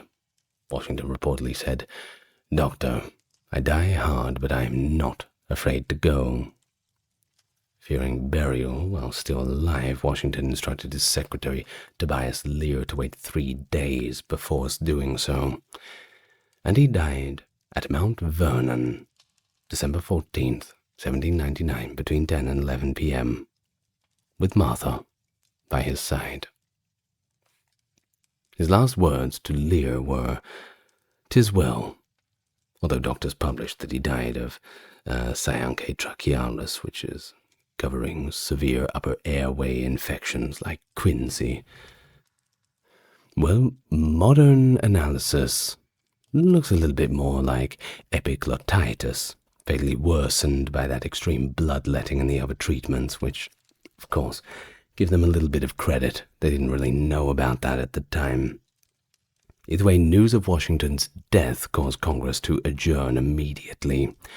On December 18th, the funeral was held at Mount Vernon. Cavalry and infantry led the procession. 6 colonels served as pallbearers, and only family and close friends attended the short service. Across the new nation, tributes abounded. Shops closed. Major cities staged memorials, and the church bells tolled. Martha burned most of their letters for privacy, keeping only 5. Initially interned at the old family vault at Mount Vernon, Washington's remains were moved in 1831 to a more sturdier vault that he had specified in his will. In 1830, an ex-employee attempted to steal what he believed was Washington's skull, which sounds like something out of The Simpsons, Meanwhile, Congress debated transferring Washington's remains to a specifically built crypt in the U.S. Capitol in the 1820s, but sectional tensions helped defeat that plan.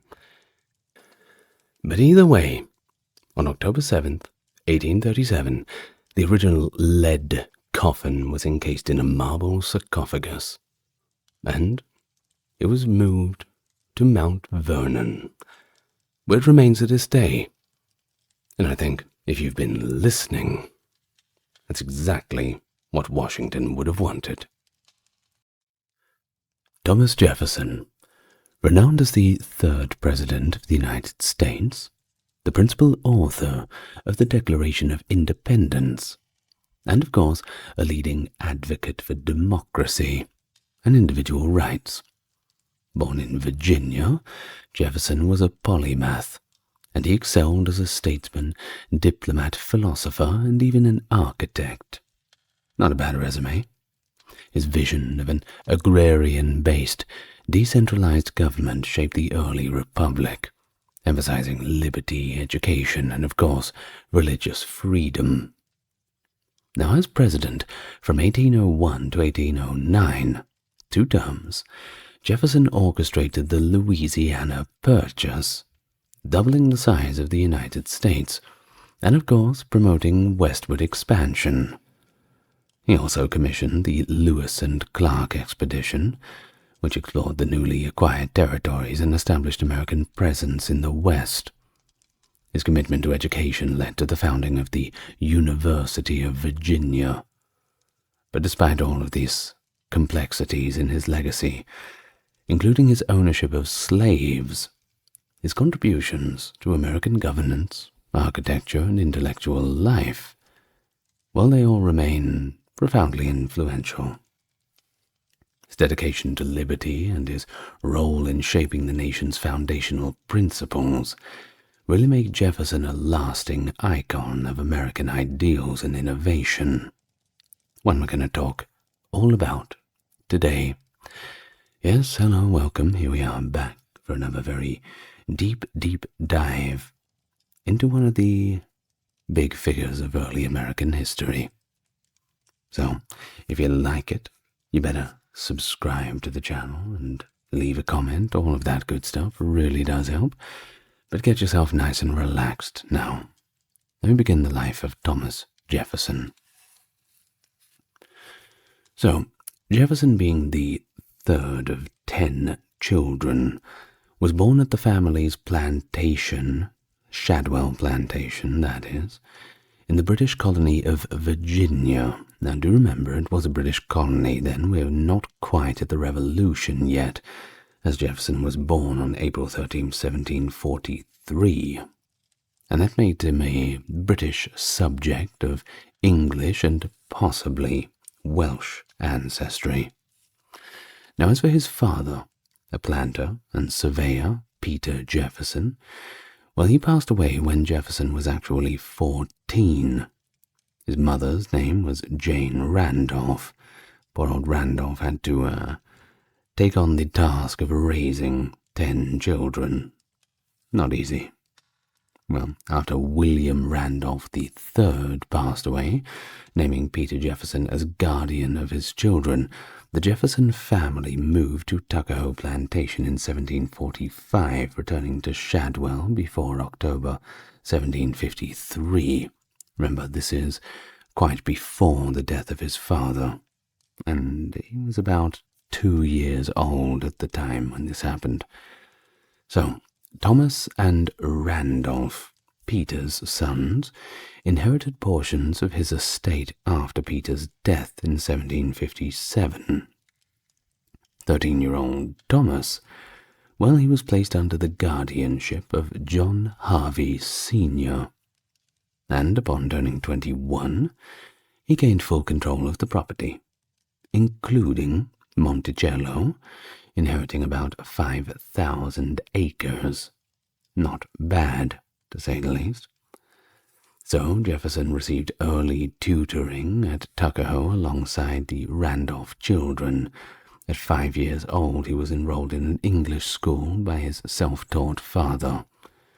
By 9 years old, while studying under a Scottish Presbyterian minister, he developed a love for the natural world and began learning Greek, Latin, French, and horseback riding. Of course, French in those days was a lot more important than it is now. The French Empire, well, it was a lot bigger. Doing business, going to war, all the rest. Yeah, French was quite important. It's still good fun.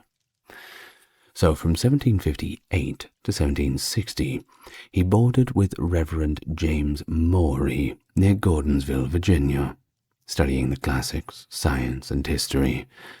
And during this period, he actually came into contact with several American Indians, including Cherokee Chief Ostinaco, who actually visited Shadwell Plantation on trips to Williamsburg. Now, speaking of Williamsburg, it was there where Jefferson also befriended Patrick Henry at the time when he was 8 years old, with whom he actually shared quite a passion for violin playing. So, moving to 1761, at the age of 18, Jefferson enrolled at the College of William and Mary in Williamsburg to study philosophy, metaphysics, and mathematics under the tutelage of William Small. Now, through Small, he encountered the ideas of John Locke, Francis Bacon, and Isaac Newton, and was introduced to Francis Fauquier and George Wythe. Recognizing Jefferson's promise, they included him in their Friday dinner gatherings, which Jefferson later described as offering, I quote, more common good sense, more rational and philosophical conversations than in all the rest of my life. Must have been quite a party.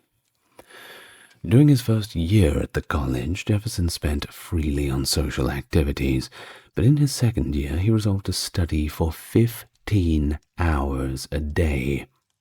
And that is not a typo. 15 hours a day. Easier said than done. I suppose back then there wasn't much else to do anyway. He also joined the Flat Hat Club. Had to do something with his time. I'm sure he got a free hat upon joining too, which is, of course, definitely helps boost up the membership numbers. So in April of 1762, his formal education had finally come to an end, and began reading law in Wythe's office, delving into history, religion, ethics, and more scientific fields like agriculture, a little bit of law as well. Under Wythe's mentorship, Jefferson kept a commonplace book summarizing his studies. Wythe later gave his entire library to him, and it was reportedly quite impressive.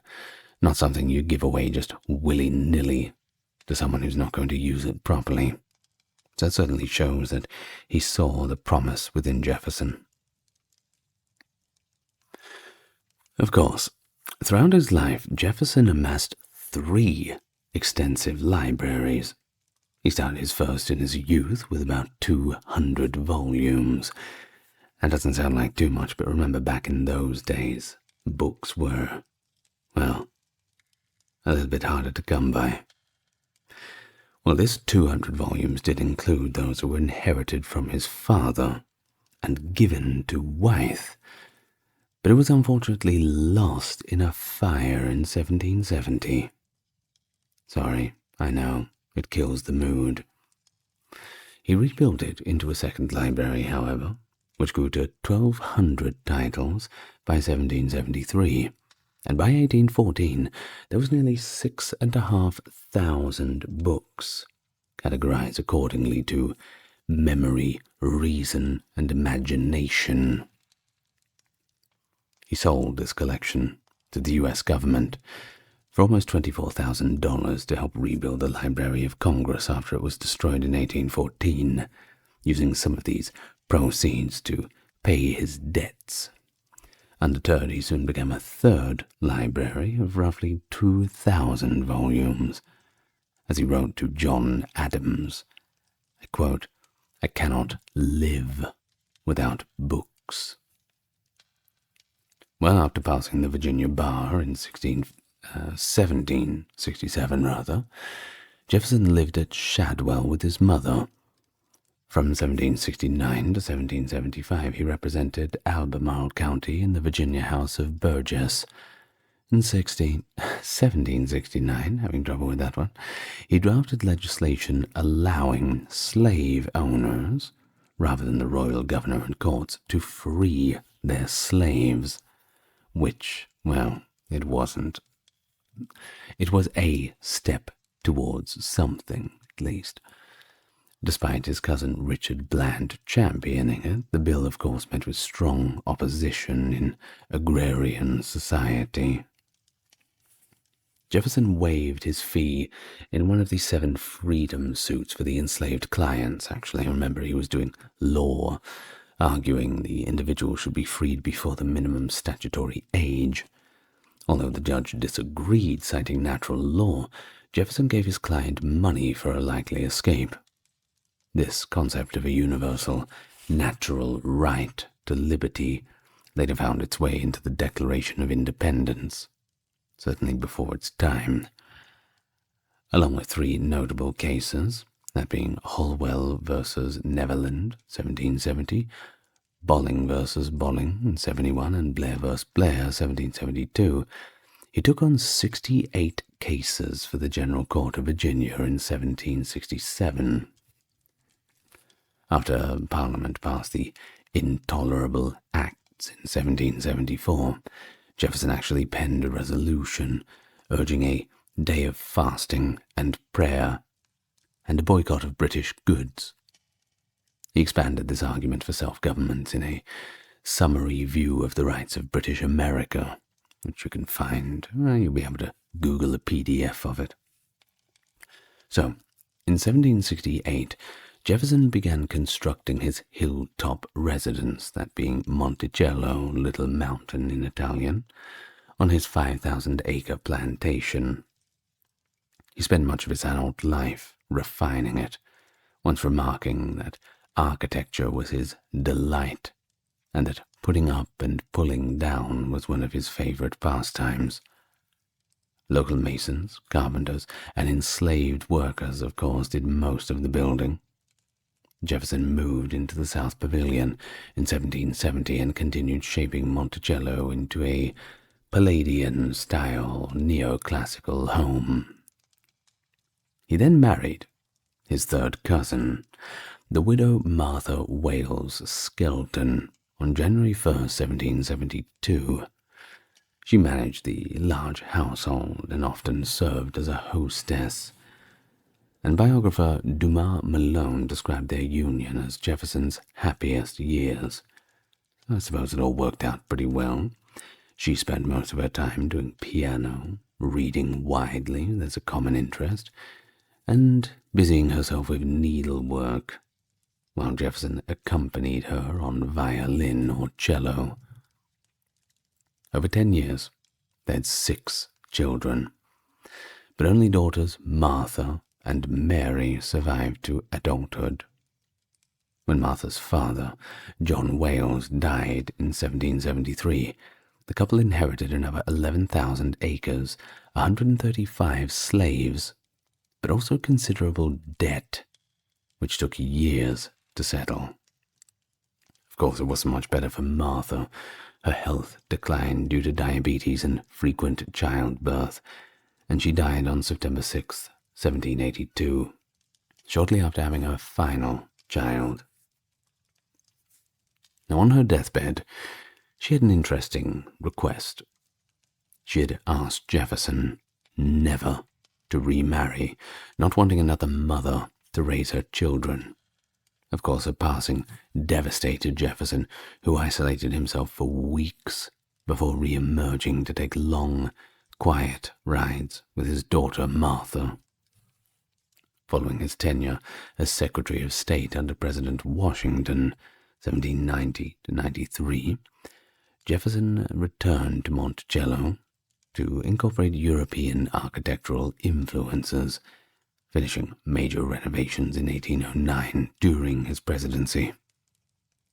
Jefferson, inspired by Enlightenment thinkers like Locke, drafted most of the Declaration of Independence at 33, one of the youngest delegates, actually, to the Second Continental Congress. And as the Revolutionary War began in 1775, he strongly advocated for the colony's formal break from Britain. How did he ground these arguments? Well, of course, all resting on the foundation of this sanctity of individual rights. Unalienable,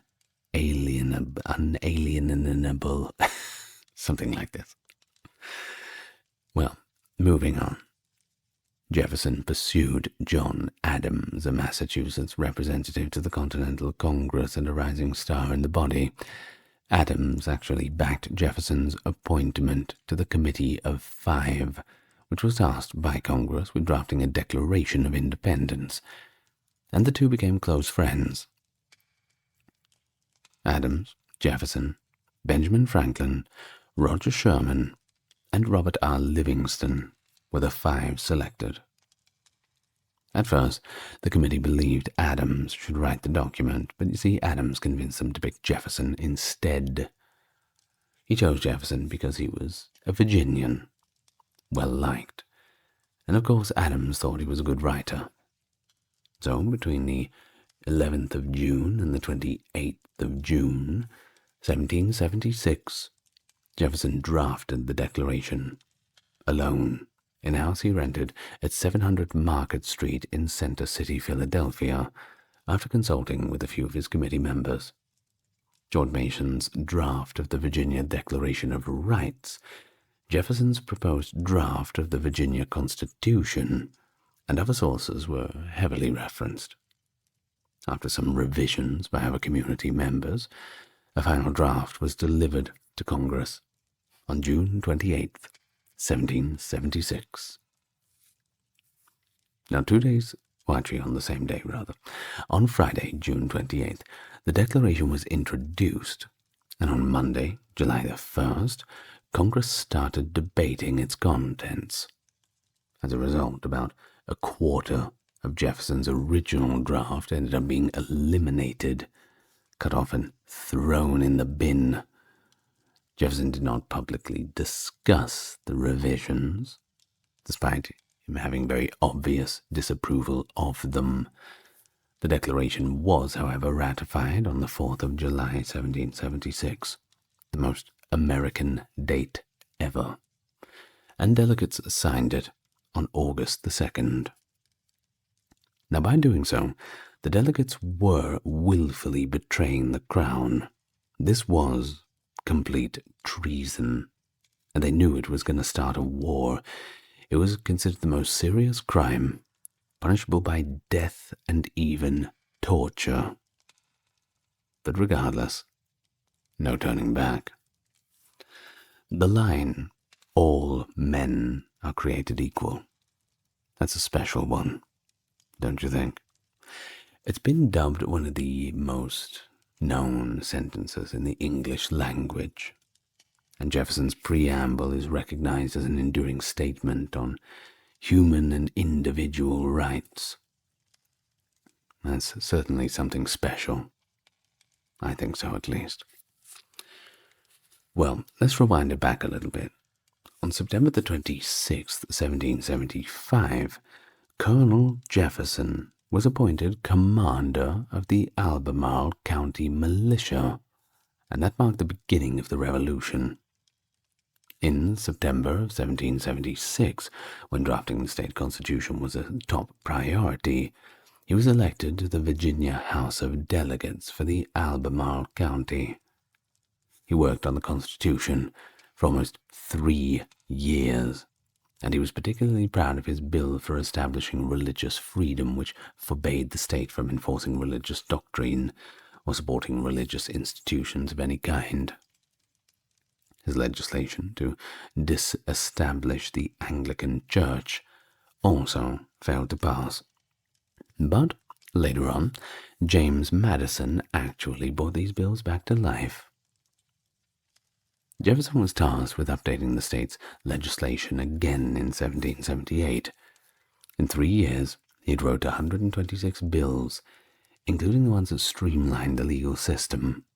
He thought of general education as the cornerstone of Republican government. And when we say Republican, we mean a republic. We don't mean this Democrat Party, Republican Party sort of thing, so don't get confused there.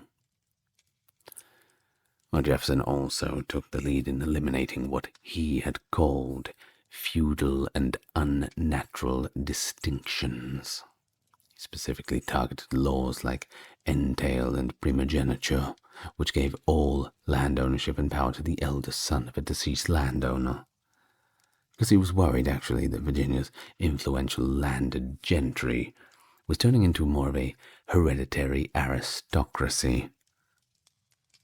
In 1779 and 80, Jefferson was elected to 1-year terms as governor. In addition to introducing new laws pertaining to inheritance, public education, religious freedom, he moved the state capital from Williamsburg to Richmond. When General Benedict Arnold invaded Virginia in 1781, Jefferson managed to flee Richmond before the British could destroy the city. He tried to thwart Arnold's efforts by sending emergency dispatches to Colonel Sampson Matthews and other commanders. Tried, at least. At least he tried. Well, that spring, General Charles Cornwallis sent a cavalry force under Banastre Tarleton to capture Jefferson and Assembly members at Monticello.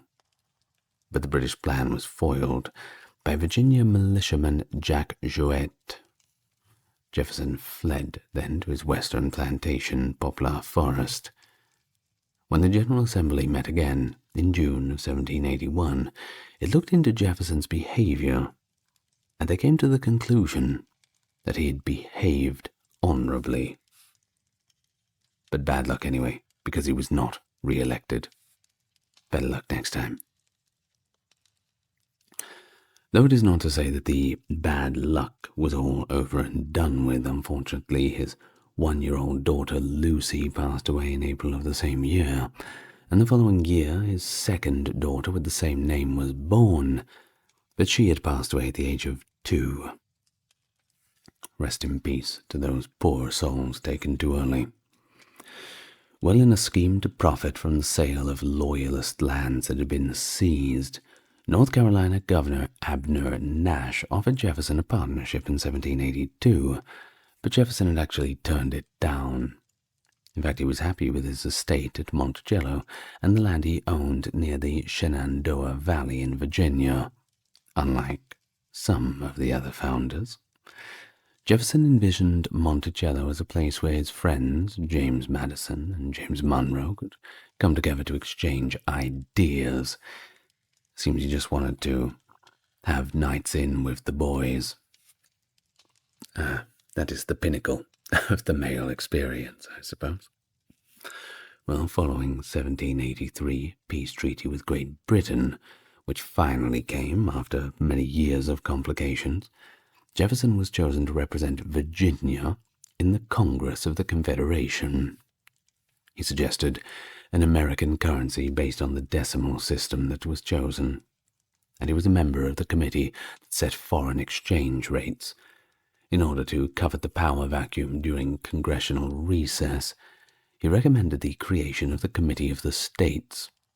When Congress adjourned, the committee convened, but unfortunately it was dysfunctional due to disagreements and conflicts of interest. During the Congress's 1783 to 84 session, Jefferson chaired committees charged with shaping a functional government for the new republic and planning a settlement of Western territories. He authored the Land Ordinance of 1784, which transferred the federal government to the large region Virginia claimed northwest of the Ohio River. Jefferson proposed dividing that land into new states rather than having existing states treated as colonial territory, and he drafted a measure banning slavery in all territories. Congress, however, rejected the ban, but 3 years later the Northwest Ordinance of 1787 reintroduced his Jefferson Proviso, forbidding slavery in the Northwest Territory. On May 7th, 1784, the Congress of the Confederation appointed Jefferson as minister to negotiate the commercial treaties, that is, minister plenipotentiary, if we're going to get technical, and this sent him to Paris alongside Benjamin Franklin and John Adams. Now that's a boy's trip, if I've ever heard of one. So he departed in July with his daughter, Patsy, who studied at Pentamont Abbey. Less than a year later, he succeeded Franklin as minister to France, commenting, "I succeed, no man can replace him." For 5 years, Jefferson influenced U.S. foreign policy from Paris, the new country, just playing the game. And so 2 years later, in 1786, he met the 27-year-old Maria Cosway, an Italian-English musician with whom he maintained a lifelong correspondence.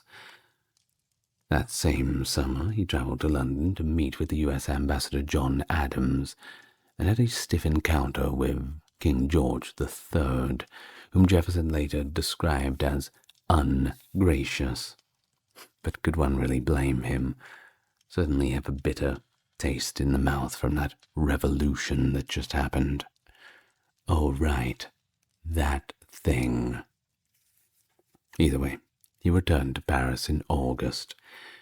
In June of 1787, Jefferson's 9-year-old daughter Polly actually came to Paris too, accompanied by Sally Hemings, whose brother James Hemings was trained there in French cooking.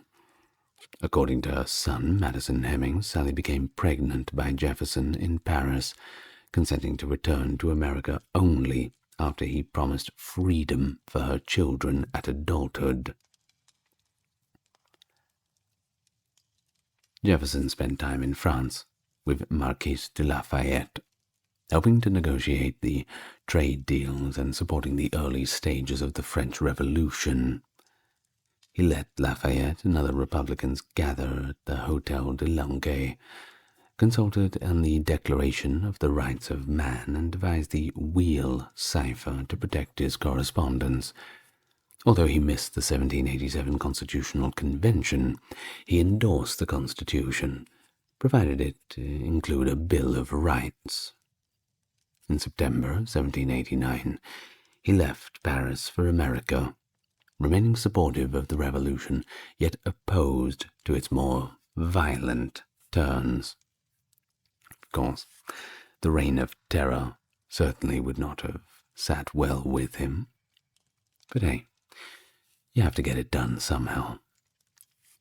Shortly after returning, Jefferson became Secretary of State under President Washington, facing debates over national debt and the permanent location of the capital. In contrast to Treasury Secretary Alexander Hamilton, who sought to consolidate state debts under the federal government, Jefferson favored each state paying its own. He also opposed Hamilton's plans for a national bank and credit system, leading to intense cabinet conflict.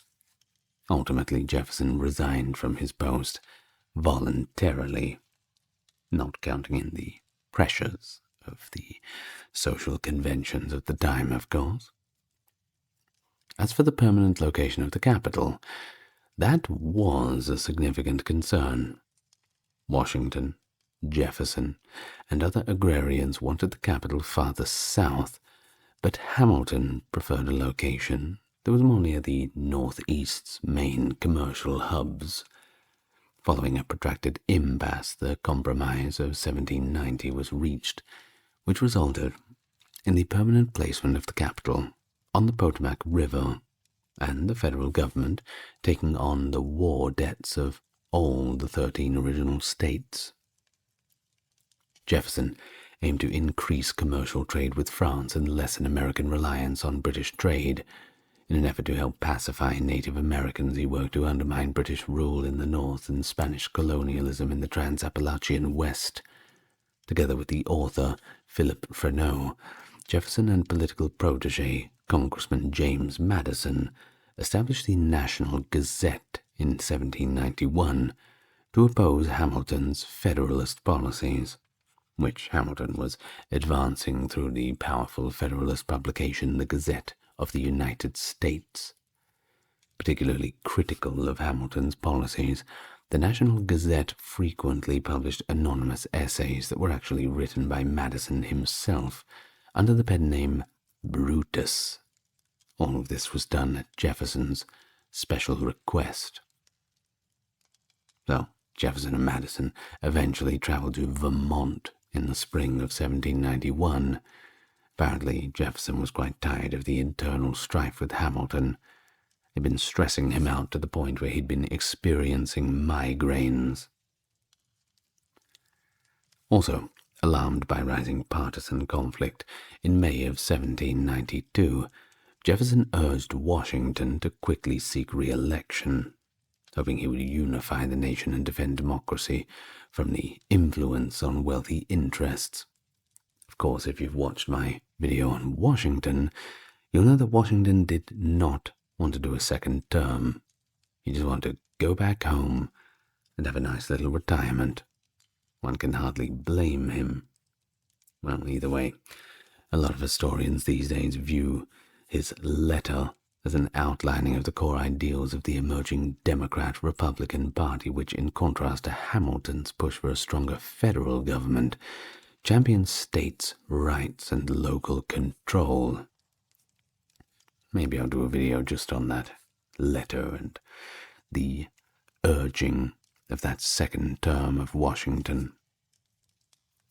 Either way, when a war broke out between France and Britain in 1793, Jefferson supported France, but was undercut by French envoy Edmond Charles Guéné, openly disparaging Washington.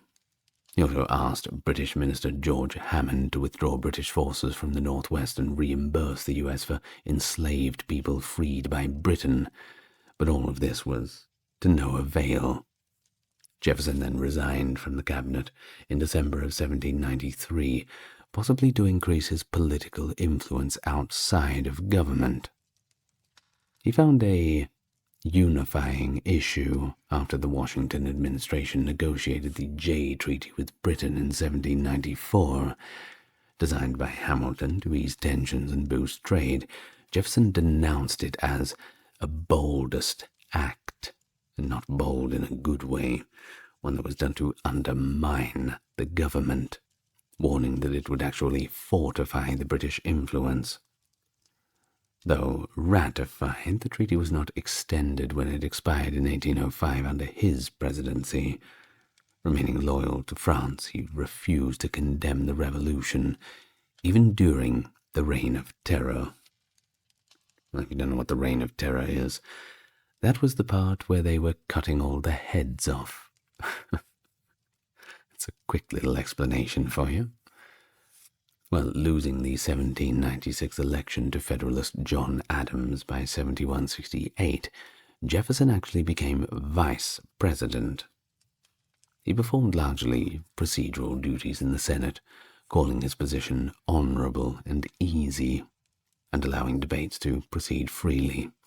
Having studied parliamentary law for decades, he published A Manual of Parliamentary Practice in 1800, which is probably as enjoyable as it sounds, and he cast only 3 tie-breaking votes. Well, during 4 private conversations in early 1797, Jefferson criticized Adams to French consul Joseph Letome, claiming Adams would serve only 1 term. He also advised France to stall any American envoys and even to invade England if they could, which helped fuel French hostility towards the Adams administration. When France's demand for bribes became public, the XYZ affair, American opinion actually turned against the French, leading to an undeclared naval conflict that was actually known as the Quasi-War. It didn't really go anywhere, kind of like a Cold War at the time. Well, under Adams, the Federalists had passed the Alien and Sedition Acts, raised taxes, and rebuilt the military. Jefferson saw these measures as unconstitutional and wrote, along with James Madison, the Kentucky and Virginia resolutions. They argued the federal government could only wield powers delegated by the states, while Madison's interposition theory allowed states to shield their citizens from unconstitutional laws. Jefferson took it further, advocating for complete nullification. He warned that the acts would drive these states into revolution and blood unless they were immediately stopped.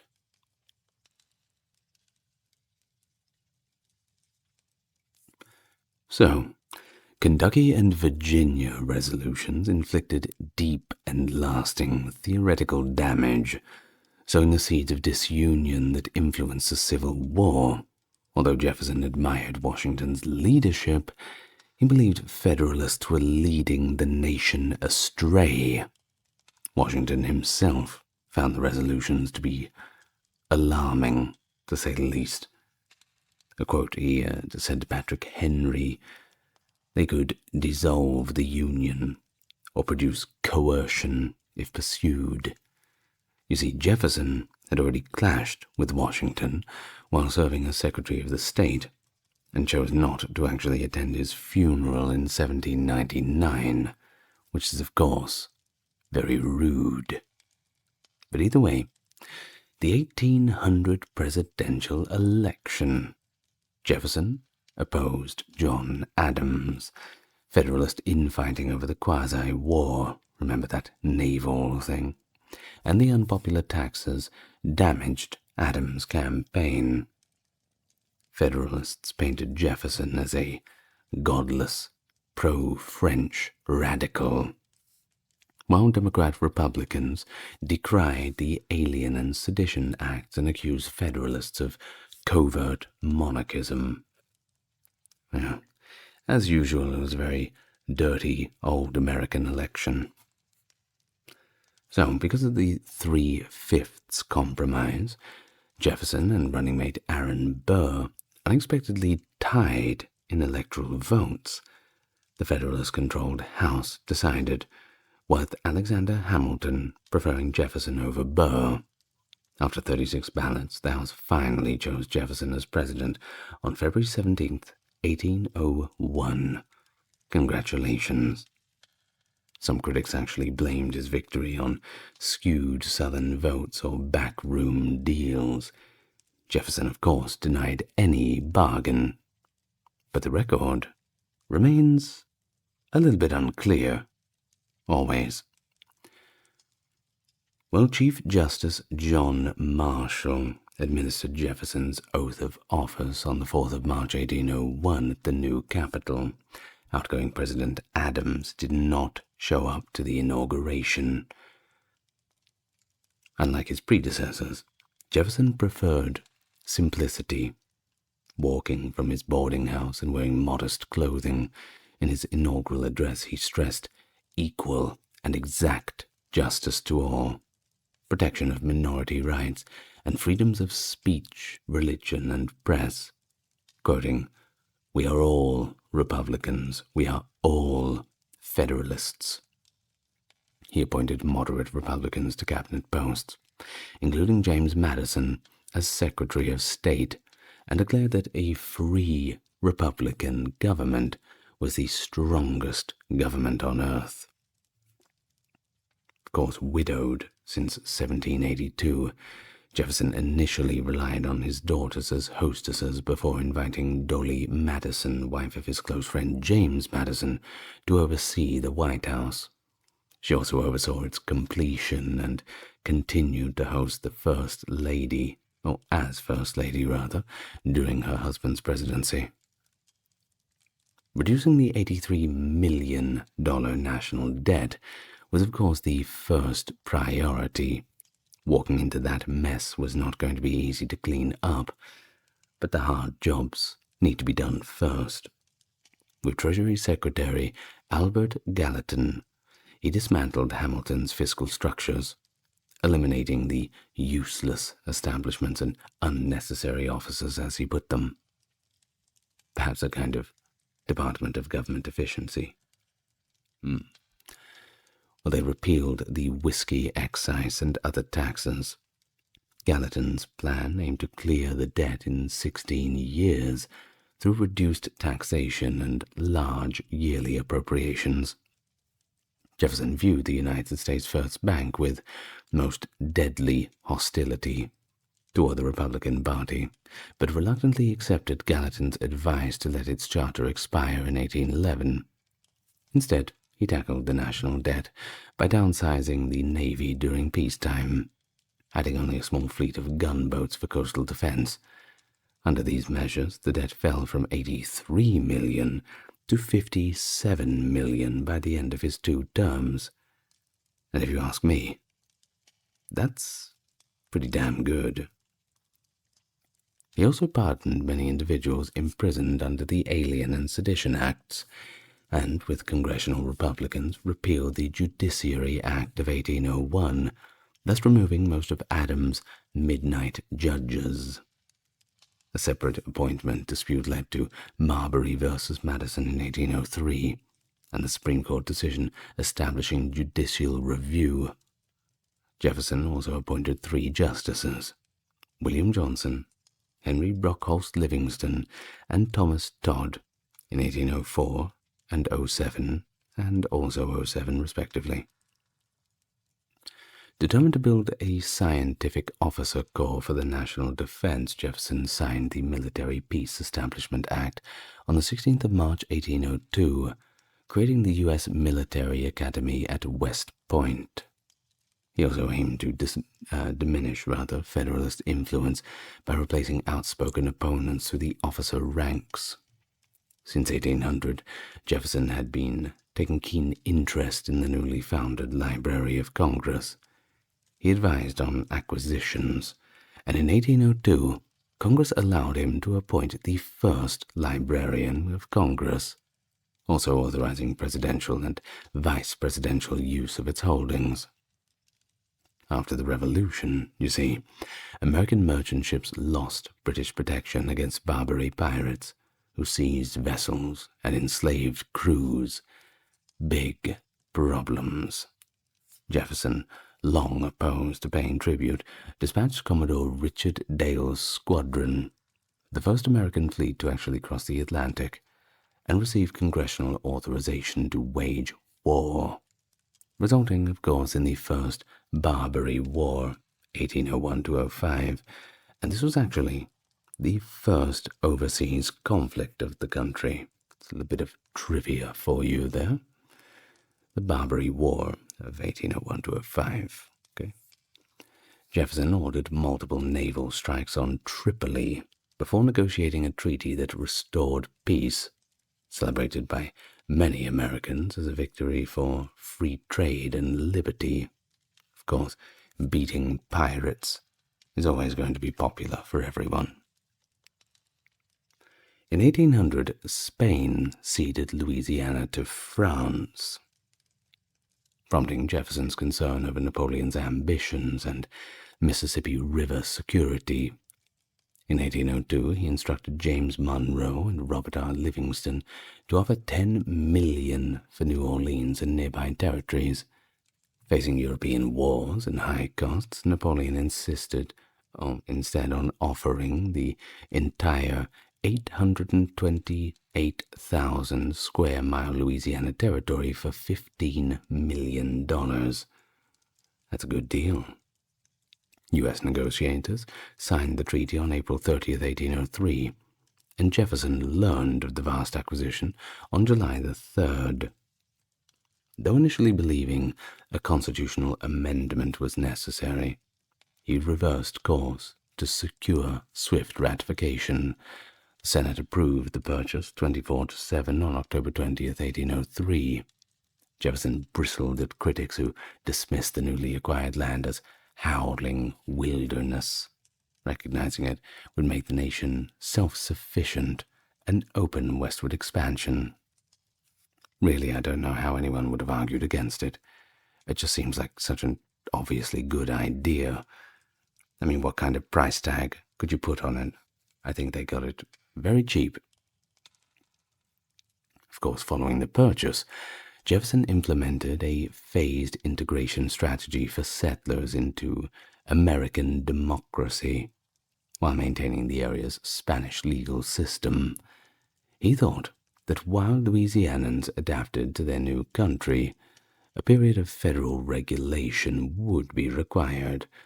Although historians' opinions on the sale's constitutional ramifications have varied, it's still quite a topic for debate. The majority of them generally praise the acquisition as a significant achievement. The purchase was dubbed the most influential moment in American history by many of them too, so, well, there's that. Jefferson, of course, planned for more exploration and mapping of the unexplored region because he expected more westward settlements as a result of the Louisiana Purchase. He aimed to locate the rumored Northwest Passage and to establish a U.S. claim before any other rival European interests could.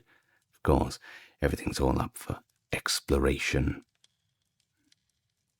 So he put his friend William Clark, along with Secretary Meriwether Lewis, in charge of the Corps of Discovery, that is, from 1803 to 1806.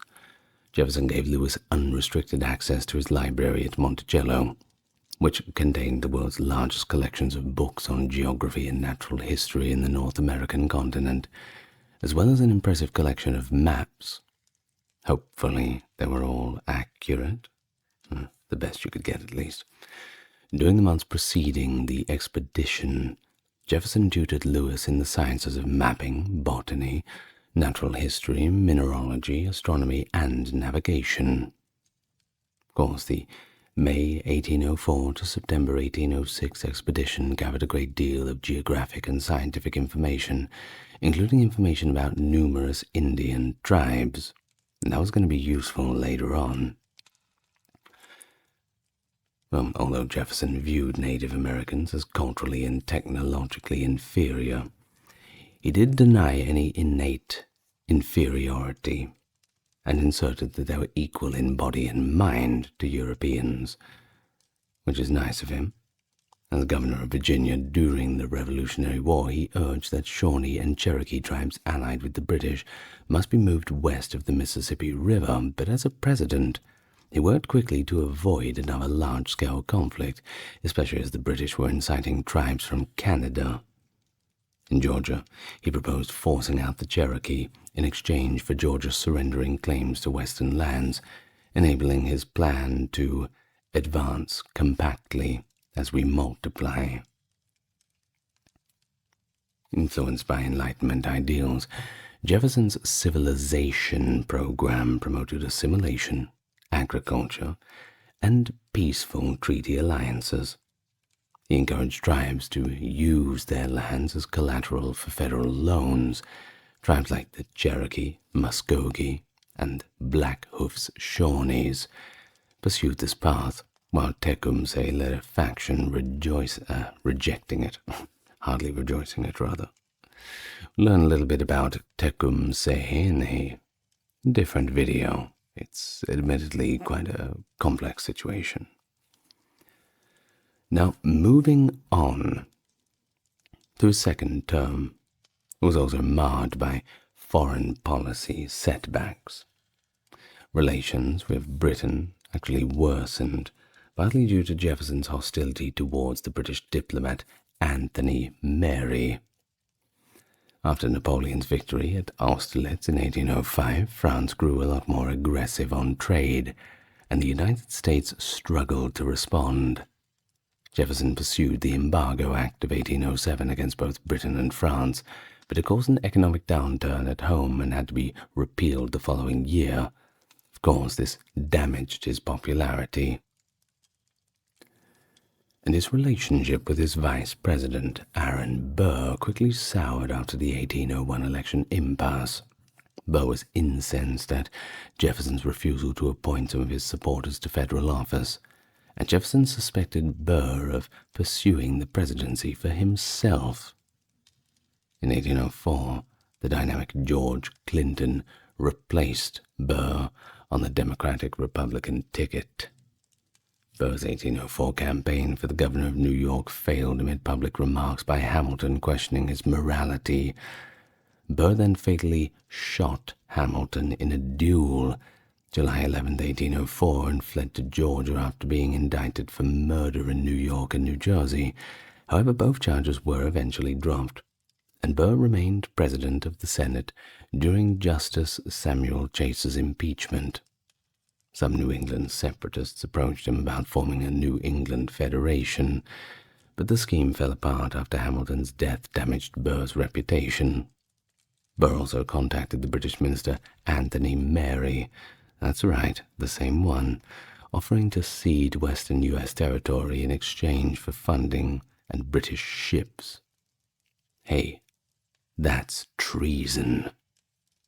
After leaving office in April 1805, Burr headed west, conspiring with Louisiana Territory Governor James Wilkinson to recruit a military force. Other plotters included the Irishman Harmon Blennerhassett and Ohio Senator John Smith. Burr spoke vaguely of succeeding in New Orleans or capturing Spanish Florida or Mexico. In the fall of 1806, he sent a flotilla of about 60 men down the Ohio River. When Wilkinson abandoned the plan and told Jefferson, the president ordered Burr's arrest, and he was apprehended in Louisiana on February 13, 1807, standing trial for treason. The trial, presided over by John Marshall, attracted wide attention, of course. Well, Jefferson had been watching it quite closely himself and declared that Burr's guilt was beyond question. And he actually became the first president to actually invoke executive privilege, declining to testify when being subpoenaed. Instead, he released key documents. After 3 months, Burr was actually acquitted. Jefferson denounced the verdict, but retained Wilkinson in the military until later dismissing him as territorial governor. Well, following the Louisiana Purchase, Jefferson sought to annex West Florida from Spain. In his December 3, 1805 annual meeting to Congress, he denounced Spanish incursions on the Florida border. Soon after, he secretly requested $2 million to buy Florida. House Floor Leader John Randolph opposed the plan, accusing Jefferson of secrecy and suspecting the funds would go to Napoleon. Jefferson replaced Randolph with Barnabas Bidwell, and Congress passed the bill in February of 1806, only to have France reject payment and keep Florida under Spanish rule. Jefferson's failed endeavor, of course, hurt his standing among his supporters. Not a good look. Meanwhile, British forces escalated ship seizures between 1806 and 07, forcing American citizens to serve in the Royal Navy. Jefferson called for British goods boycotts in 1806, leading to the Non-Importation Acts on April 18th, but they were never really enforced. He also sent William Pinckney and James Monroe to negotiate an end to the British harassment of American vessels. However, Jefferson declined to submit their Monroe-Pinckney Treaty to the Senate because it omitted key provisions to halt British aggression, and we couldn't have that, couldn't we? Of course, that December, news arrived of Napoleon's extension of the Berlin Decree banning British imports worldwide. That's pretty harsh, don't you think? Well, Britain wasn't going to stand for that. They stepped up the impressment of American soldiers under King George III's orders. Now, impressing is kind of you just force somebody into naval service. They also call it Shanghaiing. I don't know why they call it that, but I don't know. Maybe you can tell me in the comments. Though Congress remained reluctant to prepare for war, it granted Jefferson's request for an embargo, allowing time to expand America's naval forces, militias, and fortifications. Biographer John Meacham noted that this embargo act was a dramatic assertion of power. And yes, he is correct. During cabinet meetings in November of 1807, Secretary of State James Madison favored an indefinite embargo, while Treasury Secretary Albert Gallatin disagreed, partly fearing it violated the long-standing neutrality policy. Public opposition continued to grow. Smuggling soared and the economy deteriorated. Jefferson sent federal agents to track the violators, and Congress passed supplemental enforcement laws in 1807 and 08. Despite the steep drop in exports, once ships left U.S. ports, the government found it nearly impossible to stop them from trading abroad. By December of 1807, Jefferson had announced that he would not seek a third term. He increasingly focused on Monticello during his last year in office, allowing Madison and Gallatin to manage foreign affairs. Just before leaving in March of 1809, he repealed the Embargo Act, replacing it with the equally ineffective Non-Intercourse Act. The day before Madison's inauguration, Jefferson remarked he felt like a prisoner released from his chains. Though he left office, Jefferson remained influential, corresponding regularly with future presidents like Madison and Monroe, the same way a lot of presidents do now in the United States. Monroe's doctrine of 1823 actually echoed Jefferson's Council on Foreign Policy. All right, well, career kind of ended. What did he do next? Well, you see, he had this grand vision of a university free from religious influence, offering specialized fields that were unavailable elsewhere. Convinced that education was a stabilizing force in society, he wanted publicly funded schools open to all with the ability to learn. In 1819, he founded the University of Virginia, having first proposed such an institution in 1800. With Edmund Bacon's help, he acquired the land and persuaded the legislature to grant a charter. As principal architect, Jefferson designed the buildings, but he also set the curriculum and served as the university's first rector when it opened in 1825. He also admired Greek and Roman architecture, believing it embodied American democratic ideals. The library's rotunda took inspiration from the Pantheon, and each academic pavilion featured a two-story temple front. Declaring the campus an academical village, he laid out 10 faculty pavilions connected by colonnades, behind which student rooms stood.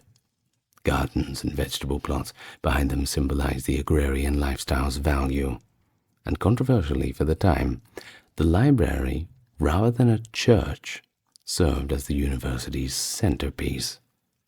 Remember, free from religious influence. Interesting. But of course, the fun must come to an end. In his last months, Jefferson was troubled by his roughly $100,000 debt, as it became more and more obvious that he would not have much left for his heirs. He successfully petitioned the General Assembly in February 1826 to hold a public lottery as a means of raising money. Due to a combination of intestinal and urinary issues, as well as rheumatism from injuries to his arms and wrists, his health began to decline in July of 1825. He was bedridden by June 1826. Feverish, Jefferson turned down an invitation to attend a Declaration anniversary celebration in Washington on July the 3rd. He was surrounded by family and friends in his final hours. At 12:50 p.m. on the 4th of July, 1826, Thomas Jefferson passed away. A gold locket with a small faded blue ribbon around a lock of Jefferson's wife Martha's hair was discovered by attendants on a chain around his neck shortly after his death. The second President of the United States, John Adams, a player in shaping the early destiny of the nation through principled leadership and unwavering support for independence. A renowned diplomat and lawyer, he played a role in the American Revolution by gaining the support of the colonies, adding his signature to the Declaration of Independence, and forming important alliances.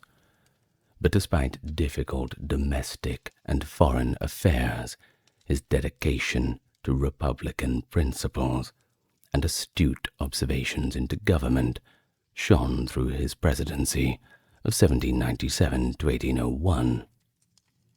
To this day, American political philosophy and the larger story of democracy are profoundly impacted by Adams' lasting influence as a kind of libertarian hero, analytical statesman, and all-round a forward-thinking leader. Well, here we are back again for more American history today, a full biography on John Adams. This ought to be interesting, working my way through the founding fathers and presidents. Of course, if you like it, you can find it on the North American playlist, and you can also like and subscribe and tell me your thoughts below. Well, let's get nice and comfortable, and we can begin. John Adams was born in the year 1735, October 30th to be precise, in Braintree, Massachusetts. His father was John Adams Sr., and mother Susanna Boylston, and he was the oldest of 3 brothers. Now, the family had descended from Henry Adams, who emigrated from Braintree, Essex to Massachusetts around 1638. Adams' father was a farmer, cordwainer, militia lieutenant, and congregational deacon. Reportedly, the two had always shared quite a close bond. At 6 years old, Adams attended a dame school, studying from the New England primer, before moving on to Braintree Latin School. Although he once preferred farming to further study, his father saw greater things within him, and encouraged, or rather insisted, that he continue his education. In 1751, at then the age of 16, he entered Harvard College, reading classical authors in their original languages. Expected to join the ministry, Adams instead elected to choose law, explaining to his father that he saw more noble and gallant achievements among lawyers than in the clergy. With the outbreak of the French and Indian War in 1754, he briefly regretted not serving in a militia role, which was of course a tradition in his family. Do remember, his father was both a deacon, so he didn't want to go into the church, and he was also a militia lieutenant, and he didn't want to go into the military. Well, Adams began his legal studies in 1756 under James Putnam in Worcester, gained his A.M. in 1758, and was admitted to the bar in 1759. Inspired by James Otis Jr.'s 1761 argument against British rights of assistance, which permitted warrantless searches, Adams became a staunch defender of colonial rights. In 1763, he published 7 newspaper essays under the name Humphrey Plowjogger, critiquing the power-seeking impulses of the Massachusetts elite. Now, at this time, many people were publishing under these separate names. You didn't want to draw the ire of the colonial authorities. If you watch my video about Benjamin Franklin and those early days of printed publications in the United States, well, not quite the United States, but close to it, you'll understand what I mean. Though overshadowed initially by his cousin Samuel Adams, John's skill in constitutional law and advocacy of Republican ideals raised his influence, despite a sometimes impatient temperament. Of course, he had his early romantic interests, too, one in Hannah Quincy, but it was cut short by an untimely interruption. He then met his third cousin, 15-year-old Abigail Smith, in 1759. Initially unimpressed, he later grew fond of her, despite her mother's disapproval. They married on October 25th, 1764. They had 6 children, too, including, and here's a little bit of trivia for you, the future President John Quincy Adams. 2 of them, unfortunately, died young, and another was stillborn. Charles and Thomas became lawyers but faced struggles with alcoholism. Adams rose to prominence leading opposition to the Stamp Act of 1765, which taxed documents without colonial consent and allowed enforcement through detested admiralty courts. In his Braintree Instructions, he argued that the act violated the right to trial by a jury of peers and the principle that taxes require popular consent. This clear defense of colonial liberties influenced similar protests elsewhere, boosting his reputation as a key figure in the growing movement against the British policy. In the August of 1765, Adams used once again his Humphrey Plowjogger persona to criticize the Stamp Act, publishing 4 articles in the Boston Gazette. These were later reprinted in London as True Sentiments of America. in December. He argued, before the governor and council that the Stamp Act was completely unconstitutional. His justification for it was Massachusetts' lack of representation in Parliament. So how could you tax somebody without proper representation? The enduring mantra of the colonists of the United States. Though Adams vehemently opposed it, he declined to participate in public protests that were spearheaded by Samuel Adams. Briefly relieved when the Stamp Act was repealed in 1766, Adams shifted his focus to practicing law, and in April of 1768, he moved his family to Boston. After defending merchant John Hancock in the Liberty Affair of 1768, Adams rose to become the city's leading attorney. But tensions escalated again under the Townshend Acts, when British soldiers killed 5 civilians in the Boston Massacre of March 5, 1770. No local lawyer would represent them. So Adams stepped in, believing, of course, in fair trials for all.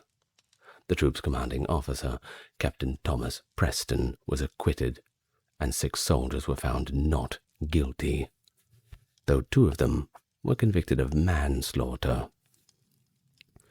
The biographer John E. Furling notes Adams' skillful jury selection, aided by a lackluster prosecution. It also suggests Adams may have expected political reward for his defense. Indeed, 3 months later, Adams was elected to a Boston seat in the Massachusetts legislature. As his influence and caseload grew, he moved his family between Boston and Braintree multiple times, initially seeking respite from the city's upheaval. After an interim stay in Boston, when he acquired a spacious home near his office, Adams and his wife Abigail ultimately decided to settle in Braintree in 1774 to shield their family from Boston's increasingly volatile environment. Of course, Boston was definitely the fuse that lit off everything in the Revolution. The absolute eye of the storm for all those activities. I really want to visit Boston. I really do. Boston and New York.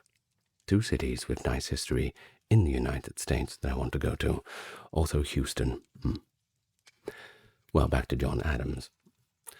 Of course, he began as one of the more conservative founding fathers, believing that British policies were wrong. But open rebellion, that was a little bit of a bridge too far. Unwarranted, I suppose. He preferred peaceful petition aimed at remaining within the empire. But not forever.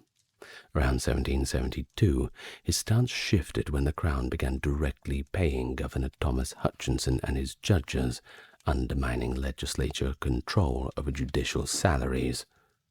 Adams warned in his Boston Gazette that this endangered judicial independence. A defiant speech by Hutchinson claiming Parliament's absolute authority prompted Adams, also Samuel Adams and Joseph Hawley, to draft a resolution threatening independence unless this tyranny ceased. And they did use the word tyranny, insisting the colonists were loyal only to the king, not the Parliament. On December 16th, 1773, protesters at the Boston Tea Party destroyed 342 chests worth of tea, and that was about £10,000 worth in monetary terms. Briefly retained by the Dartmouth's owners for legal advice, Adams called the destruction absolutely and indispensably necessary, and the grandest event in the colonial protest movement. In response to the intolerable acts, Massachusetts sent Adams to the First Continental Congress in 1774. Assigned to the 23-member Grand Committee to address grievances to King George III, he quickly clashed with more conciliatory voices like Joseph Galloway. Though he continued to see value in preserving some ties with Britain, he insisted on repelling oppressive measures and strongly favored trial by jury. In letters to Abigail, Adams complained about what he deemed excessive debate, remarking that even a simple arithmetic resolution could spark days of oration. Eventually, he helped mediate a compromise. The Congress petitioned the king, backed the Suffolk reserves calling for the British goods boycott, and then adjourned in October. Abigail, of course, struggled to manage the family alone as Adams devoted himself to the colonial cause. Learning of Lexington and Concord, he was confident independence would soon materialize, though he initially saw a divided Congress. Some delegates favored Britain, others desired independence, and many were just undecided. Adams began to believe that reconciliation, if practicable, was less and less likely, privately agreeing with Benjamin Franklin that independence was the only way to go. In June of 1775, Adams moved that George Washington of Virginia be appointed commander-in-chief of the newly gathered army around Boston, thereby uniting the colonies against Britain. He opposed peace-seeking measures like the Olive Branch Petition, insisting that powder and artillery are the most efficacious measures we can adopt, though he could not prevent Congress from issuing it. When his private letter mocking the measure's sponsor, John Dickinson, was intercepted and published, Dickinson froze him out socially, at least for a time. Despite being named chief judge of the Massachusetts Superior Court in October 1775, Adams never served, resigning in early 1777. By autumn of 75, Adams worked tirelessly for separation from Great Britain. He codified his Republican principles in a 1776 pamphlet entitled Thoughts on Government. Frustrated by Congress's slow movement towards independence, Adams helped pass a plan authorizing privateers to raid British shipping, and later drafted the first set of rules for the nascent American Navy. Upon introduction of Virginia, Delegate Richard Henry Lee's resolution declaring the colonies free and independent states, Adams wrote the preamble and vigorously promoted it. He forged a friendship, too, with Thomas Jefferson, though Jefferson had been wary of breaking from Britain. By early 1776, Jefferson joined Adams in backing independence.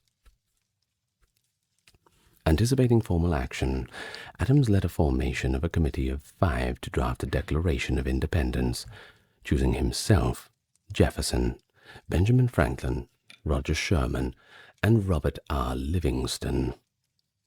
Adams persuaded Jefferson to write the initial draft, explaining that a Virginian should appear at the head of this initiative, and that Adams himself was seen as obnoxious while Jefferson was not.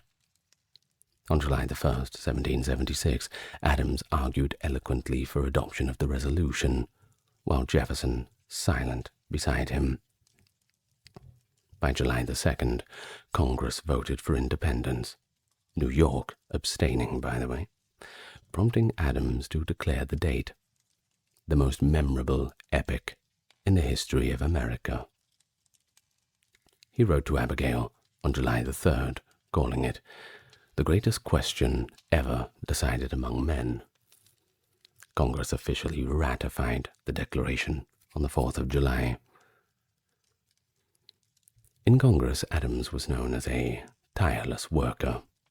He served on over 90 committees and chaired 25, earning him the title the first man in the House from Benjamin Rush. Chosen to head the Board of War and Ordnance in June 1776, he virtually ran a one-man department, monitoring troop deployments and supplies, often laboring 18 hours a day. He stressed discipline, believing it the cornerstone of an effective army. Meanwhile, he authored the Plan of Treaties, establishing conditions for a potential Franco-American alliance. Though eager to return home, Adams stayed at his post as losses mounted and the colonies needed strong leadership. Financially strained for longing of his family, he remained driven by what he saw as a critical struggle for the new nation's survival. In August of 1776, Admiral Richard Howe, confident after defeating the Continental Army at Long Island, sought peace talks. On September 11th, he met with John Adams, Edward Rutledge, and Benjamin Franklin at the Staten Island Peace Conference. Howe's power extended only if the colonies submitted, and he refused to view Americans as anything but British subjects. Adams later learned that he was explicitly excluded from any British pardon list. He briefly returned to Braintree in October, and then resumed his duties in Congress, January 1777. Believing trade and independence went hand in hand, Adams pushed for a commercial treaty with France. Alongside Franklin, Dickinson, Benjamin Harrison, and Robert Morris, he drafted the Model Treaty, emphasizing reciprocal trade, yet omitting formal recognition or military support. By late 1777, military defeats, collapsing currency, and Britain's advance on Philadelphia convinced more Americans that military aid from France was needed. The victory at Saratoga encouraged French cooperation. In November 1777, Congress chose Adams to replace Silas Deane in Paris, negotiating alliances with Franklin and Arthur Lee. Adams sailed in February of 1778 with his 10-year-old son John Quincy, arriving in April to learn France had already formed an alliance. Franklin's popularity and Lee's suspicion frustrated Adams, who found himself taking on accounting tasks for the delegation. He pressed French Minister Vergennes for greater naval commitment, but Vergennes favored Franklin. After Congress appointed Franklin Minister Plenipotentiary in September of 1778, Adams, receiving no instructions, returned home in March of the following year. Late in 1779, Congress named him sole negotiator to end the war and secure a British commercial treaty. Traveling again to France, this time with the sons John Quincy and Charles, Adams became a frequent tiebreaker in quarrels between Franklin and Lee. He also honed his French, observing firsthand that France's help was somewhat limited. Adams feared French self-interest and openly criticized them when Congress devalued the dollar, believing French merchants were hardly suffering.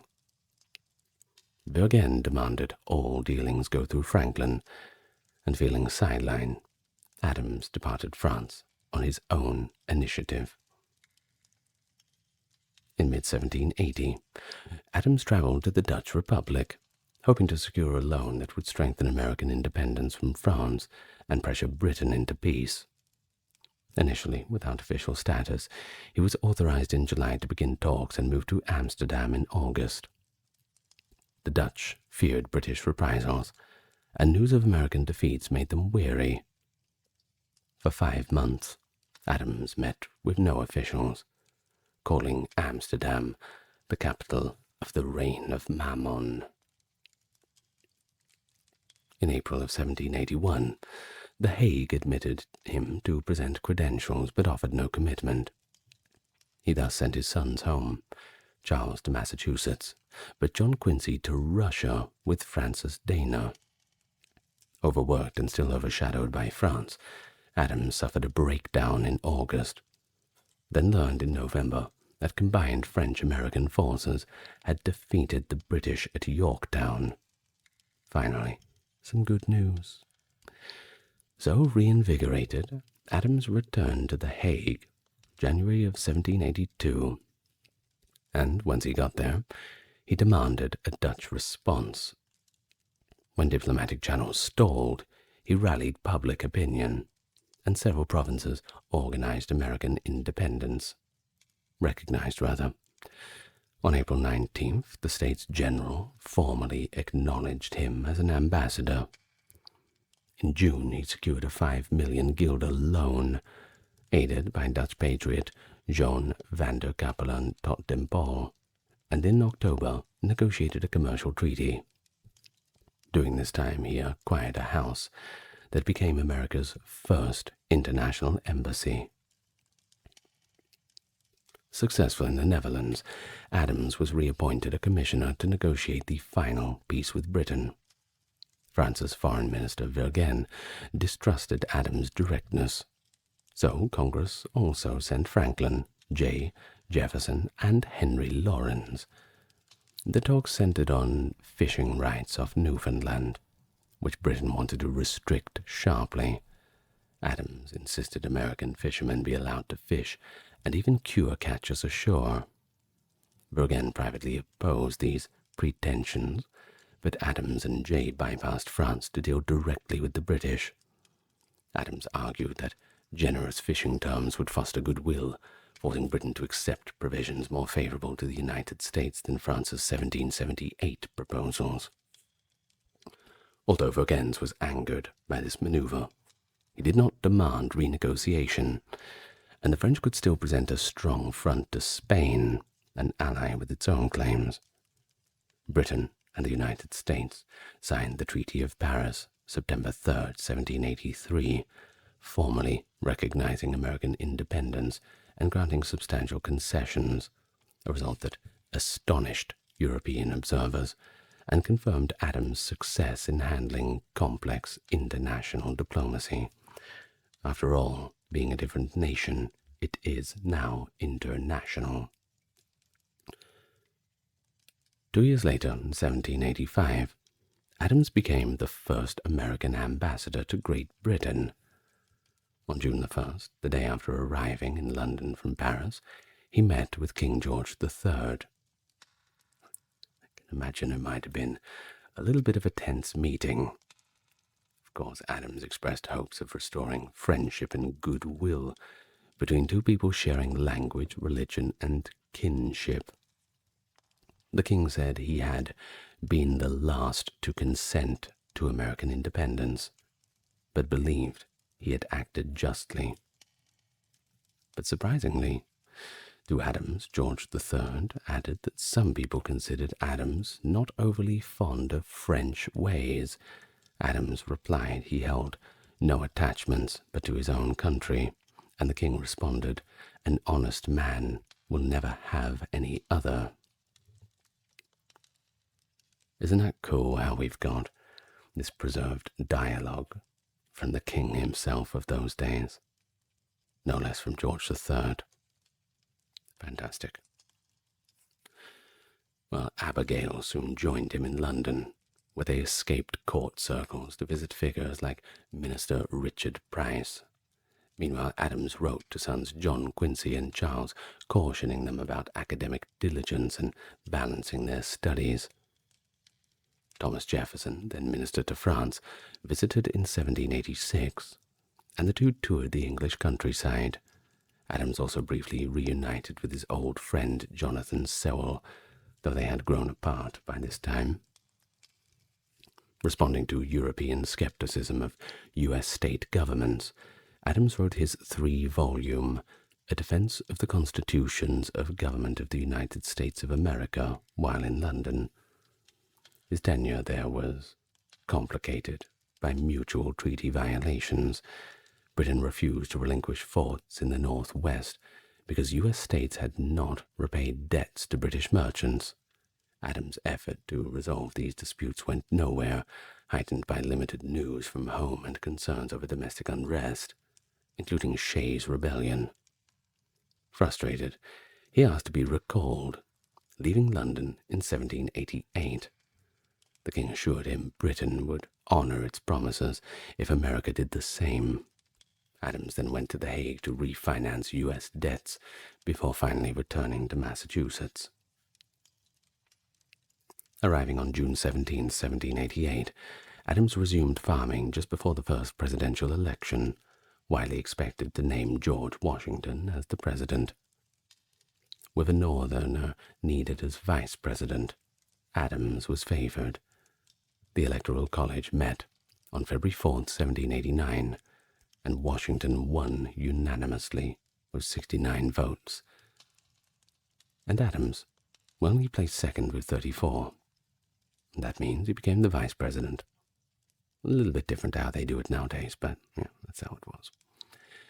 Alexander Hamilton had orchestrated at least 7 electors to withhold votes from Adams and ensure Washington's unquestioned victory. Unaware of Hamilton's role, Adams lamented that the election was a curse rather than a blessing, though he did end up finishing well ahead of all the other contenders. Adams' term began on March 4th, 1789, but he did not get to New York in time, so he didn't start as vice president till April 21st. Late on the first day. Not off to a good start, John. His constitutional duty as vice president was to preside over the Senate, with power to break ties. Early in his term, he became embroiled in a dispute over how to address the president. Although the House was decided on George Washington, President of the United States, Adams preferred the title of Highness or Protector of their Liberties. Some senators wanted something similar, but anti-federalists dismissed these as superlatively ridiculous. Highness is a little bit weird, but okay. Old habits die hard. Adams argued the office required dignity and splendor, but he faced derision. One senator called him his rotundity. On May 14, 1789, the Senate settled on Mr. President. In private, Adams acknowledged he may have misjudged public sentiment after years abroad, even as Washington quietly disapproved of the uproar. So, as vice president, Adams primarily supported Washington's administration and Federalist policies. He cast 29 tie-breaking votes, one of just 3 vice presidents to cast over 20. These included votes that blocked the Senate confirmation requirement for removing executive officials that defeated a last-minute effort to keep the capital in New York rather than relocating it to Philadelphia and then to the Potomac. Yet, Adams had little real power. Washington rarely sought his advice, and he seldom attended cabinet meetings. He wrote that his office was the most insignificant ever devised, concluding it was too inactive for his nature. And I would tend to agree. Do you remember in earlier times him working 18 hours a day on those military provisions and all the rest? You can't shoehorn somebody into a position where they cannot utilize their potential. Well, still, Adams remained loyal to Washington regardless. Though he privately resented the official histories gave excessive credit to Franklin or Washington while minimizing others' contributions. In 1792, he was easily re-elected with 77 electoral votes, beating his closest rival, George Clinton, who had 50. And of course, you never hear about George Clinton anymore. When the French Revolution began in 1789, many Americans initially celebrated, but Adams expressed cautious optimism before condemning its radical violence. Late in Washington's presidency, especially after Jefferson and Hamilton left the cabinet, Washington consulted Adams more often. To avert war with Britain, Washington sent John Lay to negotiate, who brought back a treaty in 1795 that many deemed unfavorable to American interests. Adams urged Washington to sign it, simply to maintain peace, anticipating national unrest, but believing it necessary to avoid a potentially disastrous conflict with Britain. Although at that time, well, Britain was still, an empire, and the U.S. was just getting its feet, but it was still heavily in debt. Britain was not as strong as it was putting itself across to be. Of course, you want to always put on a air of the most strength as you can, especially when you're dealing with these kinds of situations. Well, either way, protests and accusations of forsaking the French ensued, revealing deep divisions. Adams, in a letter to Abigail, foresaw the treaty's ratification that would provoke turmoil and leave a lasting impact on the new republic. In 1796, the election was first truly contested presidential race in U.S. history. It was really anyone's game. You see, unlike George Washington's two prior unanimous victories, sharply divided by Federalists led by Hamilton and Republicans led by Thomas Jefferson, were now vying for power. Under the Constitution at that time, voters in several states elected presidential electors, while the remaining 9 had their electors chosen by state legislatures. Jefferson led the Republicans, while John Adams was the Federalist frontrunner. An informal caucus nominated Adams and Thomas Pinckney for Federalists, with Jefferson and Aaron Burr for the Republicans. Though Burr was the only one actively campaigning, the contest featured political rallies, pamphlets, and newspaper articles. Adams sought to avoid the silly and wicked game, as he called it, of open electioneering. Hamilton, fearing Adams would be too independent, tried to manipulate electors to elevate Pinckney. This plan collapsed when New England electors withdrew support for Pinckney upon discovering Hamilton's scheme. Better luck next time. Nothing personal, kid. In the end, Adams won with 71 electoral votes to Jefferson's 68, making Jefferson vice president. That's pretty close, isn't it? There's not much in it. As for Burr and Pinckney, well, Burr got 30 votes, and Pinckney 59. This remains the only time the president and vice president from rival tickets were elected together. So Adams took office on the 4th of March, 1797, and generally followed Washington's example of civic virtue and a scandal-free presidency. Preferring to stay in his peace-filled home, he avoided giving patronage to office-seekers. He kept Washington's cabinet, which was largely loyal to Hamilton, a move historians often question, as Hamilton was only a little less hostile to him than to me, as Jefferson had said. While Adams maintained Hamilton's core economic policies, he remained stubbornly independent in many decisions, refusing Hamilton's attempts to steer him and disregarding Hamilton's policy. Soon after taking office,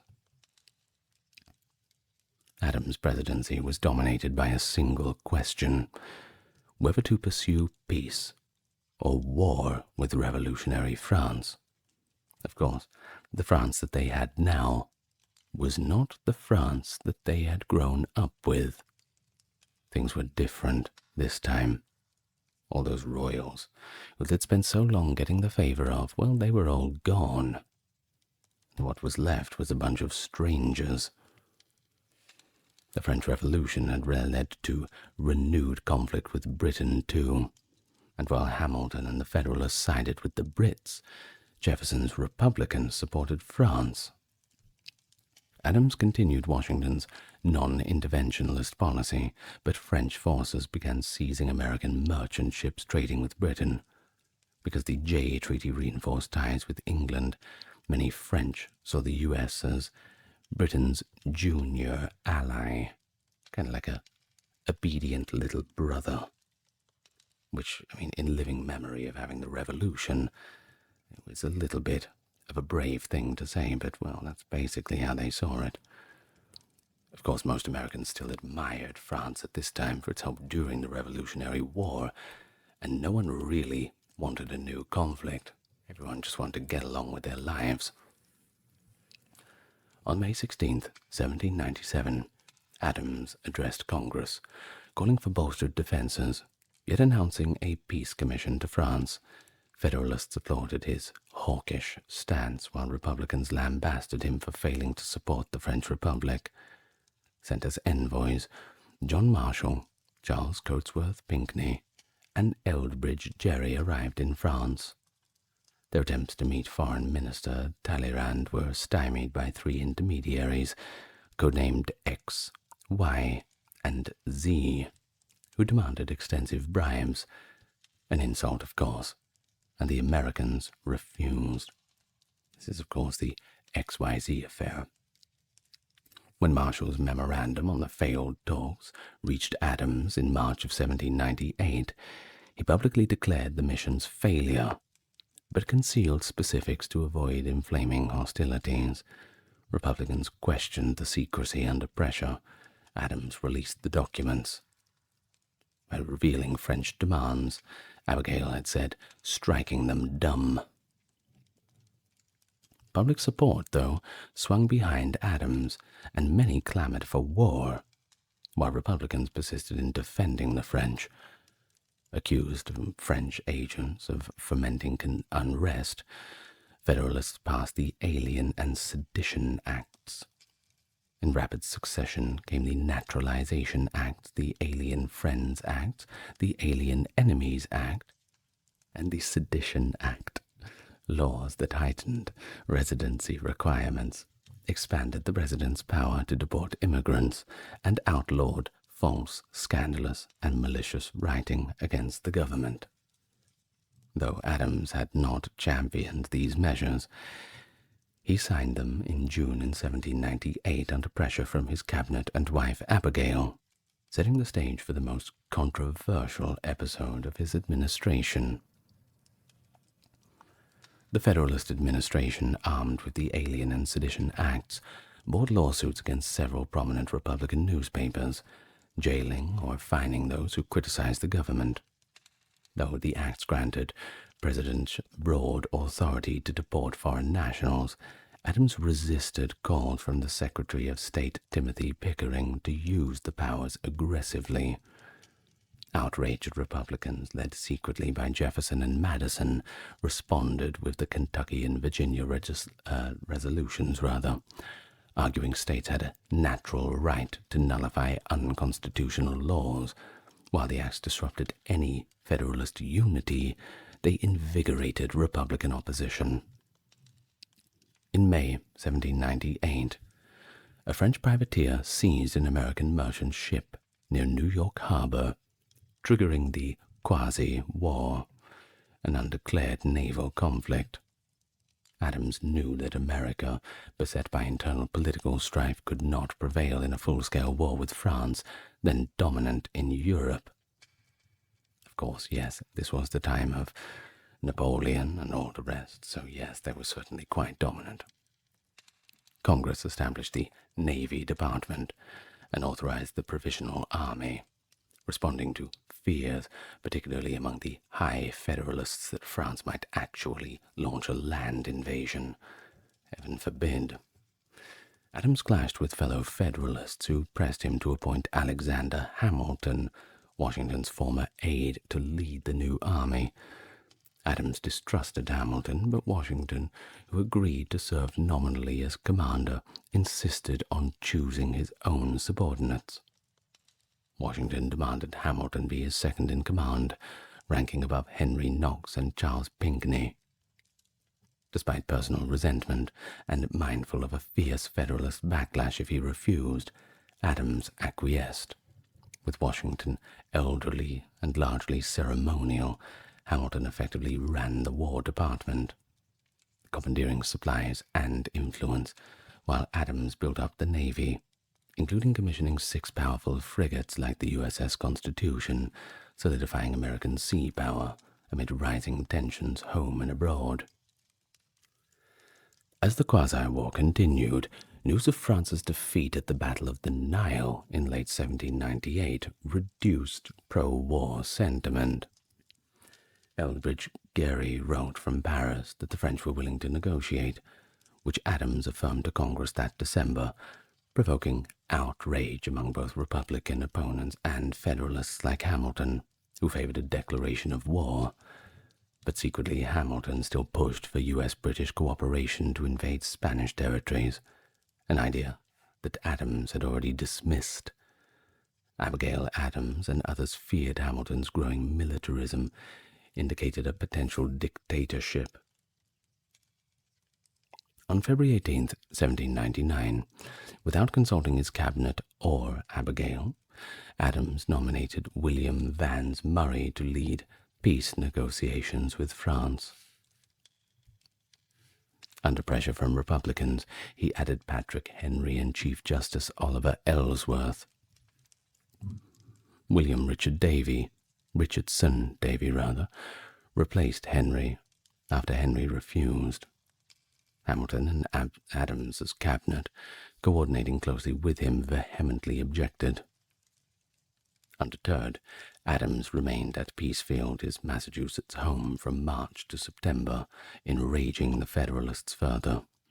Finally, when Talleyrand confirmed the American envoys would be received, Adams sent them. Hamilton, uninvited, arrived in Trenton to argue for an alliance with Britain and restoration of the French monarchy. Adams ridiculed him as speaking like a fool. The envoy sailed for Paris on November 15th. To fund the quasi-military build-up, Congress passed the direct tax of 1798, a land tax of up to 1%. Farmers in eastern Pennsylvania revolted in Fry's Rebellion, March 1799, intimidating tax collectors until Hamilton led troops to restore order. John Fry's and the other two ringleaders were convicted of treason and sentenced to hang, but Adams pardoned them, declaring their actions riotous but not rebellious. Of course, the Federalists did not like this one, and many, including Hamilton, criticized openly Adams' choice. Conflict with the Hamiltonian wing exploded on May 5th, 1800, when Adams lashed out at Secretary of War James McHenry, accusing him of serving Hamilton rather than the President. McHenry then resigned. Adams demanded a Secretary of State, Timothy Pickering, also resign and dismissal him upon refusal. He replaced them with Samuel Dexter as Secretary of War and John Marshall as Secretary of State. In late 1799, Napoleon seized power in France, proclaiming the revolution finished. With George Washington now deceased, Hamilton alone commanded the Provisional Army. Alarmed by Napoleon's rule and weary of a large standing army, Adams and Congress dissolved it in mid-1800, ending Hamilton's military ambition. Napoleon signaled his own readiness for peace, and in 1800 both France and the U.S. agreed to return captured ships and permit non-military trade to enemy ports. The Senate initially approved the deal by a slim margin, but attached conditions requiring France to pay for damages and ending the 1778 Treaty of Alliance. Adams signed it in early 1801, after the election had already been decided. Although he proudly avoided a full-blown war, the quasi-war rift tore apart the Federalists, who had unified largely around the fear of Jacobinism. In the election of 1800, Adams and Pinckney ran for the divided Federalists, while Jefferson and Burr were the Republican nominees. Anti-Federalist sentiment ran high due to the Alien and Sedition Acts and the build-up of a provisional army. Both sides waged a vicious campaign. Federalists painted the Republicans as anarchists and libertines, while the Republicans accused Federalists of championing aristocratic rule. Adams was portrayed as a power-hungry monarchist. Jefferson faced attacks for alleged immoral behavior.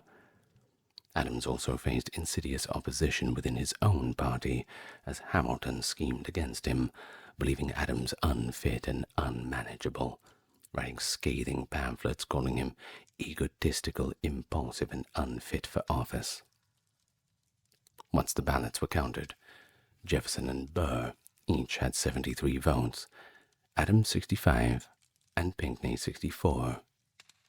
The deadlock between Jefferson and Burr went to the House of Representatives, where Jefferson finally prevailed on the 36th ballot. Hamilton's backroom machinations, intended to siphon electoral votes from Adams, succeeded only in showcasing the Federalists' disunity, helping ensure Adams' defeat and ending Hamilton's political ambitions forever. On November 30th, 1800, John Adams' alcoholic son Charles died, deepening the distress of Adams' election defeat. He departed the White House at dawn, March 4th, 1801, foregoing Jefferson's inauguration, a rare instance of an outgoing president not attending the successor's swearing-in. The electoral complexities of 1796 and 1800 prompted the ratification of the 12th Amendment. Settling at Peacefield in Quincy, Adams attempted an autobiography, but sadly he abandoned it. He focused on farm management, though hired workers did most of the manual labor. Thanks to frugality and his presidential salary, he amassed considerable savings, but the bank holding his funds failed in 1803. His son, John Quincy Adams, then purchased Adams' properties to stabilize the family finances. Adams stayed largely out of public issues, believing citizens should support administrations as far as we can in justice. When James Callender revealed Jefferson's affair with Sally Hemings, Adams made no public comment. John Quincy joined the Senate in 1803, and he and his father endorsed Jefferson's Louisiana Purchase, defying Federalist orthodoxy. Adams briefly sparred with Mercy Otis Warren after she depicted him as pro-monarchy in her History of the Revolution, but later they reconciled. Disenchanted with Federalist criticism of John Quincy, who had opposed party lines, Adams wrote that he had long since disclaimed membership in that sect. After Jefferson retired in 1709, Adams vigorously responded to Alexander Hamilton's 1800 pamphlet via lengthy letters in the Boston Patriot. Though Hamilton had died in 1804, Adams believed it necessary to refute the lingering accusations. Freed from party constraints, he supported the War of 1812 and praised the rise of the American national character. In 1812, he sided with President James Madison's re-election, viewing it as another step in fostering a national spirit more unified than before. Adams' daughter, Nabby, returned home after their marriage failed and died of breast cancer in 1813. Early in 1801, Adams sent a short letter to Thomas Jefferson offering goodwill, but Jefferson did not reply, and the two remained out of touch for nearly 12 years. Unknown to Adams, Abigail had actually wrote to Jefferson herself in 1804, expressing sympathy over the death of his daughter, Polly, who had actually once stayed with the Adams family. Their brief exchange soured, and by 1812, no correspondence existed between Peacefield and Monticello. Early that year, both men expressed personal losses that softened Adams' outlook, and through the encouragement of Benjamin Rush, they renewed contact. The revived friendship yielded 158 letters, 109 from Adams, 49 from Jefferson, exchanged over the next 14 years. Though Adams initially attempted to revisit political controversies, Jefferson insisted there was nothing new to add. They instead discussed daily life, philosophy, and personal reflections. As they aged, letters became less frequent, and each man omitted certain private matters. Adams never mentioned his troubled son Thomas, and Jefferson never spoke of his domestic struggles or financial woes. As for Abigail, she died of typhoid at Peacefield, October 28, 1818. In 1824, Adams warmly received the visiting Marquis de Lafayette and was delighted by John Quincy's election to the presidency, though recalling his own experience, he quipped, No man who ever held office of the president would congratulate a friend on obtaining it. That's an interesting quote. Read that again. No man who ever held the office of president would congratulate a friend on obtaining it. Interesting. So as for Adams, he died of a heart attack at Beesfield on July 4th, 1826. That is the 50th anniversary of the Declaration's adoption, unaware that Jefferson had actually passed away earlier that same day. His reported final words were, "Thomas Jefferson survives." At 90, Adams remained the nation's longest living president until 2001. He and Abigail rest in the crypt of the First Parish Church in Quincy, alongside John Quincy and Louisa Adams. And that is the end of the story. The Texas Revolution of 1835, an almost 6-month-long conflict that ultimately led to the full independence of Texas from Mexico. Tensions between Anglo settlers in the region and the Mexican government had been escalating for years prior, driven by many issues, among them cultural differences, Mexico's centralizing policies, and of course, disputes over slavery. In October 1835, the rebellion began. First, a series of skirmishes, but quickly escalating into full-blown conflict as Texan rebels sought their full autonomy. We have key events to talk about. The Siege of Bear, of course the Battle of the Alamo, and the decisive Battle of San Jacinto, where General Sam Houston's forces famously defeated General Santa Anna's Mexican army. Santa Anna himself was captured, and in 1836, the Republic of Texas was formally declared. You see, this revolution solidified Texas's desire for self-rule, though Mexico refused to recognize its independence, of course, which led to years of tension. But the conflict also contributed to the broader debate over slavery in the United States, as Texas sought admission to the Union, eventually becoming the 28th state in 1845. Well, hello and welcome. Are you from Texas? Are you here to learn about the revolution? Well, you're in the right place. Well, an Australian telling you the story at least. But maybe that will be the interesting factor. Of course, if you like the content, you can subscribe and leave a comment, all those other good things. But let's just get right into it now, shall we? No more wasting of time. We have freedom to fight for. Of course, all of this is in the backdrop of Spain's efforts to colonize Texas. They were prompted by France's failed attempts in the late 17th century. You see, Spanish Texas was bordered to the south by the province of Coahuila, with the Medina and Nueces rivers marking its boundaries. To the east, it shared a border with Louisiana, and west of the Sabine River, the United States claimed the land after the 1803 Louisiana Purchase. Well, they bought it off Napoleon, if you were wondering. You can check out my video on that, if you please.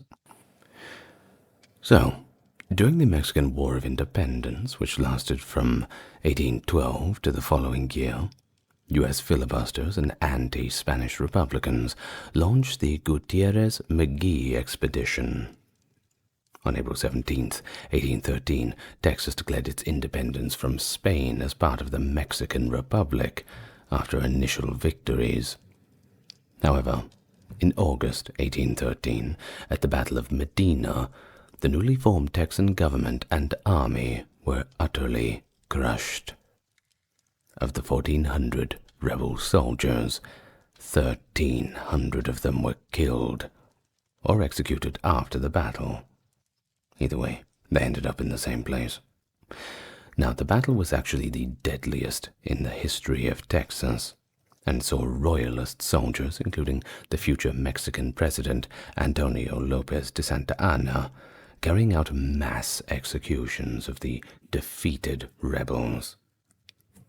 Following the defeat, the Spanish executed 300 members of the Texan Republican government in San Antonio. Two future founding fathers of the Republic of Texas, Jose Antonio Navarro and Jose Francisco Ruiz, had fought in the Gutierrez-McGee expedition. But despite the defeat, many Americans continued to believe Texas should belong to the United States. This was a sentiment that persisted even after the U.S. renounced its claim in the 1819 transcontinental treaty with Spain. Over the next decade, the U.S. made multiple offers to buy the region. Of course, they bought Louisiana. Why not buy Texas too? After the Mexican War of Independence, however, Texas had become a part of the new Mexican Republic. And of course, the provinces of Texas and Coahuila were merged into the state of Coahuila y Tejas under the 1824 Constitution, which created Mexico as a federal republic. Happy birthday to Mexico. Texas was, however, allotted only one seat in the state legislature, which convened in Saltillo, hundreds of miles away. Of course, after months of complaints from Tejanos, that is, Texans of Mexican descent, about the loss of political autonomy, the state government restructured Texas as a department, with San Antonio de Bea as its de facto capital. But Texas remained vulnerable. With just 200 soldiers and fewer than 3,500 non-native residents to strengthen the region, the Mexican government liberalized immigration policies, hoping a surge of settlers would help quell the indigenous resistance. The influx of Anglo-American settlers, primarily from the south, actually began to outnumber the Tejanos, many of whom were granted the right to settle legally. And these settlers brought with them strong racial prejudices, particularly towards the Tejanos, and many of them were actually slave owners. Well, despite Mexico's official Catholicism, most immigrants were actually Protestant, and proud of it. Of course, this made them distrustful of state religion. The situation in Texas grew even more precarious. In 1829, when Mexico abolished slavery, tensions soared. President Anastasio Bustamante responded by enacting the Laws of April 6th in 1830, which raised taxes, reaffirmed the prohibition on slavery, and banned further immigration from the United States. But the laws were widely ignored, or at least circumvented, by settlers. By 1834, the population of Mexican descent in Coahuila y Tejas had dwindled to just about 7,500. But the Anglo settlers, well, they numbered around 30,000 strong, and they were growing, unlike the Tejanos. Additionally, nearly 5,000 enslaved Africans and African Americans made up about 13% of Texas's non-native population by the end of 1835, adding to the volatile mix of cultural and political tensions. Antonio Lopez de Santa Anna led an uprising against Bustamante in 1832. English-speaking settlers, known as the Texians, took up arms in response to the uprising. All Mexican troops had been driven out of East Texas by the middle of August. Quite encouraged by these achievements, the Texans organized 2 political conventions to influence Mexican officials to erode the April 6, 1830 laws. The liberal federalist Valentin Gomez Farias took Bustamante's place and would try to work out a deal with the Texans. In an effort to allay some of their worries, the Mexican government repealed parts of the law in November 1833, and this gave the colonists additional benefits, one of them being a little bit more representation in the state assembly. Never goes astray. So the first American settlers were brought to Texas by Stephen F. Austin, who wrote to a friend that every evil complained of has been remedied. Basically, come one, come all.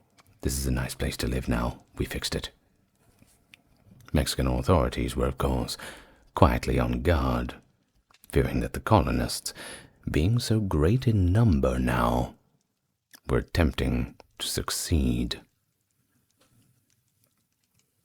After deposing Gomez Farias in April of 1834, Santa Anna consolidated his power, establishing the Centralist Republic of Mexico and swiftly repealing the 1824 Constitution. State militias and legislatures were dissolved, sparking outrage among Mexico's Federalists. Uprisings broke out in Zacatecas and Oaxaca, but Santa Anna's forces quickly quelled the rebellion in Zacatecas, not without massacring over 2,000 civilians in the process, though. This also allowed his troops to loot the city for 2 days. In Coahuila y Tejas, Governor Agustin Viesca resisted Santa Anna's centralist push, calling for the legislature to reconvene in Bexar, far from Mexican military control. Viesca was arrested before he could actually reach Texas, as local officials in Bexar advised against his involvement. So, Texas itself, it was of course not a unified entity. Lots of different moving parts, and they were divided themselves over the political crisis. Back in the United States, editorials began advocating for Texas's full independence. At the local level, public opinion remained to be uncertain, but by late August 1835, most Texan communities had agreed to send delegates to a consultation in October to discuss the future course of action, that being whether to pursue independence, a return to federalism, or simply to maintain the status quo.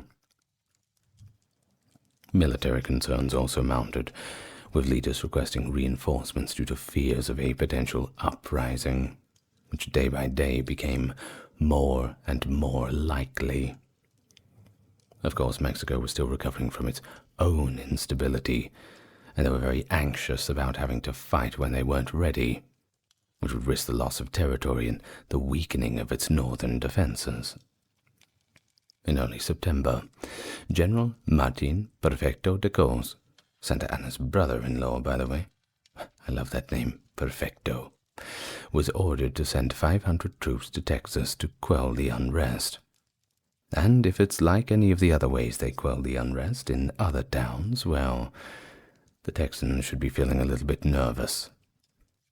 So the Mexican forces landed at the port of Copano on September the 20th, prompting Austin to urge local militias to quickly organize for self-defense. Tensions escalated in Gonzales after a Mexican soldier attacked a resident on September 10, 1835. The Mexican military, seeking to regain control of the situation, sent Lieutenant Francisco de Castañeda and 100 dragoons to recover a small cannon loaned to the settlers for defense against Indian raids. However, when the residents of Gonzales were less than cooperative about handing over the cannon, Mexican forces were instructed to avoid violence, though the situation was quickly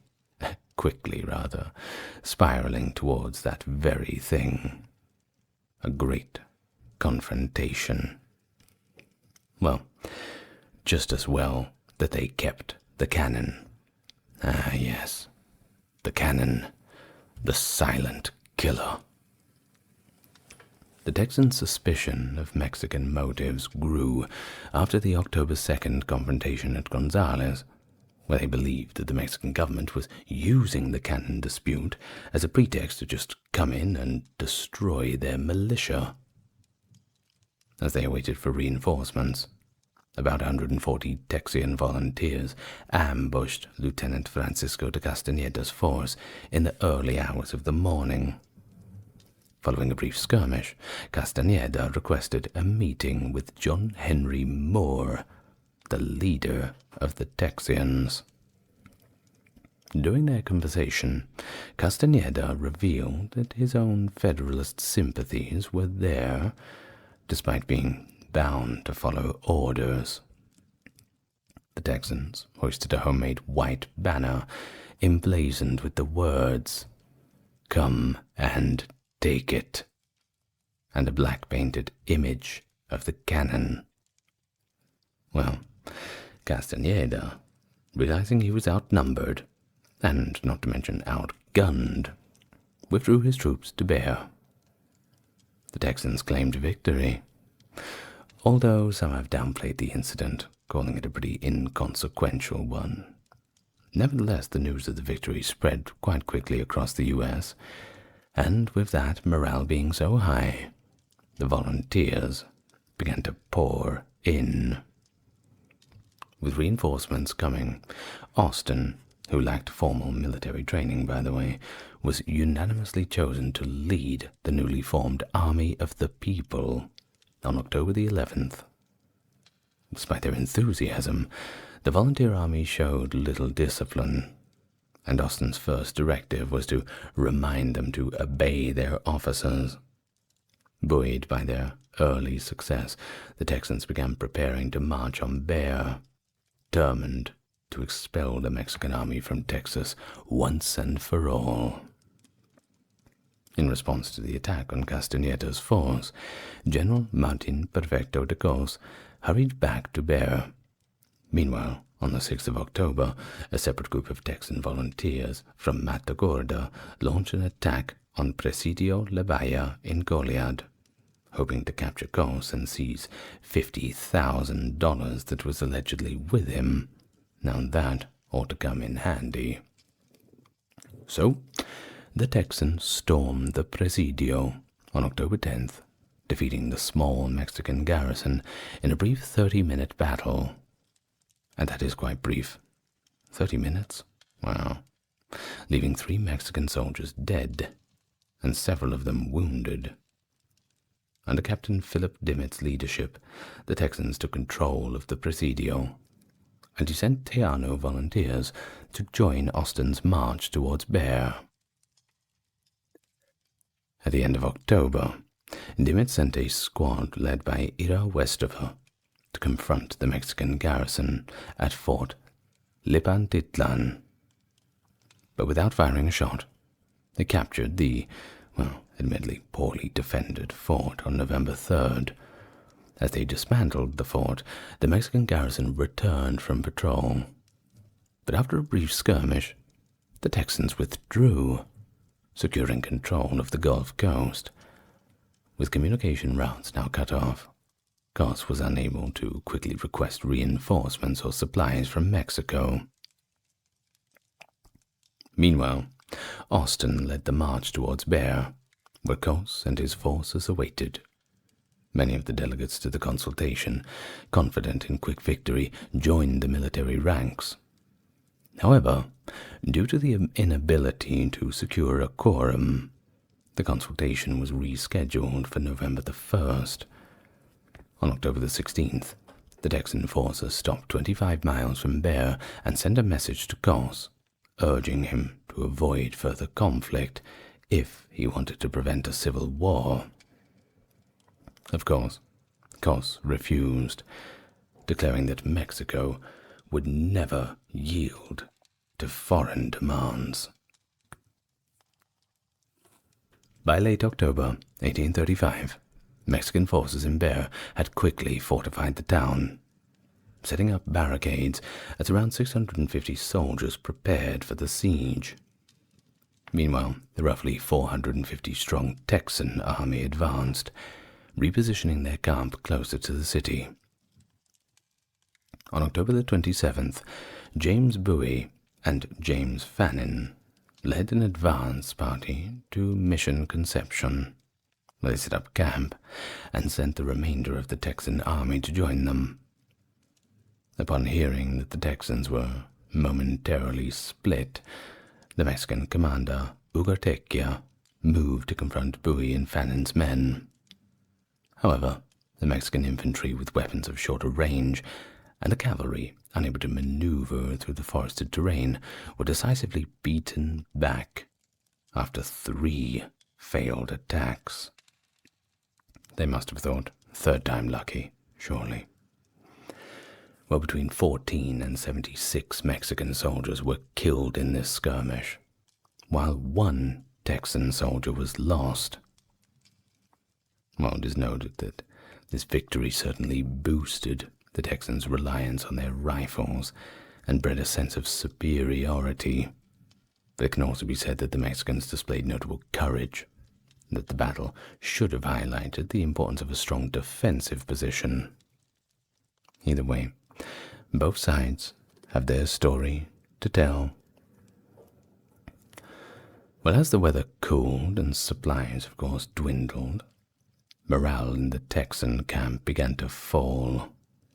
Unauthorized departures, if we may call them that, were quite common, and only when the New Orleans Greys arrived on November 18th did spirits finally lift. These American volunteers brought bright new uniforms, clean rifles, ammunition, and most importantly, discipline. This set them apart from the more disorganized Texan forces, which were more like a mob at this point, albeit a very motivated one, but not quite disciplined. November 26th, after Austin resigned to serve as a commissioner to the U.S., Edward Burleston assumed command. He learned of a Mexican supply train near Bear and sent Bowie and William H. Jack to intercept it. In the ensuing skirmish, the Texans forced the Mexican soldiers to abandon their cargo, which was found to be nothing but horse feed. Disappointing, for sure. While the Texan victory was slight, it boosted morale temporarily, and I'm sure the horses were very happy, of course.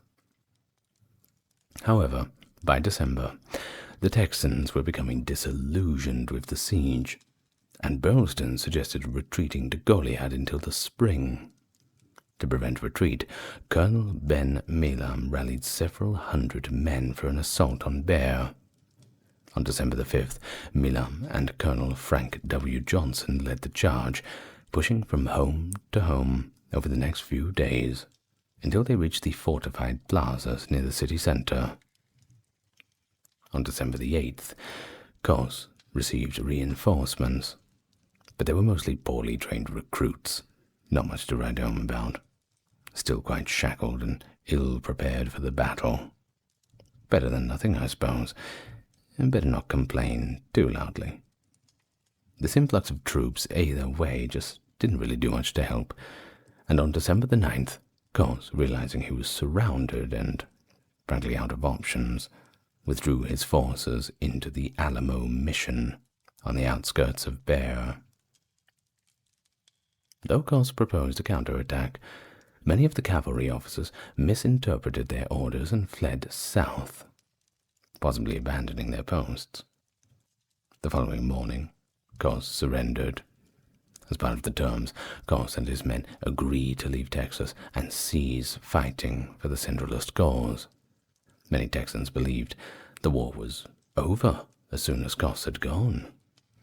but the Texan army, weakened by the exodus of volunteers, was frankly in disarray.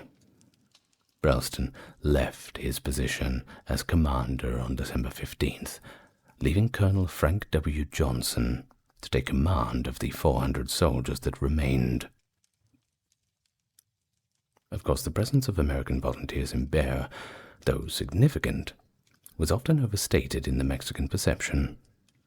While only 150 to 200 American volunteers had arrived by December, they were the most visible element of the Texan forces. By January of 1836, 78% of the Texan volunteers were Americans who had arrived after October 2nd, 1835. Of course, this further inflamed Mexican fears of foreign intervention. I mean, how much more could the foreigners intervene? Nothing was really sent out from the United States government regarding this, but volunteers and fighters just showing up with what they had, well, that's still foreign intervention. Either way, on November the 3rd, 1835, 58 of the 98 elected delegates met in San Felipe for the final session of the consultation. After days of contentious debate, they established a provisional government based on the 1824 Constitution, though without declaring independence. They weren't that gutsy just yet. The new administration consisted of a governor and a central council, each with one representative from every municipality. The delegates decided not to implement a system of checks and balances, assuming that the two branches would indeed cooperate. The consultation had also decided to form a regular army on the 13th of November, appointing Sam Houston as its commander-in-chief. To attract American volunteers, the delegates promised land bounties to soldiers. This clause concerning public land signaled an expectation that Texas might eventually declare its independence. Because how else were they going to give the land, right? Of course, before the consultation, Austin had led a volunteer army with Houston, having no authority over it. Houston was also appointed to the Indian Affairs Select Committee. Meanwhile, Austin was sent on a diplomatic mission to the United States to secure supplies, volunteers, and funds. Henry Smith was elected governor, and after the consultation adjourned on November 14th, he and the council took full control. With limited funding, the new government granted the military the power to impress supplies, a policy that quickly became unpopular, of course, particularly among the Texan troops stationed near Goliad and Bear. As food and supplies dwindled away, resentment against the council grew, with many volunteers refusing to join Houston's regular army. A Texas Register and Telegraph report lamented, "Some are not willing, under the present government, to do any duty. That our government is bad, all acknowledge, and no one will deny." As confusion persisted over whether the army was fighting for federalism or independence, the Goliad Declaration of Independence was issued on December 22nd.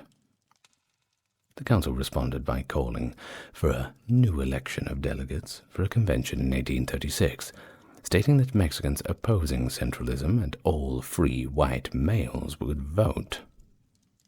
However, Smith came in and vetoed the inclusion of Tejanos with Federalist views. And how do you think that went for the tensions?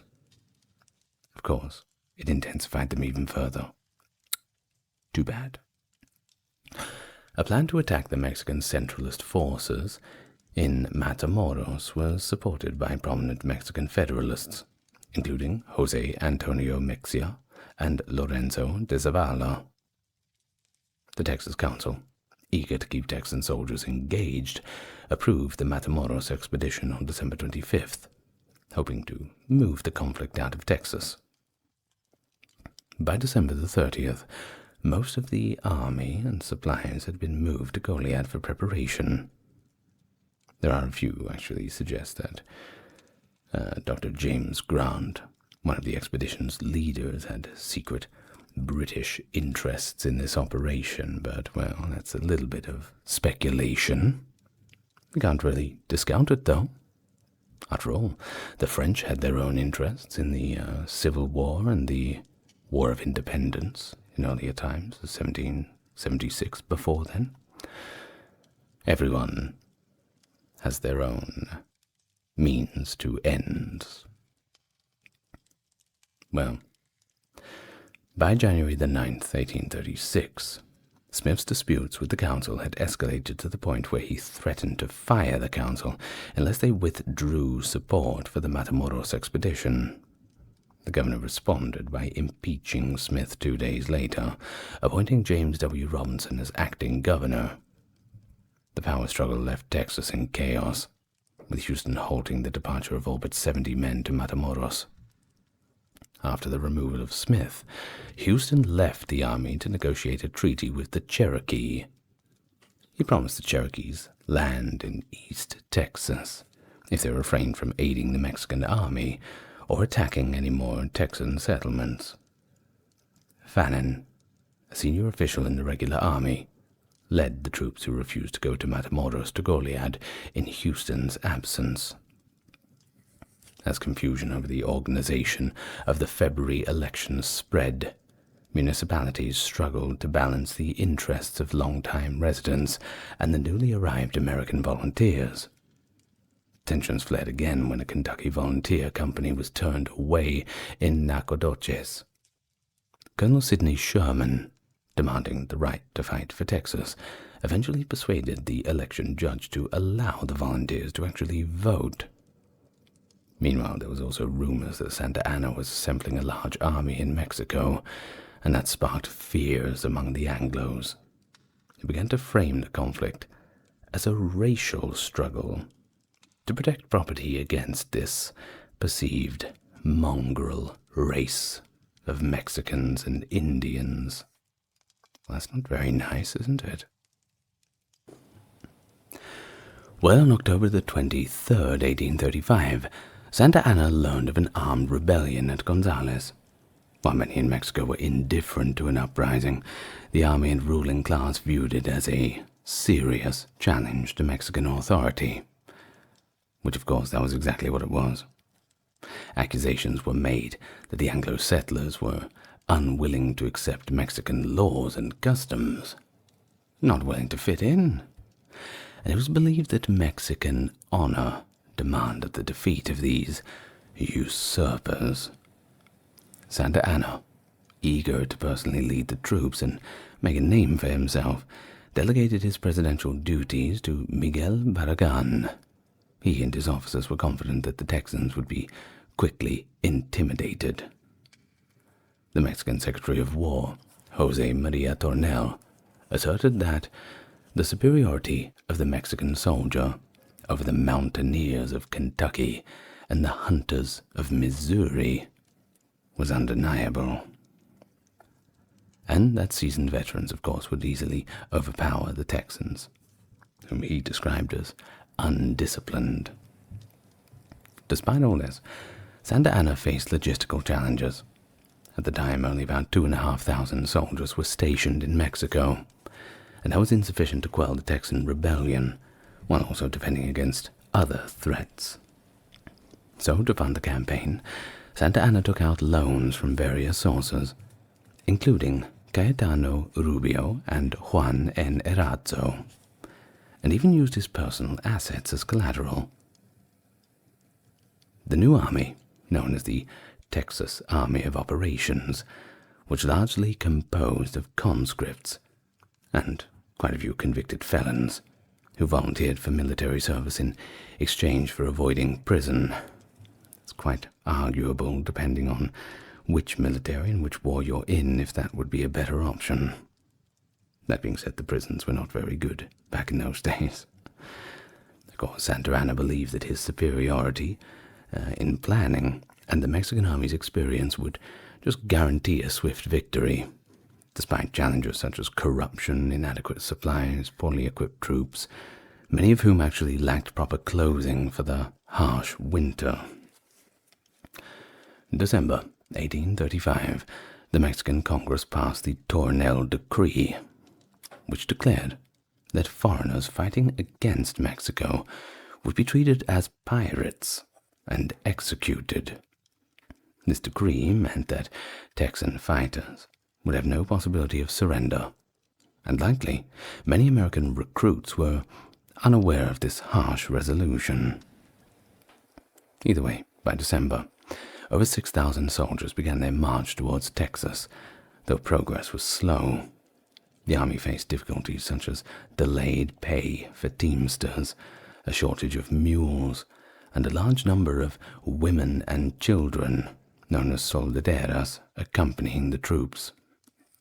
Santa Anna's forces, which included Cos and his Bayard men, eventually joined in Saltillo.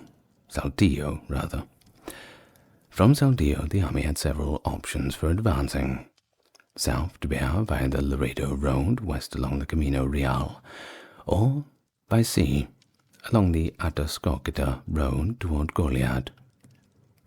General Jose de Urrea was tasked with leading the 550 soldiers toward Goliad, while Santa Anna focused on Bear, the political center of Texas.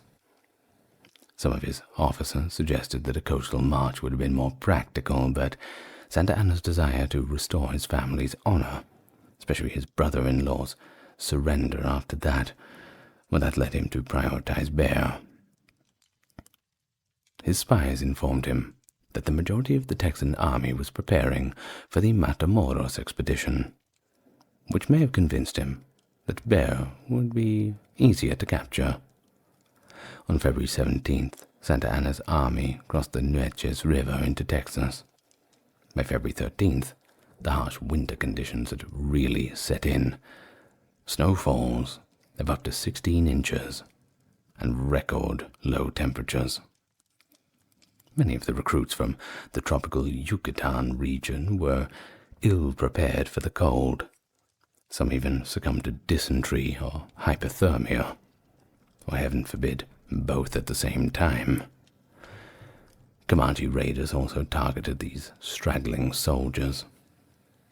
As Santa Anna's army advanced, South Texas residents fled, and Mexican troops pillaged and burned abandoned homes. A network of Teano spies coordinated by De la Garza provided Santa Anna with valuable intelligence about the Texan positions. At the Alamo Mission in Bear, Colonel James C. Neal commanded fewer than 100 Texan soldiers. In January, Houston sent Jim Bowie with 30 men to remove artillery and destroy the facility. Bowie wrote to Governor Smith emphasizing the strategic importance of Bear, quoting, "The salvation of Texas depends in great measure on keeping Bear out of the hands of the enemy."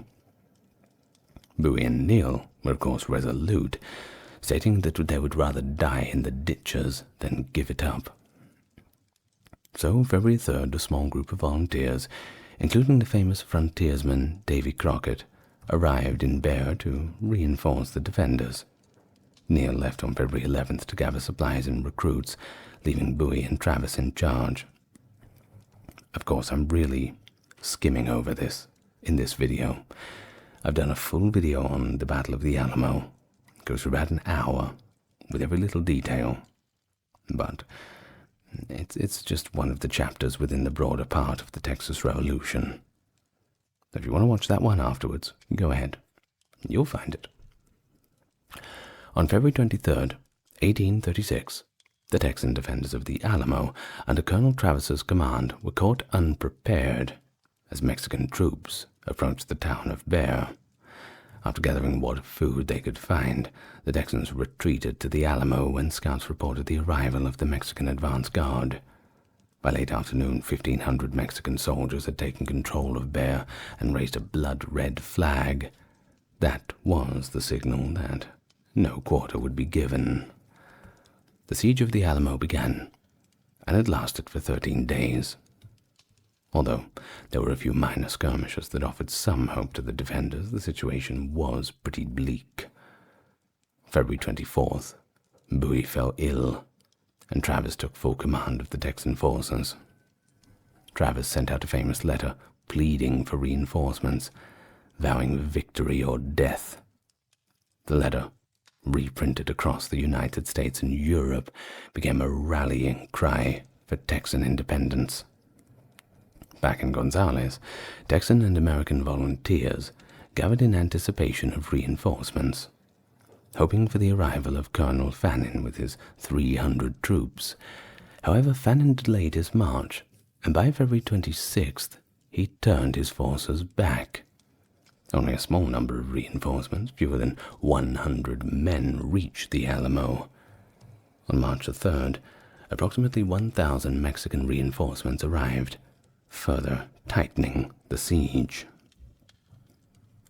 On the 4th of March, a local woman, Juana Navarro Alsbury, attempted to negotiate a surrender on behalf of the Texan defenders. But Santa Anna rejected the offer. His impatience grew, and on March the 6th, he launched a final assault on the fort.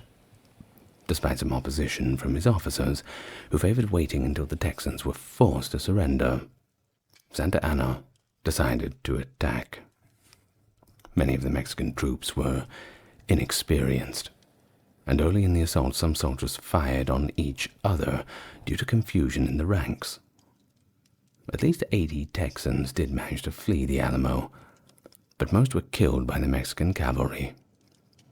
Within an hour, the Mexican troops overran the fort, killing nearly all of the estimated 180 to 260 Texan defenders. Crockett may have been among the few who attempted to surrender, but Santa Anna ordered their immediate execution despite General Manuel Fernandez Castrillon's efforts to save them.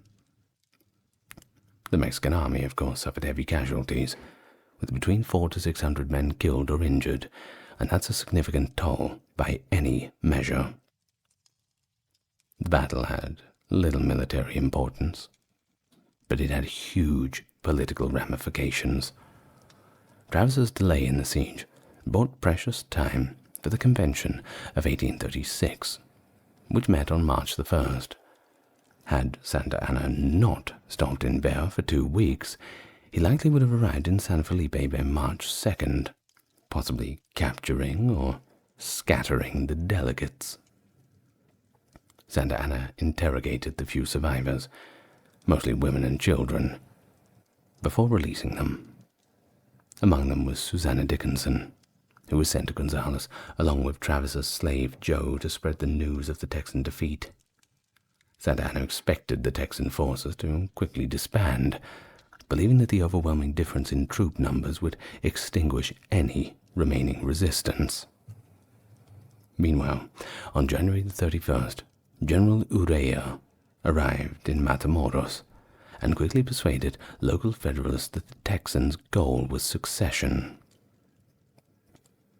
He also dismissed their attempts to incite a Federalist uprising as a cover-up for their true intentions.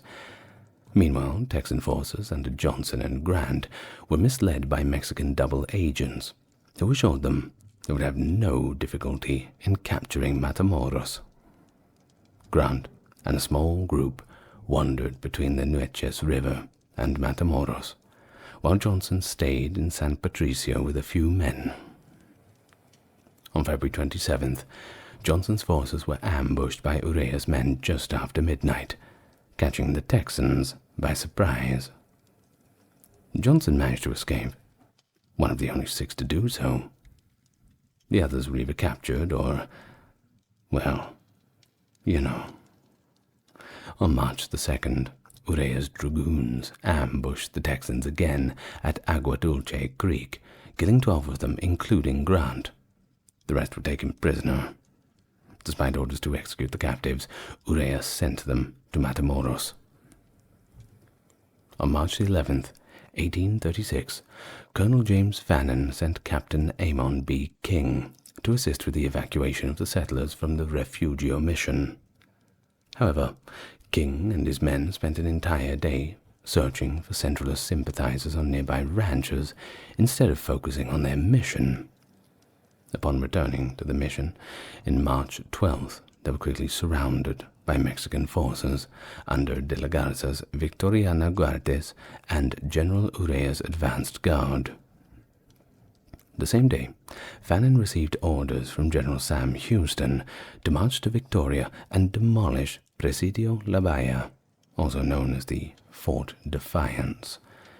In response, Fannin sent William Ward with 120 men to reinforce King's company, unwilling to leave any men behind. Ward's troops successfully drove out Mexican soldiers from the church, but instead of returning to Goliad, they postponed their departure to raid nearby ranches. On the 14th of March, Urrea arrived with nearly 1,000 Mexican soldiers, leading to the Battle of Refugio. The Texan defenders, though exhausted, hungry, and nearly out of ammunition, managed to repel multiple Mexican assaults, using their rifles with superior range and accuracy to inflict significant casualties. But it wasn't all good news. By the end of the day, the Texans were a little tired, and following an order from Ward to withdraw, they managed to breach Mexican lines under the cover of rain and darkness. They left behind a number of wounded men who were later captured by Urrea's forces with the help of local Centralist sympathizers. Mexican Colonel Juan Jose Holzinger insisted on sparing the non-American captives, but many were executed after their wives pleaded for mercy. By March the 16th, Urrea had marched most of his forces towards Goliad, hoping to trap Fannin. Fannin, however, delayed his departure from Goliad, still waiting for word from King and Ward. On March 18th, Urrea's advanced guard arrived just as Fannin's men were preparing to leave, and a skirmish ensued that very day, though very little progress was made. The next day, however, March the 19th, Fannin's group began their withdrawal, but they moved slowly, resting after covering just 4 miles. Later that afternoon, they crossed a prairie.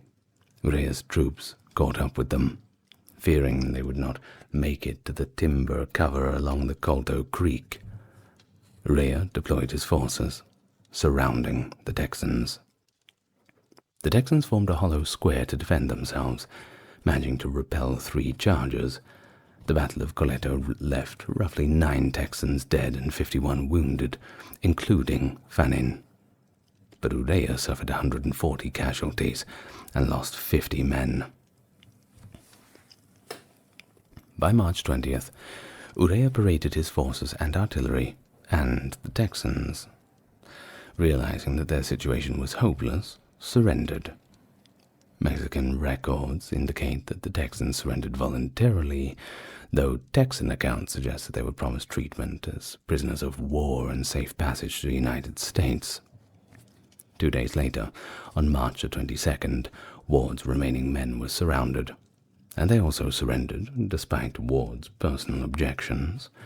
After surrendering, Fannin, Ward, Westover, and their men were marched off to the Presidio and executed on Palm Sunday, March 27th. The Mexican cavalry ensured that no one attempted to escape, and, well, the horses can run faster than the people, you know. Around 342 Texan soldiers were killed, while 27 managed to escape or were spared.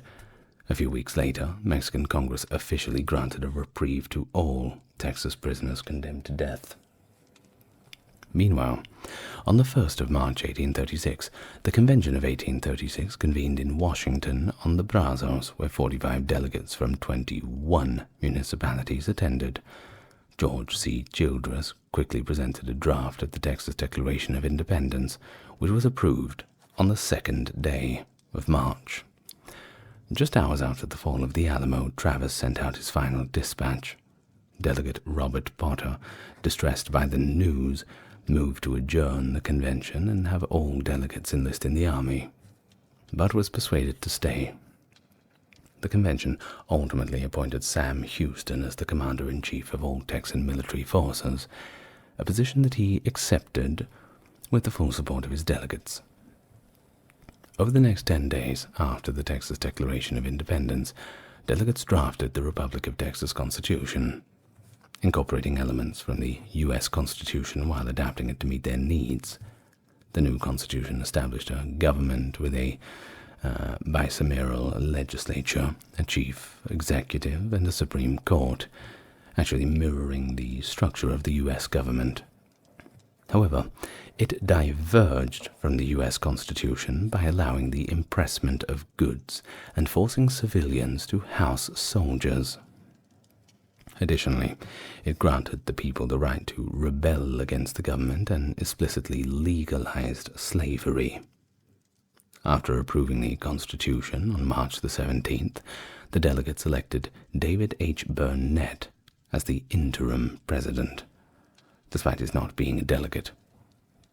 The following day, Burnett declared the government would relocate to Harrisburg. Meanwhile, Santa Anna was moving his forces to suppress the Texan rebellion. On March 11th, he sent a column of troops to join General Urrea. A second column, led by General Antonio Gaona, marched northeast along the Camino Real towards Nacogdoches, while a third, commanded by General Joaquin Ramirez Isema, traveled to San Felipe. These columns advanced along roughly parallel routes, 50 to around perhaps 40 miles apart, that sort of thing. On March the 13th, as Mexican troops left Bear, Sam Houston reached Gonzales with 374 volunteers, although many of them were unarmed, and he announced that Texas was now a separate republic. That night, Joe and Susanna Dickinson brought the news of the Alamo's fall and the approaching of the Mexican army. The Texan leadership quickly convened a council of war, deciding to withdraw and abandon the area. The evacuation began at midnight, with the Texans destroying anything they could not carry, and that included their 2 cannons, which were thrown into the Guadalupe River. By morning, the town was in flames when Ramirez Isesma arrived in Gonzales. As the Texan army moved to the east, a cavalry company under Seguin and Salvador Flores was assigned as rear guard to protect the civilians and remote ranches from Mexican and Indian attacks. The retreat was slow, hindered by mud, flooded rivers, and heavy rains. By March 19th, the number of Texan volunteers had swelled to 1,400 men as the news of the Alamo's fall had spread. On March 20th, Houston learned of Fannin's defeat and understood that his army was the last hope that Texas had for its independence. Despite the growing number of men, Houston opted to avoid combat, fearing that his poorly disciplined and frankly under-equipped force would be overrun by Urrea's better-trained troops, though it's probably best not to tell them that. By March 28th, the Texan army had retreated 120 miles, crossing the Navidad and Colorado rivers. Many soldiers deserted, and those who remained grew quite frustrated with Houston's cautious leadership. On March 31st, Houston stopped at Gross's Landing, 15 miles north of San Felipe, where the army rested and conducted military exercises. During this time, the Twin Sisters cannons, sent from Cincinnati, Ohio, arrived. Burnett, frustrated by Houston's reluctance to engage, ordered Thomas Rusk, the acting Secretary of War, to join the camp and press Houston to fight. Rusk was soon convinced by Houston's strategy. However, Samuel P. Carson, the Secretary of State, recommended that Houston continue retreating to the Sabine River to allow for more reinforcements from the United States. Burnett, unsatisfied, urged Houston to stop retreating, warning that the enemy was mocking them and that the fate of Texas depended on a good old fight. Frustration in the camp reached its boiling point. and Houston posted signs warning against any attempts to challenge his authority, stating that those who did that, would face execution or court-martial. Santa Anna, he'd remained in Bear with a small force after the fall of the Alamo, but he soon learned of the death of Miguel Barragan, the acting president of Mexico. Initially considering returning to Mexico City to secure his political position, he chose instead to remain in Texas, fearing that Urrea's victories could make him a political rival. On March 29th, he left Bear to join forces with General Joaquin Ramirez y Sesma. With a smaller force left to hold Bear, Santa Anna moved east. By April 7th, he and his combined forces entered San Felipe, where they captured a Texan soldier who revealed that if the Mexican army crossed the Brazos River, the Texans would retreat even further. On April 14th, after being blocked at the river crossing by a small group of Texans, Santa Anna, frustrated by the delay, led a force of roughly 700 men to capture the temporary Texas government. However, before Santa Anna could reach Harrisburg, government officials, including President Burnett, fled, with Burnett escaping in a rowboat towards Galveston Island. Colonel Juan Almonte, leading a cavalry force, was dispatched to intercept them, but halted his men's fire to avoid endangering Burnett's family as they crossed the water. Which is, well, that's pretty nice and a little out of character. But all right then, good for them. Now at this point, Santa Anna was pretty much convinced that the rebellion was all but over. You see, it looked pretty bad. The Texan government had been driven from the mainland. There was no means of communication with an army that showed little interest in engaging anyway. Santa Anna's confidence in his victory grew, and he ordered the destruction of Harrisburg as he pressed forward towards Lynchburg. Mexican scouts had misreported Houston's army's movements, believing they were headed to Lynchburg Crossing to join the government in Galveston. Santa Anna pursued them further, unaware that Houston had been retreating toward the east. On April the 16th, Houston's army reached a fork in the road. One route led to Harrisburg, and the other toward Nacogdoches. The soldiers, without consulting Houston, moved towards Harrisburg. Just as the Mexican army left the area on April 18th, Texan scouts, including Deaf Smith and Henry Carnes, intercepted a Mexican courier carrying critical intelligence on Mexican troop movements. Realizing Santa Anna had only a small force and was close by, Houston rallied his troops with a passionate speech to remember the Alamo and remember Goliad. Houston then rushed his army to Lynchburg, and despite concerns over identifying Tejanos, he allowed Seguin's company to continue, all with the stipulation that the Tejanos were identifying cardboard in their hats. Well, the terrain near Buffalo Bayou, covered in dense oak groves and marshes, suited the Texan soldiers well, but posed quite a challenge for the Mexican ones. By mid-morning on April 20th, Houston's army of 900 men reached Lynch's Ferry. Hours later, Santa Anna's force of 700 had arrived. The Texans had the advantage of cover, and although Santa Anna set up a camp in a vulnerable location near the San Jacinto River, he chose to disregard military strategy by positioning his forces in a location bounded by woods, marsh, and a lake. Poor choice. He was later criticized by Mexican officers, who claimed that any inexperienced soldier would have actually made a better decision than that. A little bit of an embarrassment, that's for sure. Well, we all have weak moments. Give him a break. After several brief skirmishes, including one of them where Texan forces forced Mexican artillery and dragoons to retreat, Santa Anna's forces managed to regroup. However, the Texan cavalry was forced to pull back when Mexican dragoons counterattacked.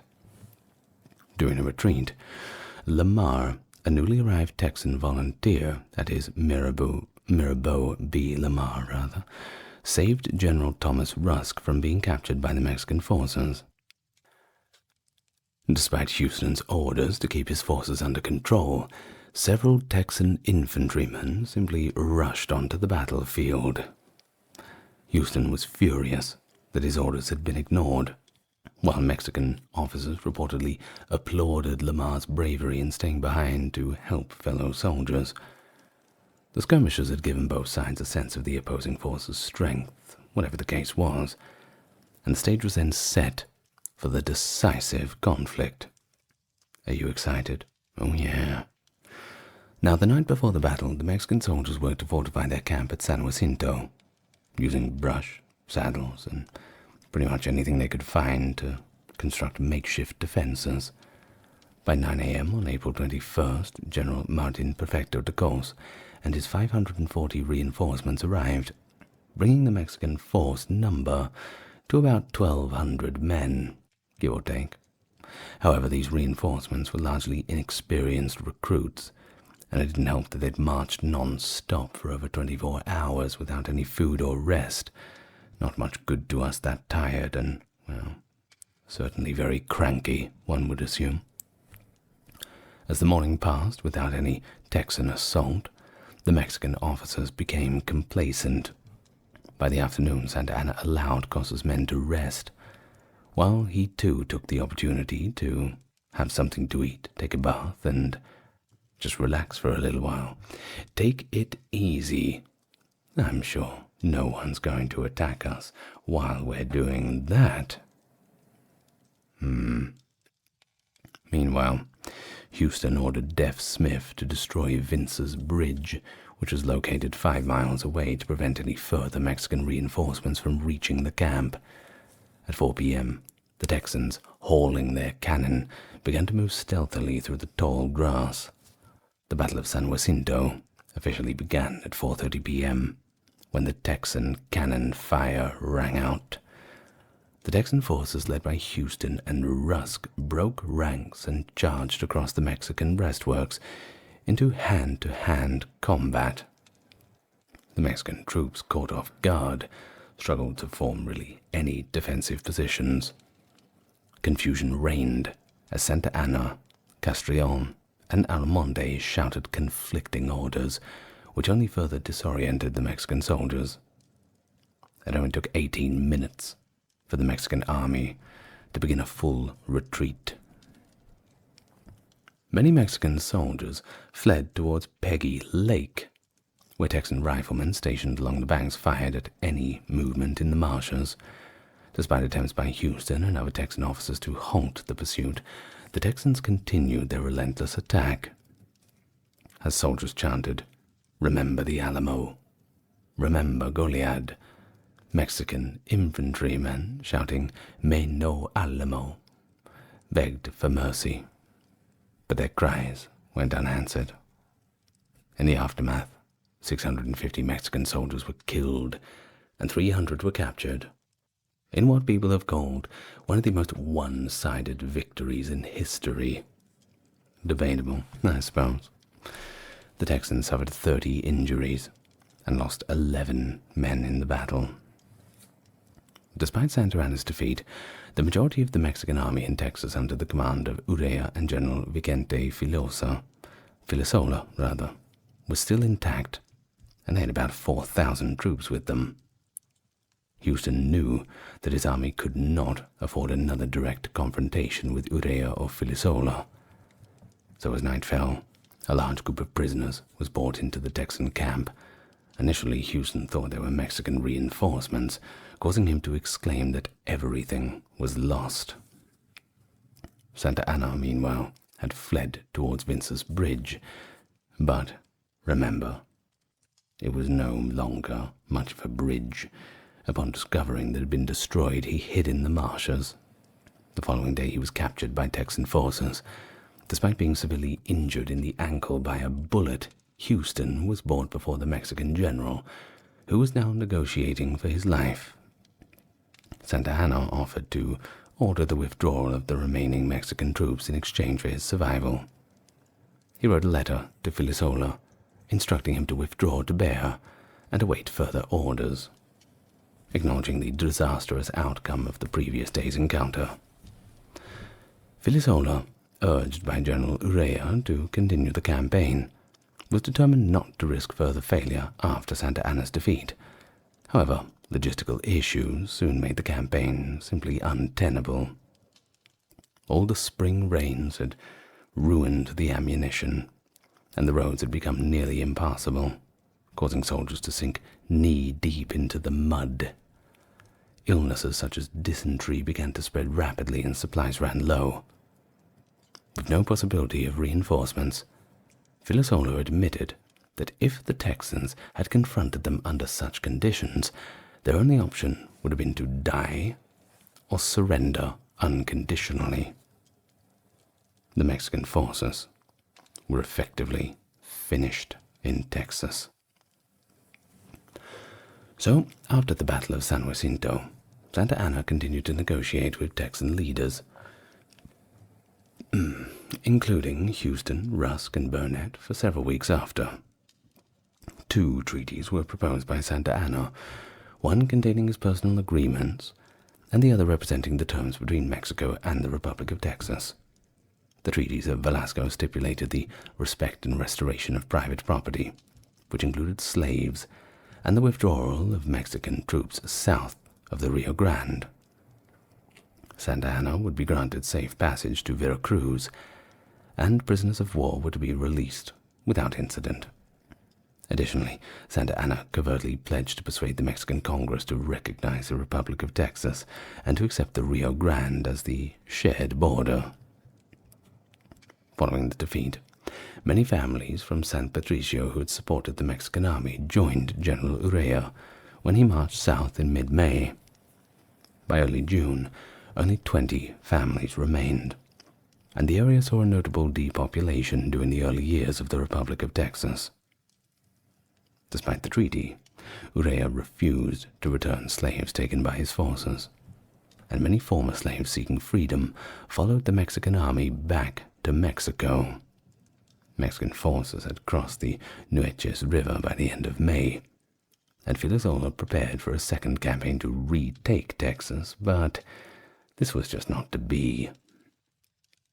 As for back in Mexico, news of the defeat of Santa Anna led to widespread mourning, and the government refused to recognize the Republic, dismissing the treaties as made by a prisoner of war, desperate to save his own skin.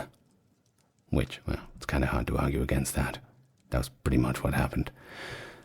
Urrea replaced Filisola, who had been mocked for leading the retreat, and amassed 6,000 soldiers in Matamoros to prepare for the renewed invasion of Texas.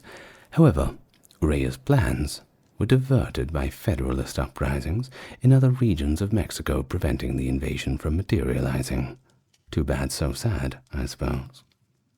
Back in Texas, there was a widespread belief that the Mexican army would soon return. The good times couldn't last forever. The Texan government struggled to maintain an accurate record of enlistments as American volunteers flooded into the army. Beja remained under martial law for much of the year of 1836, and Rusk ordered the relocation of Tejanos living between the Guadalupe and Nueces rivers, threatening forceful removal of anyone who refused. This led to the displacement of hundreds of Tejano families, many of whom simply relocated to Mexico, while Anglo settlers seized their land through a little bit of legal maneuvering and, well, when required, violent threats. Well, that's about all we're going to talk about at the moment. It brings us to the end of the Texas Revolution. Of course, like I said, I have a full video on the Alamo, if that is what you came for. It gets into quite a bit more detail of what exactly happened there. I just want to cover it briefly in this as it sits within the context of the broader revolution. Now, before I go, I'm going to thank my patrons and supporters, both here on YouTube and on Patreon who get to enjoy nice little exclusives. Good for them, huh? They have Dark, Kimberly, Christine, Sally, Ember, Cameron, Susan, Legitimus, Carrie, Charlene, Lynn Therese, Katiana, Nicholas, Ulfednir, Alexander, Charles, Christine, Dr. Neuro Nerd, Aaron, Jaden, Jim, Jeffrey, Jessica, Madeline, Melissa, Orthodox Review, Scott, Star Factory, Shell, Wendy, Josie, Sarah, Video Man, and Ryan. The Stamp Act of March 1765 was a legislative measure enacted by the British Parliament, marking an escalation in tensions between Great Britain and its American colonies that ultimately led to the American Revolution. Aimed at alleviating the financial strain incurred from the 7 Years' War, the Act imposed a direct tax on a broad spectrum of printed materials, including newspapers, legal documents, and even playing cards, mandating that these items bear an official stamp as proof of taxation. The problem was, the tax was met with fierce resistance from the colonists, who vehemently opposed what they perceived as an infringement of their rights, particularly the principle of no taxation without representation. The Stamp Act galvanized widespread protests and the formation of groups such as the Sons of Liberty, not to mention the boycotts of British goods and the severe disruption to British economic interests within the colonies. Eventually it was repealed in 1766, but it didn't do much. The Stamp Act left its legacy as a symbol of colonial defiance and the unifying cause for American independence. It showed again these deep-seated grievances that fueled revolutionary sentiment and set the stage for the eventual quest for self-governance and freedom from British rule. Hello everyone, welcome back. Today we're talking about, well, it seems a little bit dull from the title, doesn't it? The Stamp Act.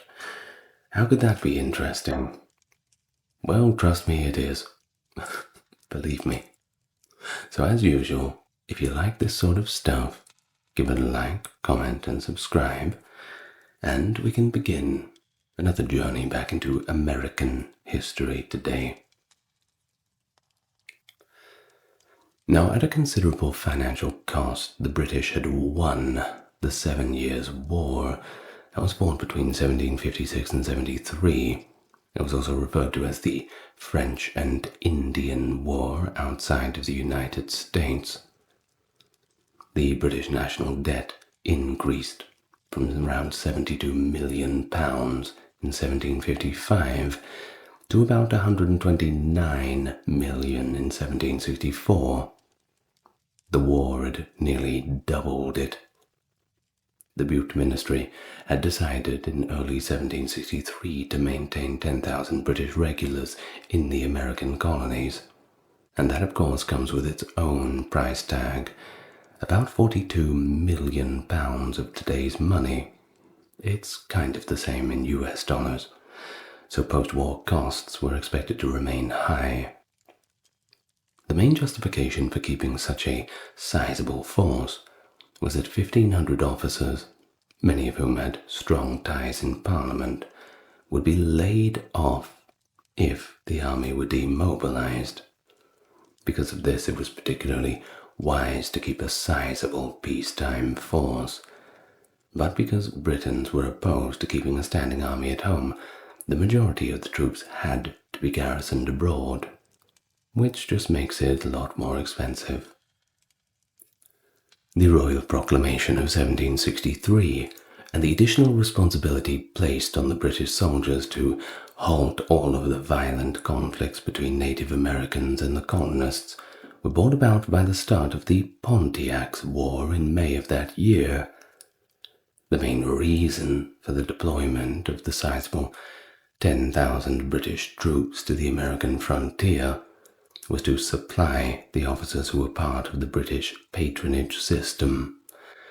John Adams had wrote that revenue was still demanded from America and appropriated to the maintenance of swarms of officers and pensioners in idleness and luxury, a rather derogatory letter he wrote about the deployment issue.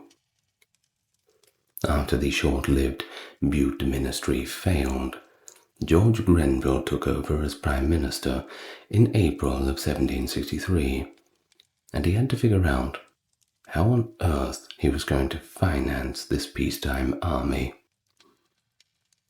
Since the Bute Ministry's 1763 cider tax had been met with fierce opposition in England, and Bute had been hanged in effigy, raising taxes in Britain was, well, out of the question.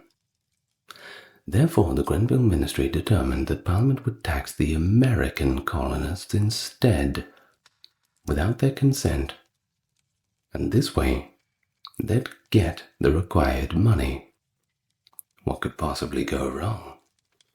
Parliament had previously enacted legislation to control colonial trade, but it had never before been imposed direct taxes on the colonies to generate income. It was going to be a gamble, definitely a risk. It had always been the expectation of London politicians that American colonists would simply pay for their own defense. It was easy to persuade colonial legislatures to lend support as long as there was a French threat around. Typically, colonial legislatures raised taxes to finance the formation of colonial militias, which were used to provide such assistance. Additionally, the legislatures occasionally agreed to support the upkeep of regular British units that guarded the colonies. The British Parliament didn't have much of a reason to tax the colonists with its own money, as long as this kind of assistance was available. But colonial militias were swiftly put down following the peace of 1763. Militia officers were unwilling to stay in service after the war ended because they were fed up with the contempt that regular British officials showed them, and they were annoyed at how difficult it was to get regular British commissions. Since there was no external threat, and the Indian threat was negligible, they didn't really have much of a military role anyway. In fact, the majority of the colonial legislatures deemed that the British troops were unnecessary, a complete waste of money. A modification of the Molasses Act of 1733 and the Sugar Act of 1764 were the first tax in Grenville's program to raise money in America. Foreign molasses imported into the British colonies were subject to a 6 pence per gallon tax, which is equivalent to about £5.2 today. It doesn't sound like much, but there was a lot of molasses. The act was designed to make foreign-grown molasses, foreign imported molasses, so costly that it essentially gave molasses imported from the British West Indies a monopoly rather than to increase revenue. But it was ineffective. Colonial traders evaded it by just smuggling the goods, or more frequently just buying off the customs officers, which was a lot easier and very effective. The Sugar Act lowered the tax to 3 pence per gallon, or $2.24 in today's currency, with the intention of increasing compliance and consequently tax revenue. In addition to taxing more imports, the Act also provided provisions to improve the efficiency of the customs service. The Sugar Act was first opposed by American colonists for economic reasons, but they soon realized that there might be constitutional issues.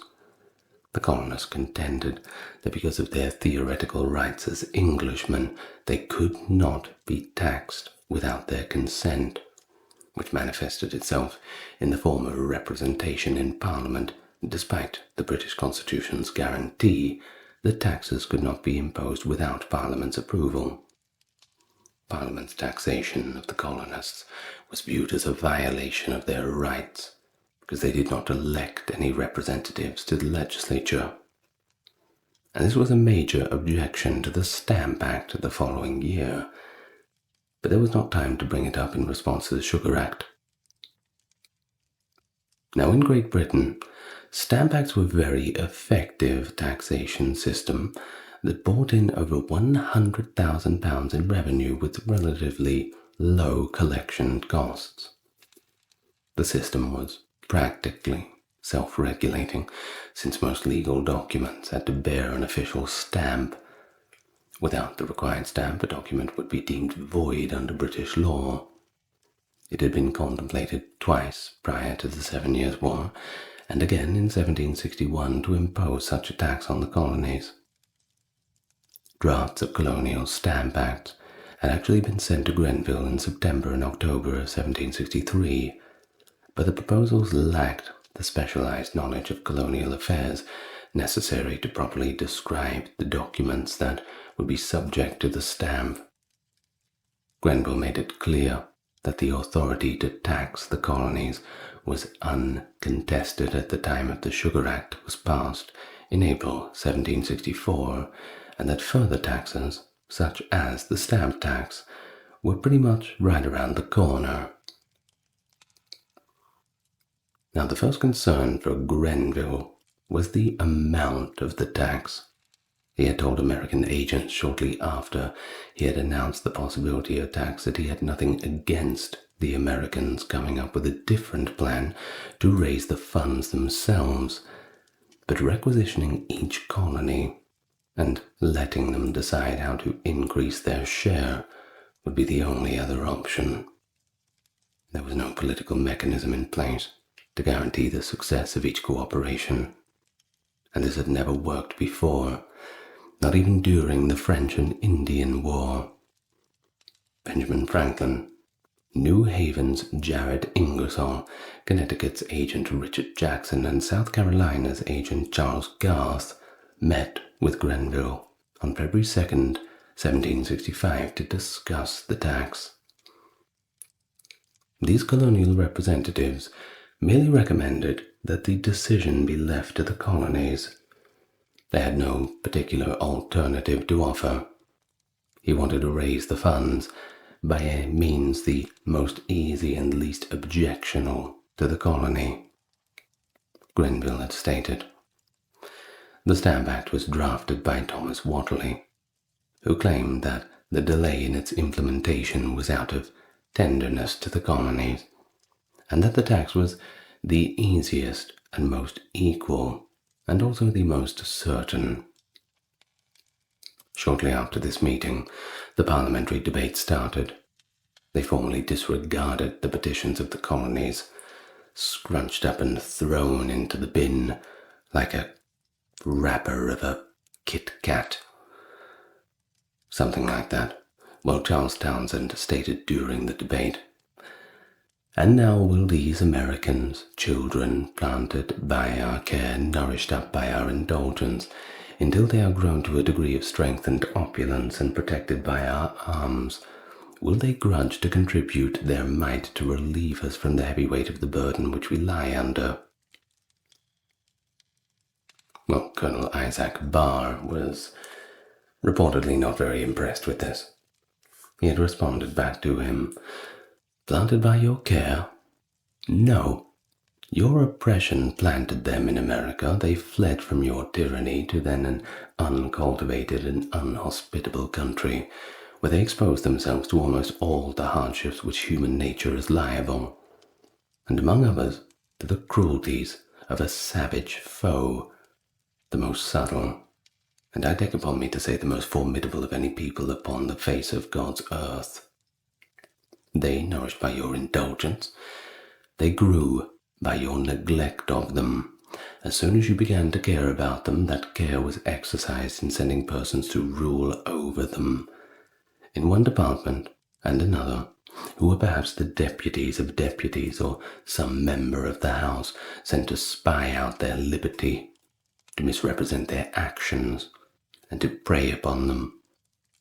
men whose behavior on many occasions has caused the blood of those sons of liberty to recoil within them. They, protected by your arms, they have nobly taken up arms in your defense, have exerted a valor amidst their constant and laborious industry for the defense of a country whose frontier, while drenched in blood, its interior parts have yielded all its little savings to your emolument. The people, I believe, are as truly loyal as any subjects the king has, but a people jealous of their liberties, and who will vindicate them if ever they should be violated. But the subject is too delicate, and I will say no more. Well, regardless of the opposition, it was passed by the House of Lords 205 to 49, going into effect on November the 1st, 1765. The highest tax was £10, and that was imposed on licenses for attorneys. Ridiculous, I know, right? Other court-related documents were anywhere from 3 shillings to 10 shillings. Every little bit adds up, certainly makes it difficult to run business. And then there was land taxes too, which were basically calculated on how many acres you had. Newspapers and pamphlets totaling more than 1 sheet and fewer than 6 sheets in octavo, fewer than 12 in quarto, and fewer than 20 in folio were taxed at the rate of 1 shilling per pack, cards at the rate of 1 shilling per pack, and dice at the rate of 10 shillings. In other words, the tax on pamphlets increased proportionately to their size, but stopped completely if they were large enough to be considered books. Now, the purpose of high taxes on attorneys and college students was to prevent the colony's professional class from expanding. Instead of using colonial paper money, which was more widely available, the stamps required hard currency, which was in short supply. The profits were to be used in America, particularly for the salaries and supplies of the British Army units stationed there, in order to prevent the colonies from losing money. Particular attention was drawn to 2 aspects of the act involving the courts. The tax on court documents applied specifically to courts that were exercising ecclesiastical jurisdiction. There were currently no bishops assigned to the colonies to preside over the courts, and there were no courts of this kind in the colonies, so they had to figure out something else. Now, fearing that this was the first step to bringing back the old ways in the colonies, that most of them had left Britain to shake off the old ways, many of the colonists and their ancestors specifically avoided the influence and power of state-sanctioned religious institutions. Both Southern Anglicans and the non-Anglicans, who constituted the majority in the northern colonies, opposed the open support of some Anglicans in the northern colonies for the appointment of such bishops. It always comes down to some theological disagreements that bleed over into the practical aspects of daily governance.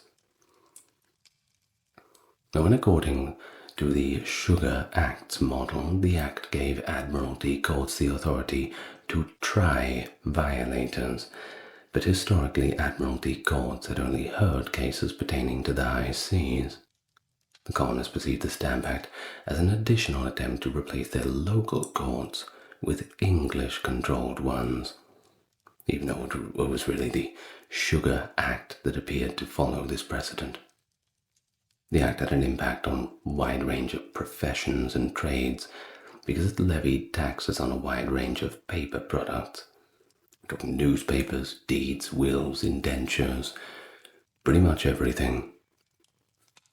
Newspapers and citizens protested the Act widely and even attacked public officials, tax collectors, and made a tax on their homes and offices.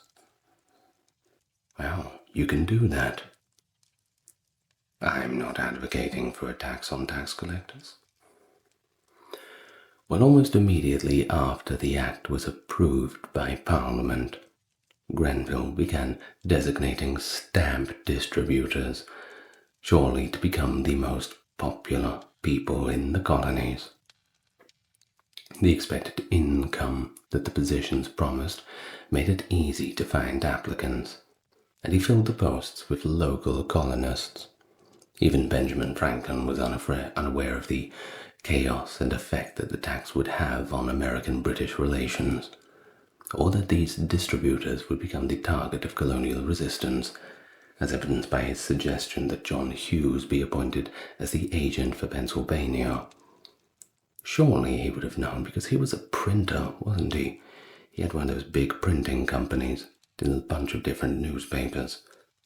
Surely he would have seen that coming. Well, either way, Parliament passed a resolution in the spring of 1764 that stated, towards further defraying the said expenses, it may be proper to charge certain stamp duties in the said colonies and plantations. Now that was the beginning of the debate over the Stamp Act in the colonies.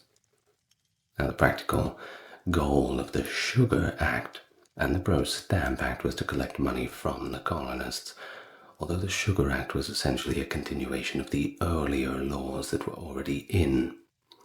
The Stamp Act, now all passed, seemed to have been unique because it was the first internal tax imposed by the Parliament directly on the colonies, one that was solely based on activities that took place within said colonies, and then enforced by colonists to colonists.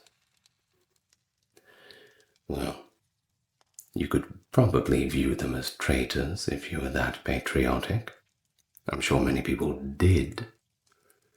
But, as mentioned, the posts were easily filled because of the payment that was given for them. So, the theoretical question that would come to define the American Revolution of taxation without representation quickly took the center stage. Now, Benjamin Franklin brought up the issue at the Albany Congress in 1764, and he wrote that it is supposed an undoubtable right of Englishmen not to be taxed, but by their own consent, given through their representatives. That there is no representation from the colonies in Parliament.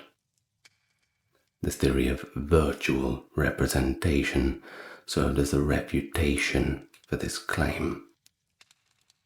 Now, in a pamphlet, Thomas Whately outlined his theory, readily acknowledging that no tax could be imposed without consent.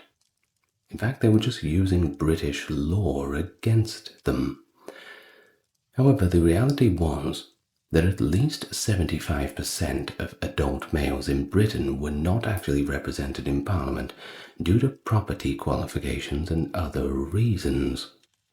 Like the disenfranchised subjects in the British Isles, colonists were given virtual representation in Parliament, since members of Parliament were required to represent the interests of all British citizens and subjects. Of course, it's quite a wide umbrella term, isn't it? Well, either way, a significant distinction between the colonists and the underrepresented in Britain was overlooked by this theory. You see, the colonists were represented in their own legislative assemblies, and the question was whether the colonists' consent to taxation actually came from these legislatures, rather than just thrust upon them by the Parliament itself. Bostonian Samuel Adams, I'm sure you've heard of him, wrote the following in May 1764, outlining the consensus among Americans. He wrote, "For if our trade may be taxed, why not our lands? Why not the produce of our lands and everything we possess and make use of? This, we apprehend, annihilates our charter right to govern and tax ourselves. It strikes our British privileges, which, as we have never forfeited them, we hold in common with our fellow subjects who are natives of Britain. If taxes are laid upon us in any shape, without our having legal representation where they are laid, are we not reduced from the character of free subjects to the miserable state of tributary slaves. Well, it's certainly very clear whose side Mr. Adams is on. And he's right. You give an inch, they take a mile. Or to coordinate action and share information on the Sugar Act, Massachusetts established a 5-member committee of correspondence in June of 1764, and Rhode Island established a comparable committee in October of 1764. An important advancement in colonial unity and collaboration was this attempt at coordinated action. In December of the same year, the House of Burgesses in Virginia protested the taxes to London, claiming that they lacked the necessary justification. In 1764, protests were also sent to England from Massachusetts, New York, New Jersey, Rhode Island, and Connecticut. Although the messages' contents differed, they all stressed that it was against the colonies' rights to tax them without their consent. By the end of 1765, the colonial legislative assemblies had passed some form of protest in all 13 colonies, with the notable exception of Georgia and North Carolina. Following the word of the Act's passage, the Virginia House of Burgesses met again in early May 1765. By the end of May, many lawmakers, including George Washington, left because it seems they would not consider the tax. There were only 30 of the 116 Burgesses left, but Patrick Henry, who was going to the first session, was one of them, and he spearheaded the fight against the Stamp Act. On the 29th of May 1765, he put forth his resolutions, which were subsequently adopted as the Virginia Resolves. The resolve stated as follows: Resolved that the first adventurers and settlers of this Majesty's colony and dominion of Virginia brought with them and transmitted to their posterity, and all other his Majesty's subjects since inhabiting in his Majesty's said colony, all the liberties, privileges, franchises, and immunities that have been at time held, enjoyed, possessed by the people of Great Britain, resolved that by the 2 royal charters granted by King James I, the colonists aforesaid are declared entitled to all liberties, privileges, and immunities of denizens of natural subjects to all intents and purposes, as if they had been abiding, born within the realm of England. Resolved that the taxation of the people by themselves, or by the persons chosen by themselves to represent them, who could only know what taxes the people are able to bear, or the easiest method of raising them, and must themselves be affected by every tax laid on the people, is the only security against a burdensome taxation, and the distinguished characteristic of British freedom, which without the ancient Constitution cannot exist. And so the Massachusetts Lower House suggested a meeting for the first Tuesday in October in New York City, June 6th, 1765. Of course, it all sounds somewhat clandestine, but the meeting was not kept a secret. Massachusetts informed Richard Jackson, their agent in England, and a member of Parliament too, of the meeting's proposed scheduling very quickly. The London Ministry, according to John Adams, was deliberate in its attempts to strip us in great measure of the means of knowledge by loading the press, the colleagues, and even an almanac and newspaper with restraints and duties. 24 weekly newspapers in major cities made up the nascent American newspaper industry by 1760. In order to establish a common American voice, Benjamin Franklin established an unofficial network in which each member regularly reprinted news articles, editorials, letters, and essays from the others. The new stamp tax that each editor would have to pay on each copy irritated them all. By letting colonists know what other colonies were saying, the press developed into a potent tool for opposing the Stamp Act. Many simply evaded it, and the majority of the associated taxation without representation with tyranny and despotism, giving the 13 colonies a common language of protest. Well, just before the act took effect, many newspapers adopted a largely conservative stance, suggesting that they might simply shut down business if it wasn't repealed. But as time went on, and there were violent protests, the writers grew increasingly irate. A number of newspaper editors, including Benjamin Eads of the Boston Gazette and William Bradford of the Pennsylvania Journal, were active with the Sons of Liberty group and reflected the group's views in their publications. When the Stamp Act went into effect in November, many newspapers used black borders around the edges and columns of their editions, sometimes featuring images of skeletons and tombstones to highlight the fact that the publications were dead and would no longer be able to print due to the Stamp Act. But despite that, the majority of them came back within the following months, boldly showing up without the stamp of approval. The following spring, the law was repealed, much to the relief of the printers, who were reaffirmed as a strong voice and compass for public opinion. But we can't skip that far ahead. First, we must talk about the Boston protests.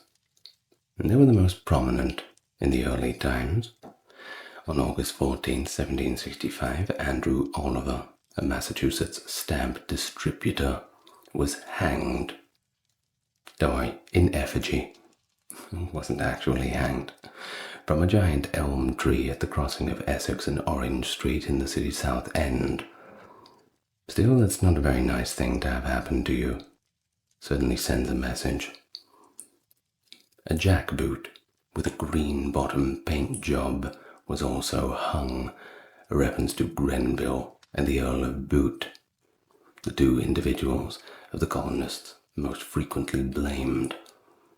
Sheriff Stephen Greenleaf was ordered to remove the effigy by Lieutenant Governor Thomas Hutchinson, but a sizable crowd stopped him from doing so. In order to have their wares symbolically stamped beneath the elm tree, later dubbed the Liberty Tree, the crowd diverted Orange Street merchants throughout the day.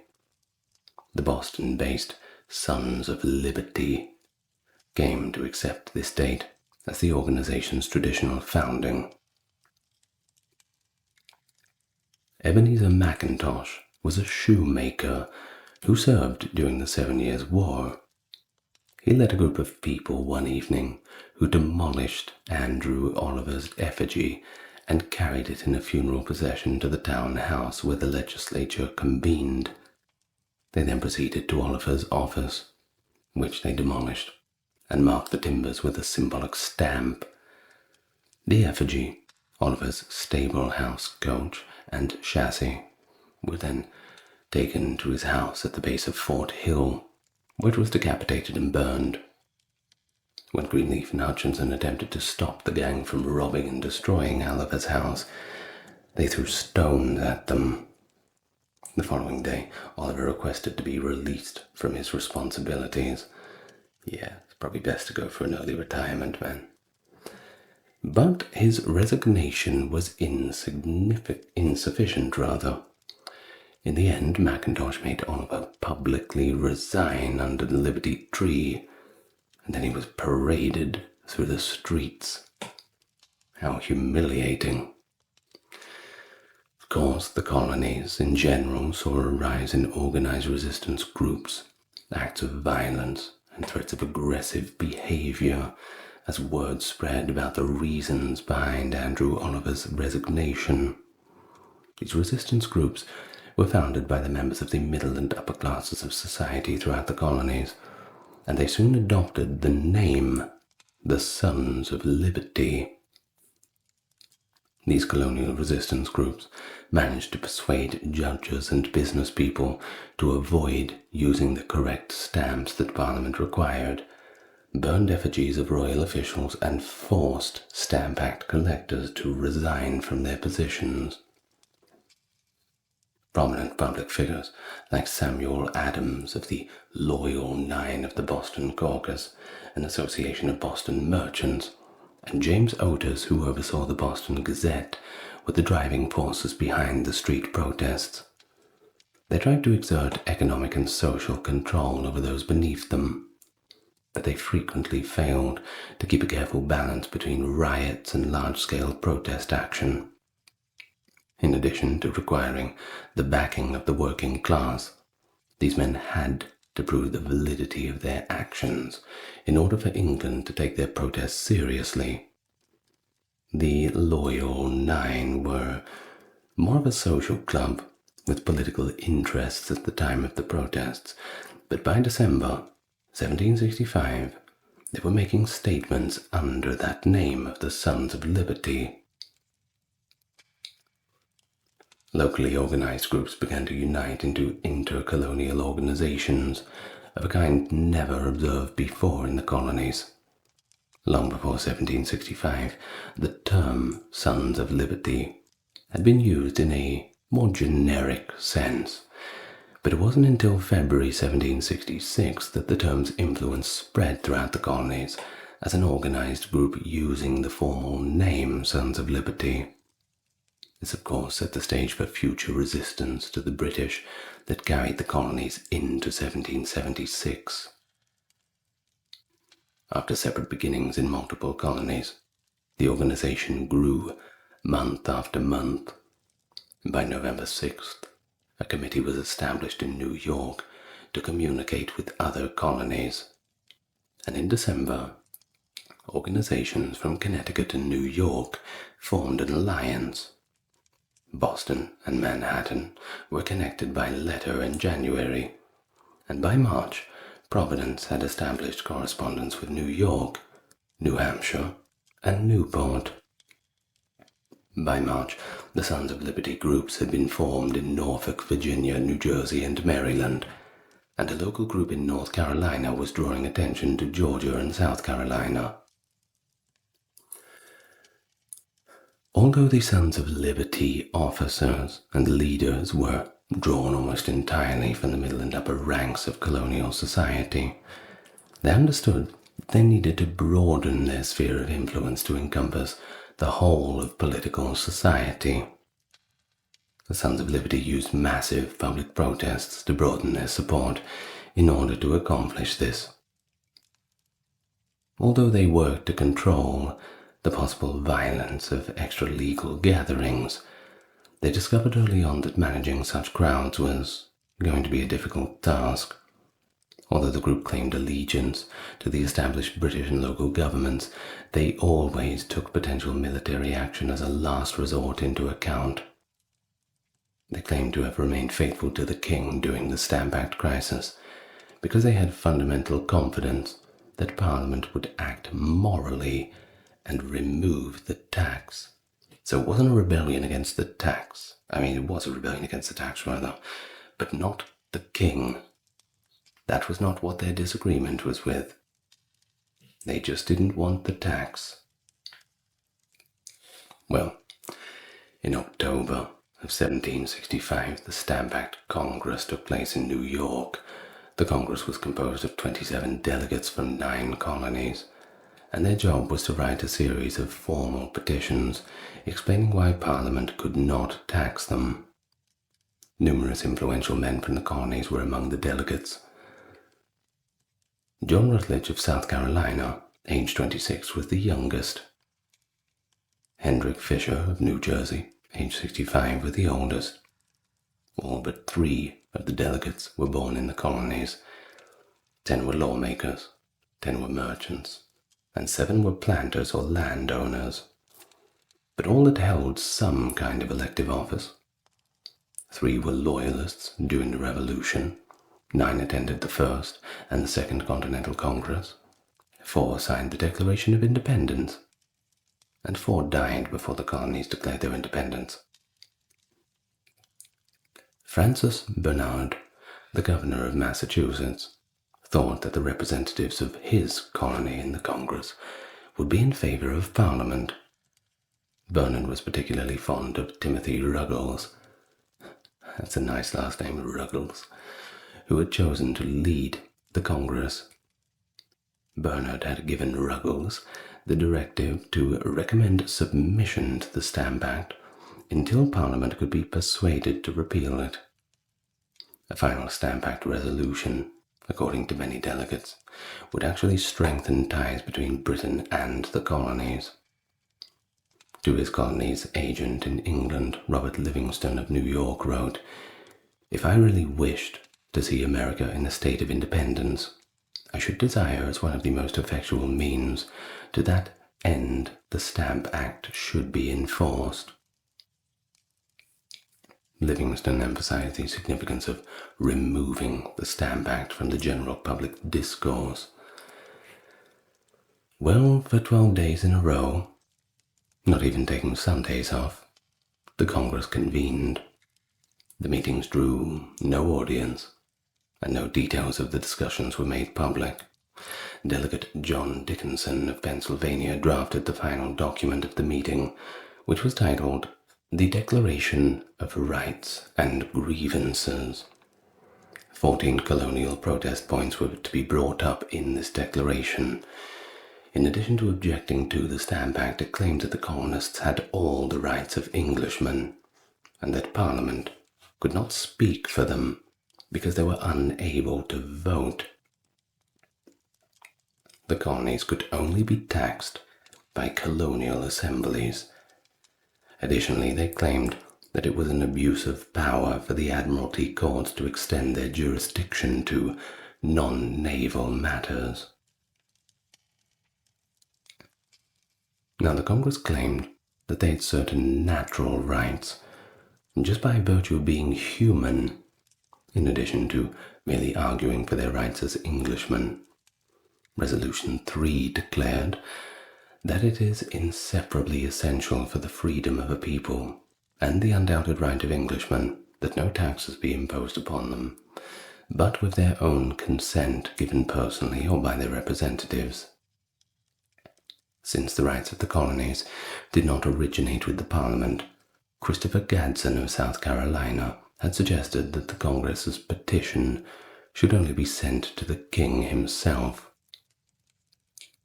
But most of the delegates found this radical proposal to be too extreme, and it was turned down. The King received the Declaration of Rights and Grievances as required, and both houses of Parliament received petitions. On the 10th of July, 1765, Lord Rockingham succeeded Grenville as Prime Minister. In October, reports of the mob violence started to circulate through England. At the same time that resistance was growing and intensifying in America, conflicting feelings were beginning to emerge in Britain. Some were concerned about a precedent that would be set by giving in, so they wanted to strictly enforce the Stamp Act over colonial resistance. Others stated advocating for the repeal of the Stamp Act after they experienced the economic consequences of decreased trade with America following the Sugar Act and an inability to collect debts as the colonial economy faltered. Since a large amount of British industry and commerce relied on the colonial market, merchants had signed a number of non-importation agreements as part of the colonial protest. 200 merchants met in New York City and decided not to import anything from England until the Stamp Act was repealed. In a parliamentary debate, William Pitt claimed that Grenville's ministry's actions regarding the colonies had been entirely wrong. He added, "It is my opinion that this kingdom has no right to lay tax upon the colonies." Pitt continued to uphold the authority of this kingdom over the colonies to be sovereign and supreme in every circumstance of government and legislature whatsoever. but he distinguished taxes as a voluntary gift and grant of the commons alone, rather than a component of governance. Grenville responded, "Protection and obedience are reciprocal. Great Britain protects America. America is bound to yield obedience. If not, tell me when the Americans were emancipated. When they want the protection of this kingdom, they are always ready to ask for it. That protection has always been afforded to them in the most full and ample manner.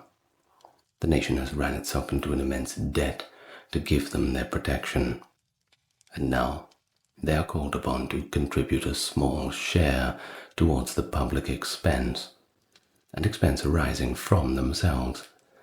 They renounce your authority, insult your officers, and break out, I might say, into open rebellion." But then Pitt made a very inflammatory comment. He had apparently said, "I'm glad America resisted. 3 million people would have been the suitable tools to turn others into slaves, because they were so devoid of any sense of freedom that they willingly agreed to become slaves." Rockingham presented petitions lamenting the economic effects felt across the nation between January 17th and 27th, shifting the focus from constitutional to economic arguments. By a vote of 274 to 134, the House of Commons rejected a resolution on February 7th, stating that it would support the King in implementing the Act. In an effort to address the constitutional and economic concerns, Henry Seymour Conway, the leader of the government in the House of Commons, introduced the Declaratory Act, which acknowledged the impracticality of trying to enforce the Stamp Act while affirming Parliament's authority to enact law for the colonies in all cases whatsoever. The only people who voted against it were Pitt and 3 or 4 others. Additional resolutions were passed that denounced the riots and called on the colonies to reimburse those who lost money as a result of the mob actions. Between February 11th and 13th, the House of Commons heard testimony. On the final days of the hearings, Benjamin Franklin himself was the most significant witness. When asked how the colonists would feel if the act was not repealed, he said, "A total loss of the respect and affection that the people of America bear to this country, and of all the commerce that depends on that respect and affection." After observing Franklin's responses to Parliament and his impact on the repeal, a Scottish journalist wrote to Franklin, "To this very examination, more than to anything else, you are indebted to the speedy and total repeal of this odious law." And so, about 2 weeks or so later, February 21st, a bill to repeal the Stamp Act was introduced, and it was approved by a vote of 276 to 168. Royal assent was granted by the King on March 18th, 1766. The Sons of Liberty in Dedham, Massachusetts, built the Pillar of Liberty with the bust of Pitt atop to commemorate the appeal. And that's the story of the Stamp Act. I told you it was exciting. Well, I could have given it a real clickbaity title, like, I don't know, how the Americans got their freedom or something, but the prevailing trend of this channel is when you click on something, you get exactly what you think you are going to get. And so yes, it's just me talking for 45 to 50 minutes about the Stamp Act. Well, I'd like to thank my top tier patrons and supporters: Dark, Gary, Kimberly, Ember, Britt, Charles, Erin, James, Jeffrey, Melissa, Scott, Stark Factory, Wendy, Jaden, Sherry, Jessica, Christine, Sally, Katiana, Christine, Fazabo, Legitimus, Maverick, Susan, Dr. Neuro Nerd, Cameron, Alexander, Nicholas, Daniel, JR, Charlene, Christopher, and Lynn. Thank you all so much. And I will see you in the next exciting video. Go and relax for a little while now. And I'll take a little break myself. Good night, everyone. As always, lots of love to you all.